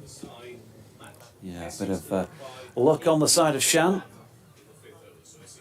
who I think would be better suited to this format. First time, of course, Yorkshire supporters would have seen him playing 50-over cricket in their colours. Captaining the side, the left-hander. Harry Duke at the far end. 2 slips in for Ken during this power play. Down the leg side again from Grant Stewart, but close enough to the Yorkshire captain this time. Just brushed the thigh pad perhaps as it went past. But a dot ball. 9 for 1 then. I think all the bowlers now have towels in the waistbands, probably some non-bowlers as well. All picking up a bit of moisture as it goes across the outfield now as Stewart bowls to Masood. Once again, you can see that bounce going up towards Masood's chest. He plays it very well, but rising delivery. Not easy to play into the body. Afternoon to you, Rich Malinder, who says, I was very pleasantly surprised to see that we haven't been quite as badly hit by the 100. Hopefully we can qualify this year, and I'm looking forward to watching York on the 15th. Good to hear from you, Rich. Fingers crossed. Here's Stewart to Masood. Clips that into the onside very pleasantly. That's a good shot, actually. That's beaten the man at square leg. Ben Compton got no chance. It's no more than just a clip off his midriff or his chest, that height. And it's raced away to the boundary. And that's 4. Boundary then, 13 for 1 from 2 overs the Yorkshire Vikings, with 8 for Masood, 1 for Duke so far. I think definitely a facet of Kent's One Day Cup campaign last season. The more success you have in the T20 Blast, the more likely you are to lose players to the 100, aren't you? So that's the sort of balance, I suppose, in that respect. But yeah, play well, lads, but not too well. Yeah, I mean, get yourselves to finals day, but don't quite win it, and then we. Kent had a pretty dreadful after winning it in 2021. Won 3 games last season, and so there weren't many wild card offers coming for Kent players. I think it's fair to say for the 100 last season, but. James Baisley going to continue at the Peatone Park end, either side of the break. 3 slips in place for the right arm seamer, and it's wide of off stump first up. And the diminutive Harry Duke, shoulders, arms, no run. Dutch bird Kate Holsworth, who was in this box last week doing the scoring for us. She's on her way back to Amsterdam. She sent us a shot of what, I don't know, where exactly those cliffs are. Could it be somewhere over here? Could it be the White Cliffs of Dover? Not sure which way you fly back to Amsterdam, or where indeed she's flying from. So it could be, but it'd be a strange way to go out, wouldn't it? If you're on your way to Amsterdam from there. It'd be the scenic route as Duke drops that out into the offside, and there is no run. Back here in September for the Derbyshire game, during which, in the very marquee that you see on the right hand side, if you're looking here within the stadium, the confines of the ground, or if you're not, it's in the bottom corner of the ground next to the West Stand, we've got a question of sport. Yorkshire versus Derbyshire on Tuesday the 5th of September. Tickets on sale for those, as Duke works that nicely off the hip down to long leg, and they get a single. It's in association with the Yorkshire County Cricket Supporters Association. I'll be writing, and I haven't started yet, writing the questions and asking them. We've got already Johnny Tattersall and Jordan Thompson have committed themselves to the Yorkshire team. Need to find 2 more players, not necessarily cricket players, but quiz players. Dave Fletcher and David Griffin are 2 who have put themselves up for Derbyshire so far, and they're pretty confident of getting another couple. So if you want to get involved on a good fun night out, drop us a line on jonathandoige@hotmail.com if you're interested in tickets for that, as Masood pushes that back up the pitch to Baisley, and there is no run. They've reduced the cordon to 2 slips for Shan Masood. Bent Nielsen says wins for both England and Denmark. Excuse me, sees both teams advancing from Group D at the World Cup. Other international competitions may or may not be available. Come on, Denmark. Goal for Maidstone's Alessia Russo, opening the scoring today. Laura Coombs from Gravesend got an assist today together also. Good delivery. This from Baisley goes past the outside edge of Masood's bat, on the rise through to the gloves there of Harry Finch. Andy Walker says it was all going so well, JD, the chase could be fun. I want to thank Freddie from Kent Cricket Club, who's handwriting DLS sheets to me, which is fantastic. So at 10 overs, I know what the target should be. Freddie, thank you for that. Above and beyond. Baisley again, and Masood looking to work this to the leg, ends up doing so, but no further than Joey Evison at mid-on. End of the over, so just the 1 run added from the 3rd so far. 3 off the first over, 10 off the second and 1 off the 3rd. 14 for 1 the score. James Green, afternoon to you, James. I haven't heard from for a little while. Says, see, Besson might perform true to form. Is Fisher injured? James, finger on the pulse as ever. Oh boy, Matthew Fisher, Southern Brave in the 100, of course. Jaffa Chauhan, as Zedbak points out, also doing the same. Stewart to Duke, who's lifted that over the slit cordon. There's an element of premeditation about that as it came to him, but it's a high risk but also a reward shot for Harry Duke. Gets his first boundary over the slips there. Just helped it on, I think. I was tempted to think it was a top edge at one point, but I think he's played it deliberately over the top there. Not exactly an uppercut, but it's cleared the slips. 4 runs to Yorkshire, 18 for 1. Grant Stewart. Mike Baisley bowls a heavy ball, 3 slips. O'Riordan leaning. Compton all waiting for the ball, should it be edged. Through to the wicketkeeper, no run. So 18 for 1. So thanks, Freddie. Where are we? We're at 3 overs, so projecting targets with various wickets lost, but we're hoping we're going to stay on with no further breaks. That having looked at 3 different weather websites today, and them all disagreeing, my faith has been rattled. Here's Stewart to bowl to Duke. That's a great delivery. And Duke, when he's feeling outside his off stump there, got inside it in the end, just withdrawn the bat at the last moment through the wicketkeeper, Harry Finch. And there's no run, but as we saw from Yorkshire, getting really good lift off this pitch. Keeping it close to the body. Marvellous delivery. Wonderful. Is it good? Marvellous.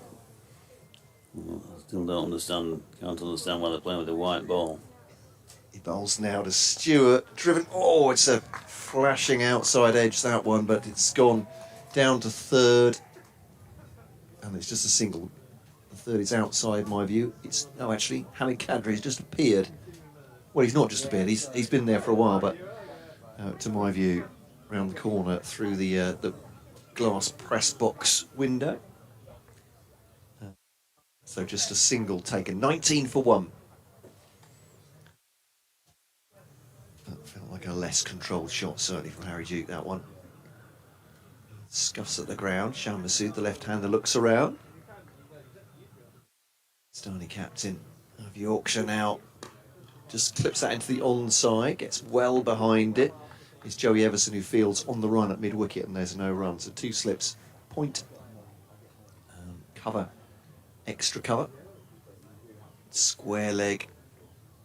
There's a mid-on, mid-off, and James Baisley is the other outfielder. Sorry, he's at deep third, the left-hander. Fine leg as well. Stewart then to Masood, just drops it into the offside. Ooh, a slip from Alex Blake, and that's not good to see. Is he okay? He is fine. Duke actually looked like he slipped on his way back to the non-striker's end, so both of them ended up on the floor at one time or other. Just a little bit worried about Blake as he was herring in there. One leg fell away from him as he skidded. It's not great. We saw a couple of seasons ago Sam Billings, after a rain delay at Cardiff, dislocate his shoulder. Just get a bit nervous about what happens to outfielders when that's going on. But Blake is back up, 19 for 1 off 4 Yorkshire Vikings. James Baisley actually just asking for the ball. I don't think it's unfair for a bowler, is it? He's definitely going to need one. There's one from each end. I think Neil Manager might have forgotten. Here's Baisley to bowl. Yep, up the incline, and Duke solidly behind this, pushes back to the bowler. Noah Rum will have an update for BBC Radio Leeds in 2 or 3 minutes when they join in. Umpires to remember, to be fair. I'm being flippant about it, but you get into the rhythm of a 4-day match, couldn't you? And you can understand it entirely. James Baisley, we're just inquiring of the umpire. Can I have the ball, please? And he comes again. Duke steps into it and then shoulders arms. A little bit of zip about Baisley's deliveries so far. Reminder, Yorkshire with the second revised target, now needing 235 to win from 35. That was set after they'd already bowled 1.1 overs at Kent.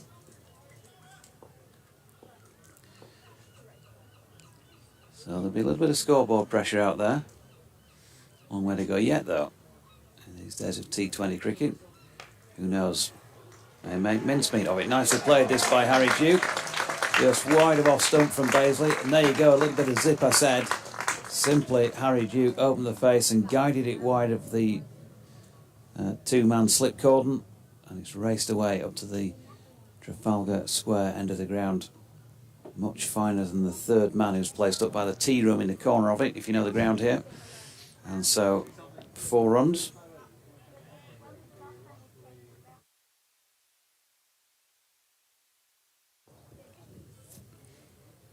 Baisley, red soles on his boots, leaves us behind again. That's a good response by him. The ball leaves Harry Duke on its way through to Finch. And there is no run. 23 for 1 then. The one being Finlay Bean, who lasted just 5 deliveries, made 2. Caught, very nicely caught as well by Kadri at point. He got a fair bit on the cut shot that he played. That was off Baisley's bowling, and here is said bowler. Again, wide of off stump, and Duke once more shouldering arms. I think hasn't been easy at many points today, but it got easier as Kent went on. That extra little bit of rain that we've had in the last couple of hours will have just kept it fresh out there. Just gives the bowlers something. 23 for 1, Matt He's off to do his update as well as Duke. Well, had a pretty sized Yorkshire, if anything, in the field today for probably giving up about 10 runs or so. A little bit sloppy on occasions. And there was a bit of sloppiness from Joey Evison there, who fumbled that Harry Duke push, but then got away with it.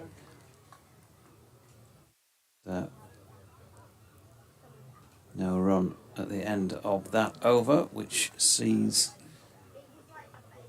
Yorkshire on 23 for 1. So 5 overs complete. It's going to be Stewart to continue.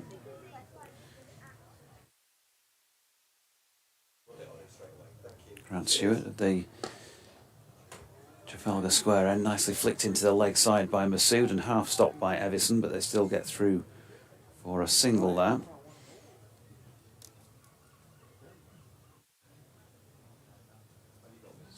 So far 3 off the first over, then 10. 1 off Baisley, second over, the third of the innings. Stewart going for 5 and Baisley for 4. Yorkshire just kind of feeling their way in here. Not easy, is it? Because you've got to keep restarting if you're going off. Here's Stewart again. It's full and pushed back down the pitch. No more than that by Harry Duke. Fielded by the bowler.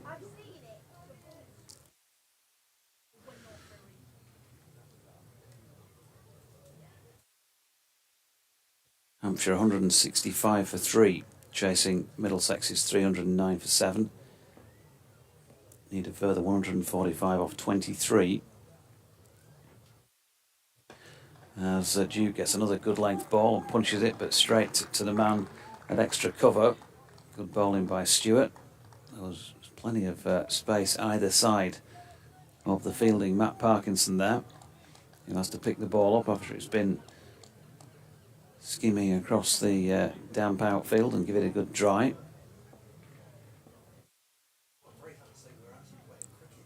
So 24 for the loss of 1 wicket.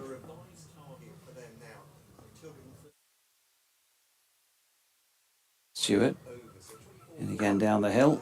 Duke drops that into the leg side. He's going to scamper through. A bit of running between the wickets and they pick up a single.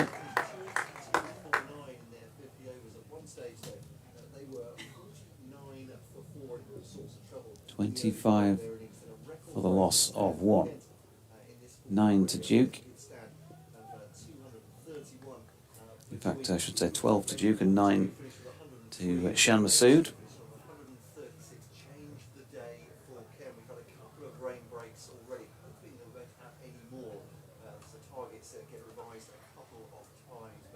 Stewart then. Down the slope once again. Oh, lovely shot by Shan Masood. Bit of width to work with here, and he has timed that superbly through extra cover for 4 runs. Lovely bit of touch play. That'll take him on to 13. He has the predominance of runs in this Yorkshire innings so far. 29 for 1 in the 6th here. So Stewart, what can he do?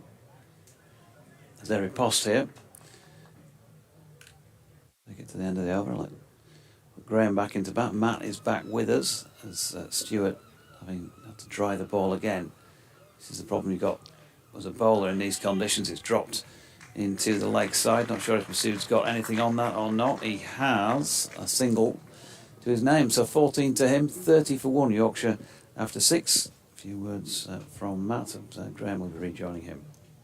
John, thanks for that. Yeah, I was just saying on the update for BBC Radio Kent listeners, that is the issue, and as if to illustrate it, well, Shan Masood expertly parrying that one away for 4 on the onside off Grant Stewart. 30 for 1 then, Yorkshire in reply to Kent's 282 for 9. Once we know that's not the target they're looking at. 235 they need in total, so we're through 6 overs now at 30 for 1. James Baisley has started really strongly, 1 for 8 from his 3, and Grant Stewart, I think that's none for 21 off his 3. So here's Baisley once again, The big Australian running away from us from the Peterson Park end of the ground. Just dropped into the offside. It's a well taken run by Masood. Controlled it into the offside. It's dropped, I don't know, 3 or 4 yards away from him. Duke backs up really well, and a smartly taken single. That might be the way to go through the early stages, perhaps, Graham. Yes, absolutely. Especially in one-day cricket, and it's a cagey start by, well, both sides really, and it's always a strange sort of game when it's Duckworth-Lewis, isn't it? But Harry Duke is about to face Baisley now. Yeah, bowls a heavy ball himself. On a good length, that one. Bat and pad, I think. It's gonna scamper through for a single. Dukes did well. Baisley was a half appeal from him as it angled towards the pads. Looked like an inside edge onto the pads, though, as Duke's come through for the single. Yeah, Harry Duke is like, I suppose you could say, a busy sort of cricketer. You know, he'll get his very quick singles, and Kent must be aware of this now. He runs very well between the wickets. Yeah. Trying to exercise control after the loss of Finley Bean early on. Baisley into the pads of Masood, the left-hander, trying to work it away. Basically coming over the wicket to the Yorkshire captain, who elegantly displays the flick he was hoping to make off that shot, but didn't get it away on that occasion. Yeah, the bowler's not putting too much sawdust down on the near the popping crease, so conditions can't be that bad. Oh, you're right, Ben Mike. We saw having problems at the end of the Kent innings, but Baisley comes in, bowls now to Masood. He does work that off his pads beautifully. What a well-timed shot that is. Well, that was the one he was miming after the last delivery, which hit his pads, and that's just all timing, isn't it? He's just rolled the wrists over it. It's shot for 4 square of the wicket. Oh, wonderful shot. That was pure class, wasn't it? As you would expect from someone who is a top-class batsman of Pakistan, one of the best batsmen in the world. And I think Baisley realises now you really can't bowl there to him. It's a lovely-looking shot. It really was. So he just clips that away. And on the back foot, again, that's a good-looking shot, driving to the offside. It's fielded by Alex Blake, and there's no run. Yes, it's pretty cool out there, and you'd have thought that there'd be a bit of movement for the bowlers, just like Yorkshire had when they were bowling to start off with. Certainly, regarding Ben Code, he bowled very, very well. It's basically back to his mark now. To Masood. It's inside part of the bat as he tries to drive that. I think he was looking to the offside first. He was looking for that off drive. Came off the inside part of the bat, straight back at the bowler. Slight miss hit. No harm done for Yorkshire, though. 36 for 1 at the end of the 7th. Masood has 19-13 now for Duke. Yes, so, yeah, as I say, cagey start. And I think under the Duckworth-Lewis Stern method, as it were, you don't want to be losing too many wickets. And the umpire's just signalled the next power play there. Absolutely right, yes. 7, 21 and 7, the 3 power plays. So 4 fielders allowed outside the ring now. Stewart bowls to Duke. Just angles that down to third. I think it's a very efficient single. On to 37 for 1. Duke on to 14. Contrast between these two players, I suppose. I'm sure Harry Duke will learn a good deal batting with Shah Masood. Well, you'd think so, wouldn't you? You think, yeah, what an opportunity for me now to watch this from 22 yards away. And because he's been playing mainly in the second team as Harry Duke. But as I say, he's a busy player. He'll get his 1s and 2s pretty quickly, and you can accumulate your scores pretty quickly by doing that, can't you? It's not just a question of hitting 4s and 6s. Stewart then to bowl to Masood. Drives it hard at, again, brilliantly timed at Marcus O'Riordan, who's that extra cover. The Kent opening batter and in his former cricket. And off spinner, be interesting to see if he gets a bowl today. Certainly that it appears the seamers have been the key bowlers for Yorkshire. Kent's got plenty at their disposal. Here's Stewart then to bowl to Masood. Just tucks that into the onside, square of the wicket, and he'll take a single. So just looking at the balance of Kent's side. So not only these two with Baisley and Stewart, but Matt Quinn will bowl seam as well. So too Joey Everson. But then low down the order, of course, they do have Matt Parkinson making his Kent debut today. And Hamid Kadri. So could well be overs for them as well. I'm not sure Arian will necessarily get a bowl today. He stands at slip now with leaning to Duke, straight onto the leg stump there, Grant Stewart. And that's an easy pick-off, I think, for Harry Duke. And again, efficiently done. All the way along the ground. Just keeping the scoreboard ticking over, this left-right combination as well. At the moment, seem to be exercising some control. Yes, and I think the key phrase there was keeping the score ticking over. And when the bowler bad ball, put it away. And that's cricket, isn't it? It's in any sort of level, in any format. And so far, so good for Yorkshire. 39 for 1, recovering after losing Finley Bean early on for 2. Yeah, they're going around about 5 and over at the moment. The combined rate up at about 7. As Kent proved, as Masood takes this one off middle stump, will that be 4? No, Compton will reach it on the onside. Again, he's just generally almost lent into that shot. And that's 2 runs for him. Yeah, eminently possible to accelerate once you've got a platform, as Kent did. I think once you're in, 39 for 1. Typical left-hander. Masood looks very, very good on the leg side, doesn't he? Looks all elegance, doesn't it? Round the wicket comes Stewart to him. Full delivery, that's picked off by Masood, angled down towards third. They'll come back for a hard run too. It's well run as well. That's really efficient. Masood calling Duke through for the second, knowing he was going to the danger end and knowing he was going to make it as well. Basically throws in. But end of the over 43 for 1. I think it's going to be the first Kent bowling change, although Joey Everson is warming up.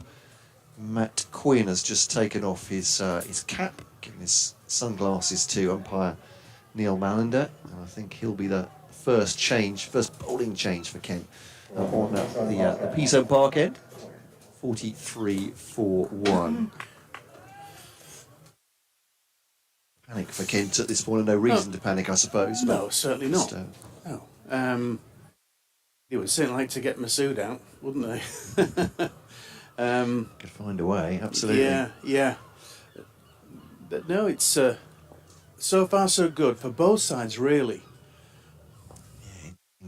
Passage of play, this one. Quinn bowls to Duke, who just pushes that into the onside, a scamper through.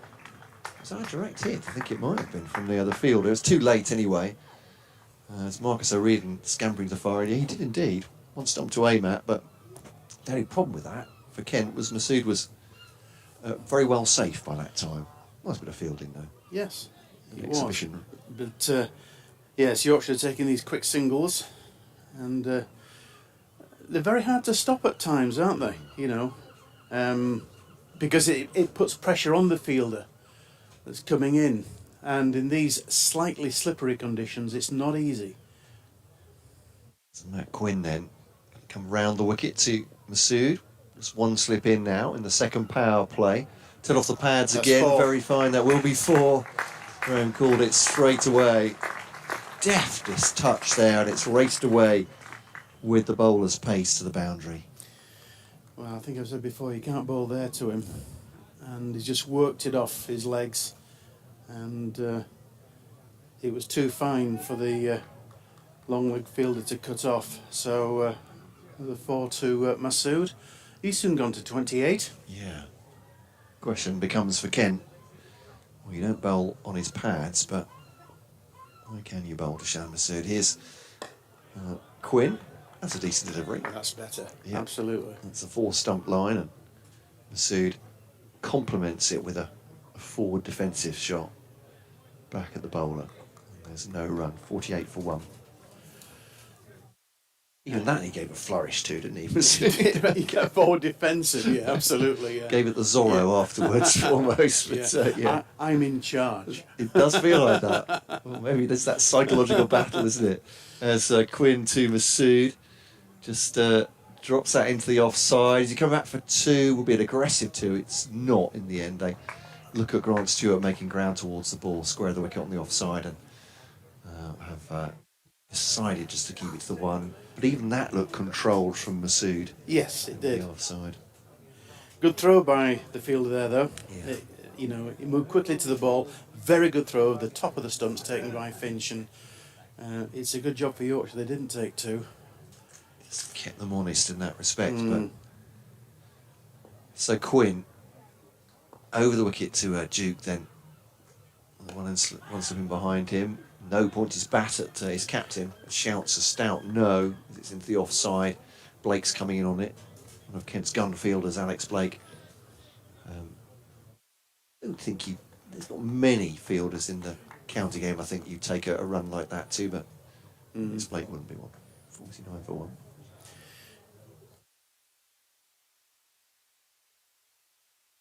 So Quinn just steadies himself.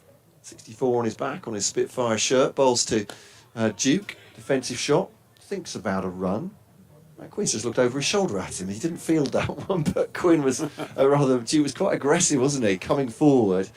But I think as much as anything else, that Graham, it keeps the fielders on their toes, doesn't it? If you think he's constantly on the front foot trying to get a run. Absolutely. And just looking at the bowling action of Quinn, it's not dissimilar to Codes, I don't think. If you look, it's slightly round arm. I suppose I'm trying to give him a compliment there, really. I know what you're saying. It's got a slight sling to it. Yeah. Double change for Kent Spitfires. Joey Everson then did very little wrong with the bat, it's fair to say. 136 for Kent. 2 centurions for them today. With Ben Compton. Could be the man with the ball now, Joey Everson. Maybe it's just it could be a lovely day out for Joey Everson. Let's see. He bowls to Shan Masood, who's a formidable figure to be bowling to. Just runs that down to 3rd, and that's a single taken, and that's a 50 up for Yorkshire in the 10th over. And it took Kent considerably longer. I keep going back to that 49 for 4. That was in the 15th. They lost 4 wickets. Yeah. So 50 for 1. They're in a much better situation, Yorkshire, at this point. But Shan Masood looks to have all the time in the world, doesn't he, when he plays those dabs down to 3rd man and, shots off his legs, as befits a world-class batsman. But of course, I suppose he's not batted in these sort of conditions too many times, really. Cloud's just a bit greyer to our right now, but short ball by Everson. Just played conservatively by Duke. She's guided that out with a pull and almost a low hook. He is indeed. You're absolutely right. The PA agrees with us that it is Joey Everson, and it's based at Fields out on the lakeside boundary, so a single taken. 51 for 1. I think that shot demonstrated how slow this track is as well. He had all the time in the world to play that shot. Yeah. That's a good point. It wasn't a sort of reaction shot, was it? No. It was considered in the end. And Everson bowls to Masood. He's not the quickest Joe Everson either. That's great fielding in the covers by Marcus O'Riordan. And that stops a run or more. And 51 at 4-1. Yorkshire Vikings here. I'm looking through slightly opaque glass at the moment, so I'm just leading out of the... don't worry, listeners. I've not got a safety net, but I'll be fine. Just seeing what the weather's like, but it is, a little bit greyer coming from our right. Everson to Masood. That's a single taken. Again, it's just a little clip to square leg, and there's no run. There's a single run on that. 52 for 1. Yeah, it's made a good point there, Matt, because the light isn't great, is it? No. I mean, those numbers on the scoreboard are really shining brightly, aren't they? And we're coming up to the end of 10 overs. I could say the target here with 1 down is for Yorkshire is 57. So that's where the Duckworth-Lewis is, just to give you an idea. Yes. So they're close to par here. Oh, rising delivery from Everson. And that's one of those ones. And Code managed to hit that sweet spot a number of times, didn't he? But Joey Everson has found it on that occasion, but Duke did well. Didn't address it, did he? Has just left it. He's seen it. Well, no, actually, beg your pardon. He's had a bit of a play at that. Yeah, but he missed it by apologies. quite a while, and that climbed on him as well. Really did. So 52 for 1. Everton to bowl to Harry Duke. And a no to the captain as it goes into the offside, too close to Alex Blake. End of the over. So 52 for 1 then, Yorkshire after 10. So Freddie from Kent Cricket Club, thank you very much for that. Give us an idea at 10 overs the targets to win. So Duckworth Lewis par would be 57. Yeah, that's the par. Yeah, absolutely. That's right. So not to win, beg your pardon. Yeah, No. yeah. Par is 57. So they're just a little bit behind, but one thing that is important now, we've had 10 over, that constitutes a game. absolutely right. So, yeah. so we're going to have a result. We'll get points divvied up somewhere or another. Yeah, someone's going to take 2 points from this. Yeah. Unless it's a tie, of course. Sorry. Of course, yeah. And I just say that, Greg, because I know people will email in. if Yeah, I don't. yeah. Could be a tie. Quite rightly so. That result's still possible. As Quinn bowls to Masood, they take a quick single. Shy of the stumps, has he gone? He's gone. Shah Masood has been run out, taking a quick single. And who else? It's Joey Everson running in from mid-off and has broken the stumps with an underarm throw. That is a huge wicket. It certainly feels like that for Kent. Massive celebrations. You can understand why. 52 for 2. Yes, you got the impression Shan Masood wasn't too impressed with that decision, but I think it looked very close. He was. he's walking off very slowly. We won't probably get much idea. Ooh. Does look close. It looks very close, but it's an end-on view.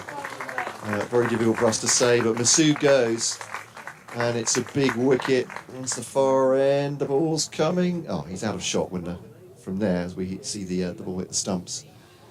But it looks for a close one. The umpire's given it 52 for 2. Controversy or not, Masood has gone. But when it's a direct hit at the stumps, the batsmen always seem to be in trouble, don't they? Most of the time, it's.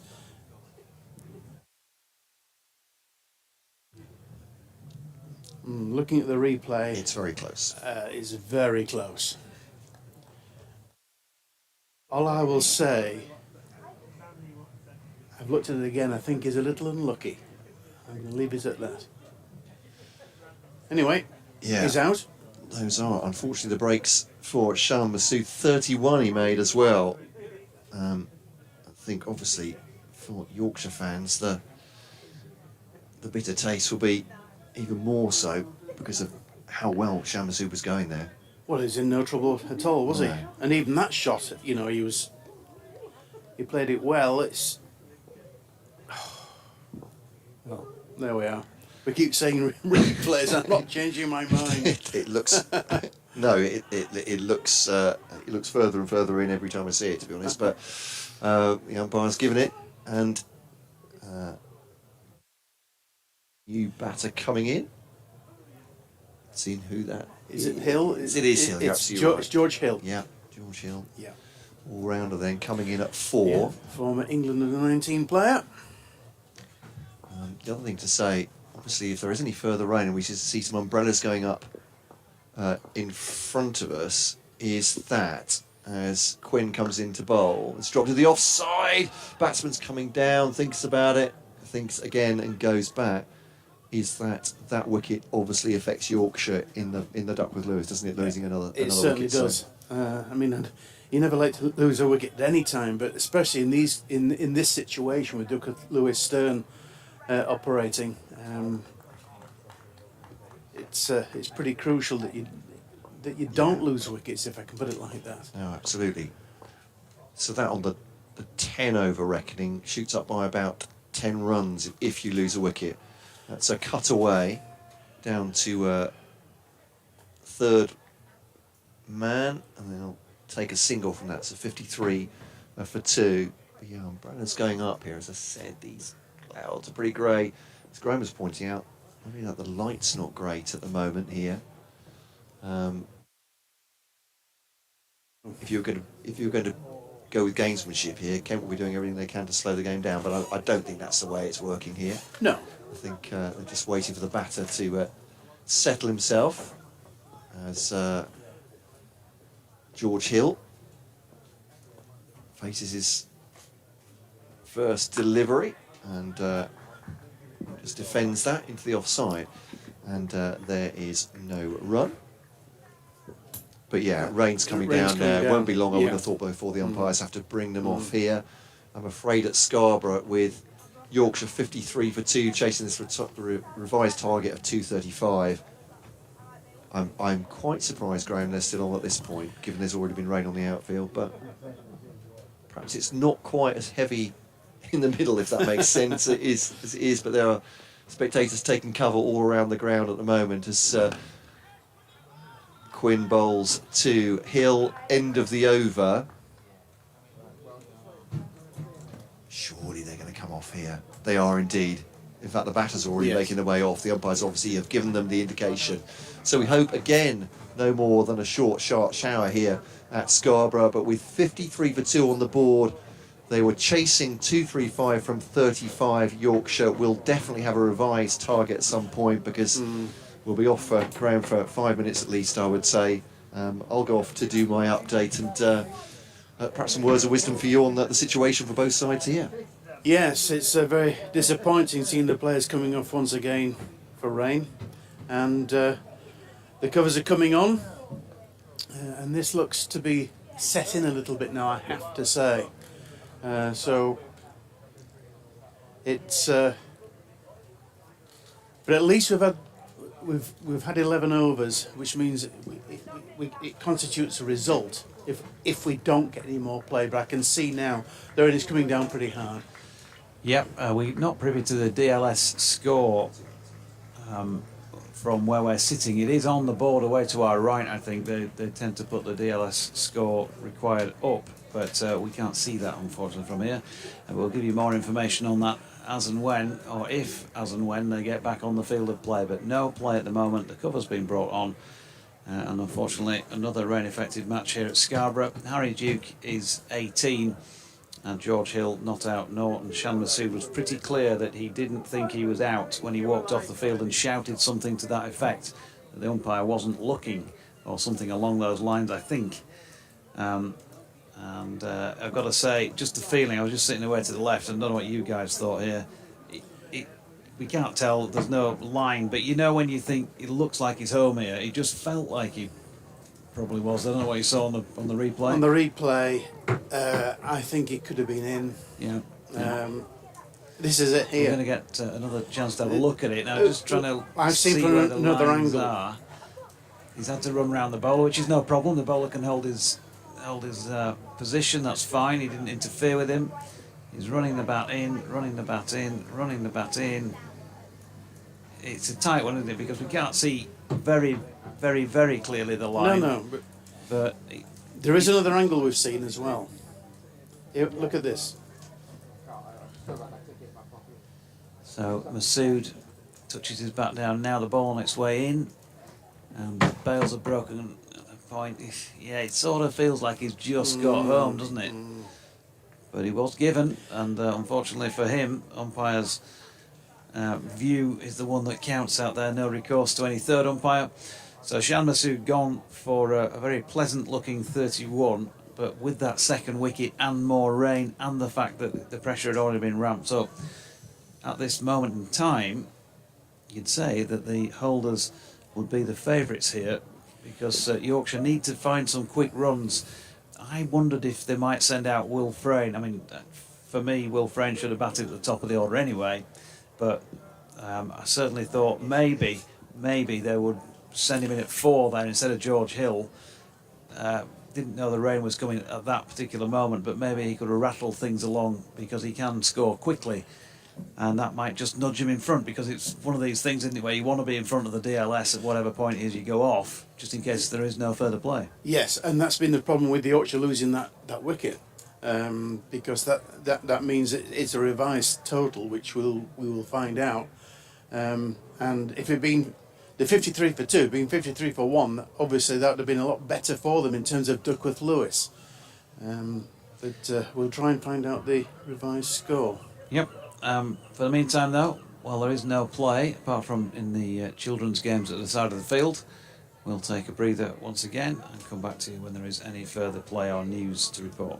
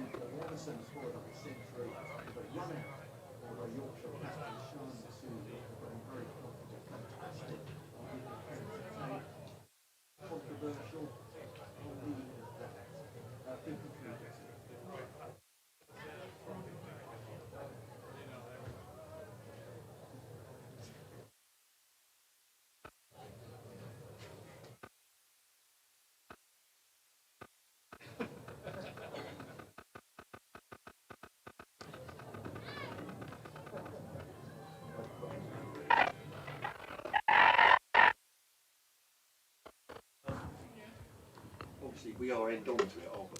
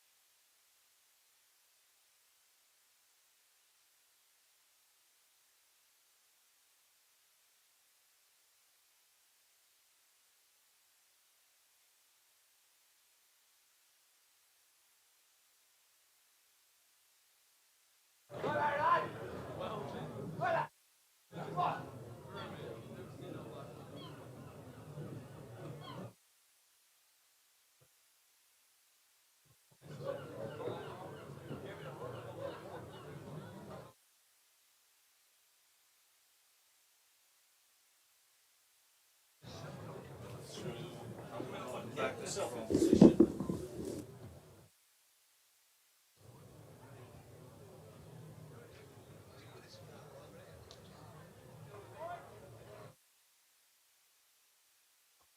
Welcome back from North Marine Road here in Scarborough, where the players are back out in the middle.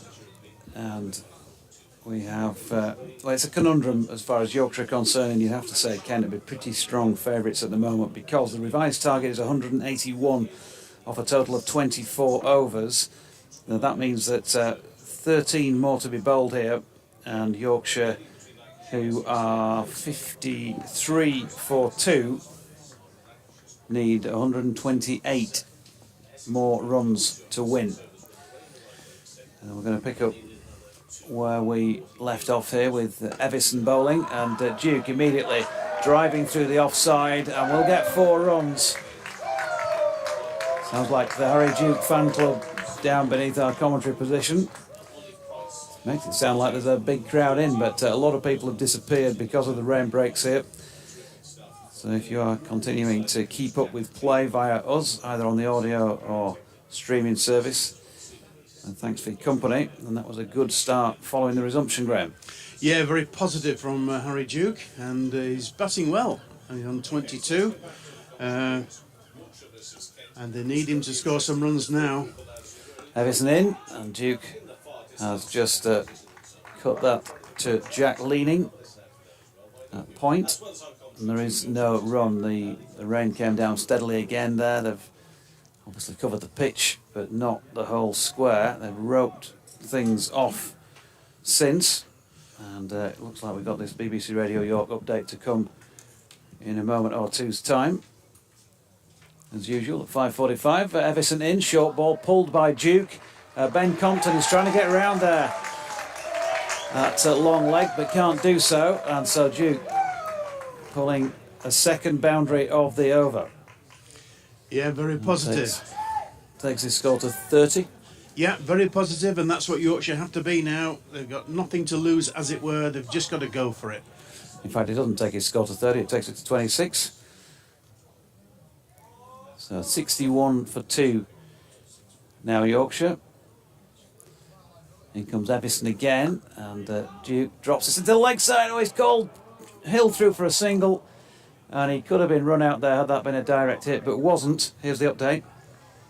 Yeah, and all sorts of permutations at the moment here, because just to remind you, 282 for 9 was the score that Kent posted in there, 50 overs. 136 to Joey Evison, 103 to Ben Compton, but Yorkshire's progress has been stymied by the rain and by the fall of a couple of wickets. Harry Duke has just come back on and hit a couple of boundaries since the resumption, make that 3 in the over actually, because he's just driven one straight back past bowler Joey Evison. But Yorkshire have just resumed a couple of minutes ago, needing a revised target under the Duckworth Lewis Stern method of a total of 181 from 24 overs. And they've set about that pretty well by adding 12 runs in this over so far. Harry Duke is now not out on 30. George Hill went in just before the rain break. The controversy a little earlier was that Yorkshire captain Shan Masood was run out by a throw coming in by Joey Evison. He thought he was home. I think just about everybody in the ground thought he was home, but umpire Neil Mallender, who was adjudicating, gave him out. He made 31 from 30 deliveries. Finlay Bean was the first man to go in the first over. Court Cadry bowled Baisley for just the 2. So it's a tough old chase at this point in time. We don't know if there's going to be any further rain. Yorkshire might want to try and bash the ball around early here to try and get in front on the DLS par score that's required on the board. I don't want to go into all the explanations because I probably can't actually explain all that to you anyway. But they're 65 for 2 at the end of the 12th over, needing 181 from 24 overs to win this match and get their Metro Bank Cup campaign off to a good start. Yes, and we have a change of bowling. Is this some spin we're going to see now? Matt Parkinson. Yeah. So some leg spin from Parkinson. As we welcome listeners back to Sports Extra, to our coverage here at North Marine Road. 65 for 2. And it's going to be, as Graham says, Matt Parkinson to bowl this 13th over, his first of the innings, and of course there'll be a change in the allotted number of overs that each bowler can bowl as a result of the rain as well, so that might affect Kent's plans as George Hill gets off the mark, turning one backward of square leg to the man inside the circle. I think he's skipper Jack Leaning there. This can't be easy for the bowling side. They've got a very wet ball. They're drying the ball all the time on the towels. And this has the potential to be a pretty good finish. It could be a cracking finish. I'd love to have the DLS par score in front of us so that we know whether Yorkshire are getting ahead of it or not. There could be a wicket here which is going to hamper their progress. Oh, he's put it down. Oh dear me. Harry Duke lofted the ball out to long on. And that is in fact Jack Leaning, not the man who was backward of square I called a moment or two ago. He came in from out of view from long on and he's put down what is a routine catch. His old teammate Harry Duke, I say his old teammate, I don't think Harry had quite made the first team as Jack left to go to play at Kent, but you know what I'm saying, his old club mate. Parkinson then with his leg spin. Oh, George Hill chops down on that and bounces over the top of the stumps. He'll get a single for it in an unorthodox fashion. So all sorts going on since the return out there to the middle. Never a dull moment at Scarborough, Graham. No, absolutely not. And especially with the leg spinner bowling as well. It's he's drying the ball all the time, Matt Parkinson. So it could take a little while to get through what remains of the 11 and a bit overs. Here is Parkinson, and down the pitch comes Harry Duke. He's lofted this one out to long off, and he has gone this time. Give too many chances, and you will eventually be snaffled. And that was a catch well taken. It was dying on Alex Blake as he moved in a few yards from the long off boundary. But Yorkshire have lost a third wicket. Harry Duke has gone for 31, 68 for 3, and they are going to send in at number 5, as we had imagined, Will Frayne. Yes, it's as we say now, muck or nettles in Yorkshire.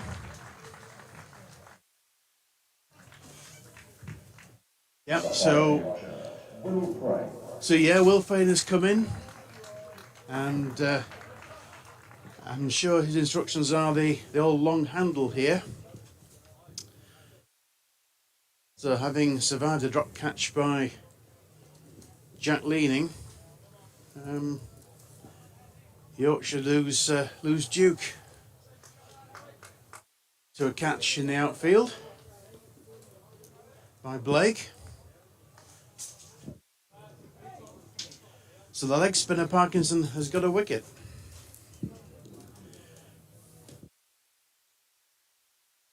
There'll be a revised score now for Duckworth Lewis with that wicket going down. We'll have to try and get that for you. But Will Frayne is taking his guard. Looks like middle. Yeah, Harry Duke, 31 off 37 deliveries. He was out and the score was on 68, so 16 runs added for that third wicket partnership. The wicket falling the fourth ball of the 13th over, and Frayne immediately off the mark, nudging one through mid-wicket for a single. Yeah. So Yorkshire's cards so far for those just rejoining us. Finlay Bean caught Hamidullah Kadri at a point off James Baisley for just the 2 in the first over of this Yorkshire innings. Shan Masood run out in controversial circumstances, shall we say. Most people on the ground feeling that he got his bat in, but he was then run out for 31 from 30. George Hill, lovely shot here, great use of feet, and he's hammered Parkinson away through extra cover down into the railings at the foot of the pavilion to our left for 4 runs. 73 for 3 Yorkshire, that over going for 8, but Parkinson vitally perhaps taking a wicket. Yes, great use of his feet by George Hill to get to the pitch of the ball, and a strong drive through the offside through extra cover for 4. So we know what Yorkshire's intentions are, as they should be, of course, and the score goes to 73 for 3 off 13. Yeah, still in play at Southampton. Hampshire needs 72 from just under 13 overs with 5 wickets left if they're going to topple Middlesex. Hampshire, of course, finalists against Kent in this competition last year. We know their strength as a county per se, but as a white ball side. As Everson's in, bowling to Frayne, who lofts one out towards long on. They're going to get a single, and that's it. It's very gloomy out there. Results coming in from elsewhere. Gloucestershire have beaten Derbyshire by 6 wickets. That is in the other group, Group A. Worcestershire have beaten Durham in that group as well by 42 runs. No result in the match at Sedbergh between Lancashire and Essex, because Essex didn't manage to get 10 overs in their innings before rain prevented any further play. That is, of course, in this group, so they'll get a point apiece. George Hill waits. In comes Everson. Hill giving himself some room by stepping away outside leg stump, but misses out. Dot ball. Every single one of those is vital. Absolutely. As I say, it must be difficult for the bowlers to take a firm grip on the ball in these conditions. Comes Everson again, and Hill hits it straight back over his head out towards long off. Is that going to have the legs? It will, to make the Metro Bank boundary board. 4 runs to George Hill. Takes him on to 10 and 78 for 3. Yeah, 2 cracking shots for 4 by George Hill, and the field is starting to spread now. A few bat twiddles from Hill. A bit of thinking to do for Kent, who are drying the ball, but again, that loss of wicket will just have ramped up the DLS. So Yorkshire, although we can't see what they should be at this stage in case they go off again, they'll surely still be behind it. They were 19 behind it when they went off. George Hill sliding in here, having turned that ball to mid-wicket. And good running between the wickets by this pair. Both pretty quick over the ground. Yeah, almost desperation stuff there by George Hill as he slid in to make his ground. The good thing there for Yorkshire is that they were always going for 2, weren't they? And if you go straight away, then there's a fair chance you're going to get there. And Hill is now facing again, Joey Everson. And he comes, right arm over. Hill has lost his bat here, so quite difficult to grip the bat, not only the ball. And George Hill will get a single in somewhat unorthodox fashion. It still counts as 1 run in the book. And he's going to change his gloves here. Clearly got wet out there. Maybe at the point he dived in a little bit earlier in the over. So, talking about revision of who can bowl what, of course, normally it's 5 bowlers can bowl a maximum of 10. You can use more bowlers if you need to. And in a 24 over match, you would think that means 4 bowlers can bowl 5 and 1 can bowl 4. At the moment, James Bazley and Grant Stewart have bowled 4 apiece. So maybe just being held back as Everson's in, and that's low. A low full toss, almost Yorker length delivery. Will Frayne can't get any bat on it. So a bit of all sorts. About 81 for 3 at the end of the 14th over. Yes, it's Aram Scarum now for Yorkshire. And we'll try and keep you up to date with where they should be at any given time. Going to be Matt Parkinson continuing for over number 15 then, with Yorkshire having scored 8 from that over as they had from the previous one. Pulled this first ball, and that is pulled flat for 6 out into the roller, the foot of the ground, the west side of the ground. Nicely played by George Hill, who's often talked to us about his love of using his feet against the spinners. Not going to be easy for Matt Parkinson to grip this ball. So a good start to the over from Yorkshire's point of view. Hill on to 19, 87 for 3. In comes Parkinson again. Hill steps back and he's got it away over the man. The backward of square leg. And he's going to find the boundary again here. So 10 off the first 2. Which takes Yorkshire now to 91 for 3. Yeah, this is real T20 stuff, isn't it? Really going for it.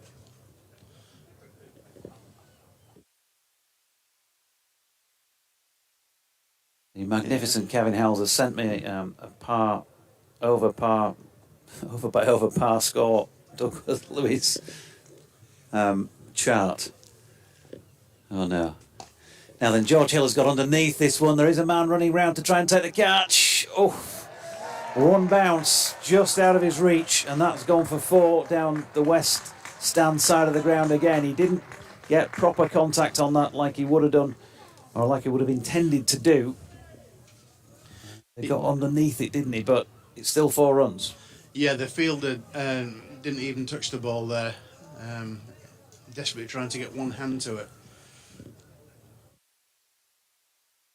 So George Hill is on 27 already. And it's Parkinson to bowl to him here. Going for a few in this over. And good delivery by Parkinson this time. Follows George Hill, who was stepping away to leg to try and open up the offside. Just the 1 run this time dropped into the offside. Latest in from the Aegeus Bowl is that Hampshire have beaten Middlesex by 18 runs on the Duckworth-Lewis Stern method. So wins for Gloucestershire, Worcestershire and Hampshire. Parkinson appealing here to an aggressive shot that Will Frayne was playing across the line. No run. So Frayne just with 2 to his name, but he's watched on from the non-striking end for most of the time he's been out there so far. Well outside the off stump. 96 for 3. Parkinson in again. Steps away this time, Frayne. That's big. That is a long way over into the west stand. A huge hit by Frayne. And Parkinson suffering in that particular over because the score has gone from 81 for 3 to 102 for 3. 21 runs added by Hill and Frayne in that one. Yes, a good over for Yorkshire there. The leg spinner, Matt Parkinson. I think that's the most expensive over of the day so far. Is it not, Graham? I think it There is. was a 17, was there not, from Ben Mike in the Kent innings? I think it's Joey Everson continuing from the Trafalgar Square end. So, if the chart I've got is correct, and I'm sure it is, 9 overs remaining, and with 3 wickets down, Yorkshire should be 102, so they are bang on the Duckworth-Lewis Stern par score at this point, as I understand it.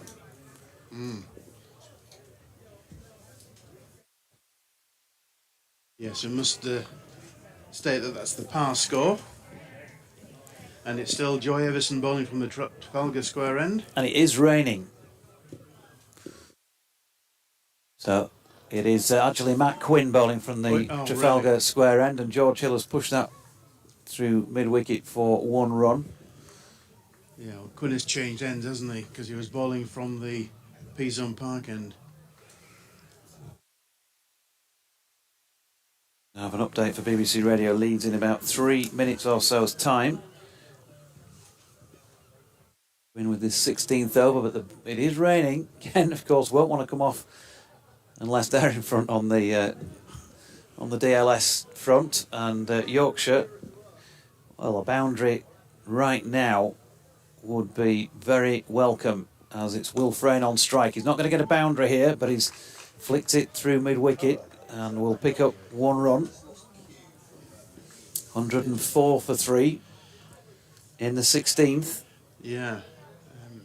The light, as you mentioned before, JD, the light's not very good, is it?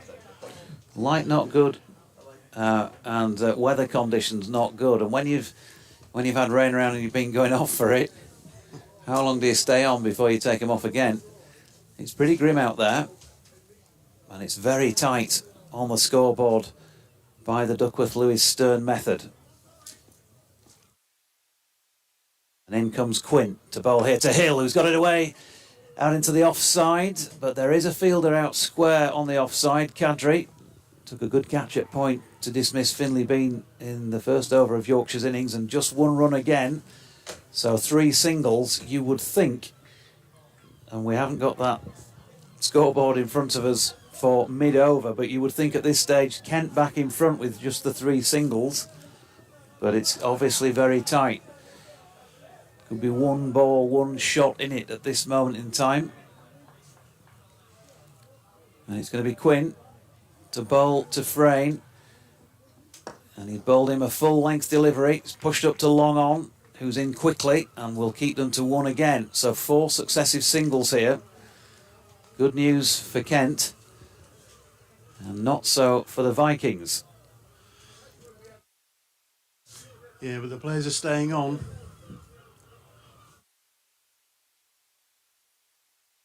The umpires are looking towards the heavens, and So- they're looking at each other as well. Yeah, long off, cow corner, deep backward square leg, a 3 out on the leg side, and 1 man out on the offside is at square at point. And in comes Quinn again, and that's sided away by George Hill, backward of point. Got a good contact on that, and that will be 4 runs down to the ice cream tent, which probably won't have done too much business today. And so 8 off the over now. George Hill moving on to 34. Will Frayne on 10, 110 for 3. Yeah, that went like a tracer bullet to the boundary there, backward of point.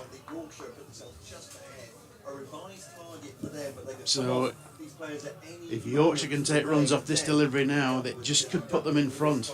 Final ball of the over. Yeah. Evison to Hill, who's flicking that one into the leg side again, and he'll take another 1. 9 from the over puts Yorkshire on 111 for 3, and with 8 overs remaining, they should be at this point in time on 106. So Yorkshire in front on the Duckworth-Lewis Stern method, but a wicket, of course, as we know, could change all of that. So very important from Yorkshire's point of view that this pair stay together.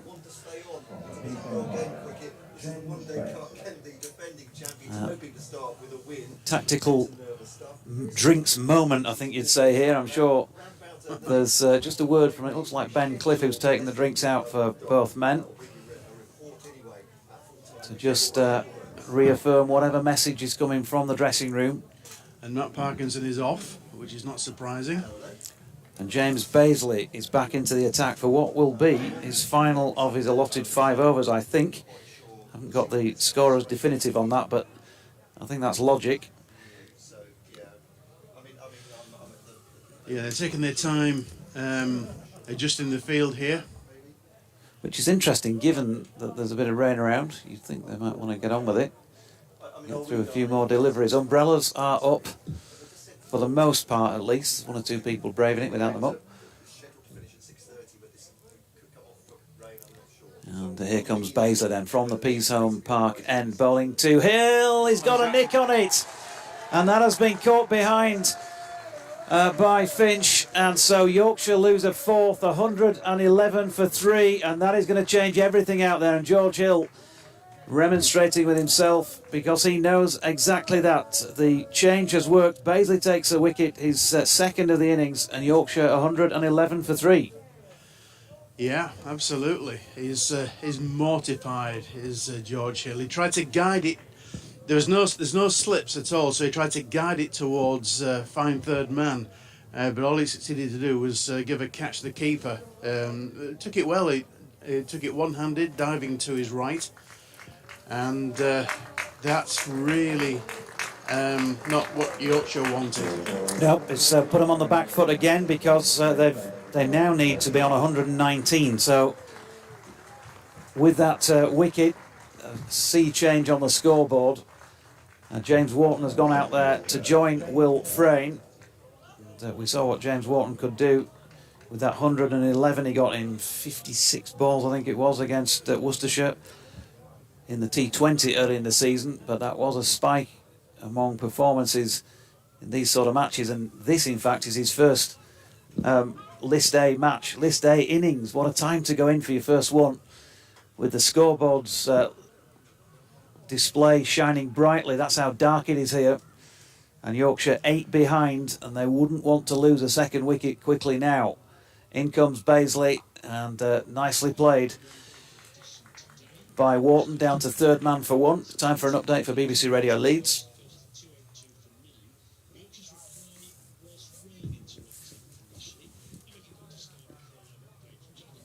Yeah, it is raining again at the moment, Oggy, and it's not good news for Yorkshire because they were in front on the Duckworth-Lewis-Stern method until just 2 balls ago when George Hill was caught behind by Harry Finch off the bowling of James Baisley, the Kent Aussie, who's just gone back in to bowl in their attack for his what we think is the last of his allotted overs. We're saying we think because there's been all sorts of changes with a couple of rain breaks, and so the number of overs bowlers can bowl has been reduced. And of course Yorkshire's target has been revised as well. When they went back out there after a period of rain, they needed a total of 181 from 24 overs. They returned with 50 odd for 3 against their name, 53 for 2 against their name, and they are now 112 for 4 with Will Frayne not out on 10 on strike, and James Wharton, who's just joined him on 1. 31 for Harry Duke, 31 also for Shan Masood, controversially run out, and 35 for George Hill, who was playing really well before he got that nick behind. So Yorkshire at the moment, they just want to try and get in front here on DLS, because there is very much, Oggy, a threat that this may not get finished. Once again, there may be a rain break, as I say, very dark, and at the moment there is rain in the air, but the umpires keeping them out there. Yorkshire 112 for 4.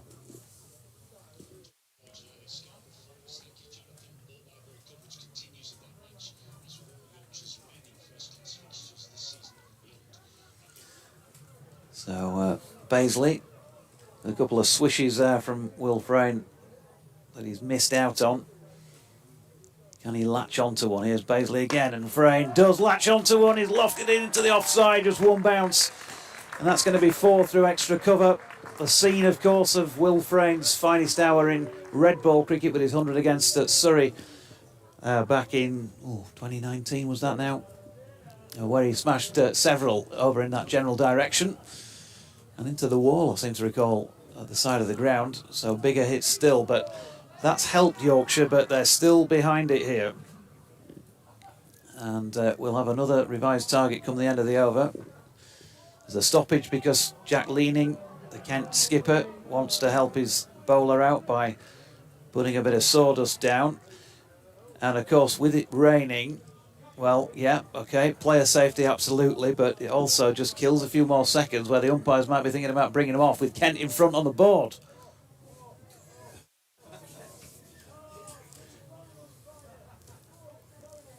Sure, Jacko wouldn't do that, would you, Jack? Here's Baisley in and bowling to Frayne, who can't quite get the contact he wants. He was going to go big with the bludgeon on that one. There's been a fumble by Kadri, but there was just that little bit of annoyance from Will Frayne. He didn't really run the first one maybe as hard as he could. I'm not sure he would have got back for a second anyway. So end of the over. That is now 17 complete. 117 for 4. We have 7 overs remaining. And my glamorous assistant will probably back me up in saying that Yorkshire now need to be 126. And so they're going to lose this if they don't get back on. And the bad news for Yorkshire supporters is they are being brought off the field having played in the rain for about 10 minutes. And I think this could be it. Could be it. It's raining quite heavily. The covers are coming on. The tractor's bringing on the 3 separate covers, and the tarpaulin will be coming on fairly shortly as the players are coming off. And Kent know they're sort of shaking hands, one or two of them. So I don't know whether they think. Anyway, they're coming off, and Kent know that this is in their favour. Yep, Kent in front on the board at this moment in time. Yorkshire need to be 126. They're 117, so 9 behind. And you wouldn't want to blame George Hill for losing his wicket in the sense that you want to pin this on him at all. But of course, that was the thing that changed things in the last 10 minutes or so. He was caught behind by Harry Finch off the bowling of James Bazley. And Yorkshire in front at that point and had worked hard to get there, George and Will Frayne, but not to be at this moment in time. We shall see some of the spectators filing out with umbrellas overhead, and the covers being brought on. Just covers on the strip for the moment. Maybe, just maybe, that is the umpires saying, look, we might run out of time fairly quickly here, so... well, they will do. I mean, there's only 7 overs left, and so really, if we're going to lose any amount of time now, that will be it. We've got to get back on very, very quickly if we're really going to see out these... Well, it won't be 7 overs left, it'll be much less than that. And we're talking about half an hour in time, aren't we, really, in essence, losing 7 overs. So the covers are on, it's still raining. I think it'll be very difficult to get back on within half an hour, but we'll see. Okay, with 17 gone and 7 remaining, just going back to my chart here. In actual fact, it looks as though that 126, we're going to revise that down. Yorkshire should have been 119 at this cut-off point, and they're 117 for 4. So they're 2 runs shy of what they need. They'll be desperate to get back out there and throw a few haymakers at whatever Kent can bowl to them. But there is, of course, a chance they might lose further wickets in doing that. But they'd rather have the opportunity than not, I'm sure. So we're basically counting down the minutes, and with them the overs. The 2 umpires are now making their way straight back out to the middle. Has it stopped? No, it's still spitting. I've just given it the hand test, the sophisticated hand test from the commentary box window. Our Kent colleague is saying, oh yeah, he's absolutely lashing it down. He's there. He's got his full over trousers and cagoule on. Very sensible Southerners with cagoules. I know Matt got a range of cagoules somewhere in the wardrobe at home, but he's not really brought them with him today. So we've got that period at the moment where the umpires want to oversee what's going on out in the middle. The tractor is on because it's brought the covers on. There is just 1 sheet on at the run-up at the Trafalgar Square end of the ground. No sheet on, interestingly, on the run-up at the Peasholm Park end of the ground. And just to remind you, 117 for 4. James Wharton on 1. Will Frayne on 15. And the wickets still fallen. Finlay Bean for 2. Harry Duke 31. Shan Masood 31 and George Hill 35. Yorkshire 2 behind where they needed to be when being taken off on the Duckworth-Lewis Stern method. We'll keep you posted when we have any news.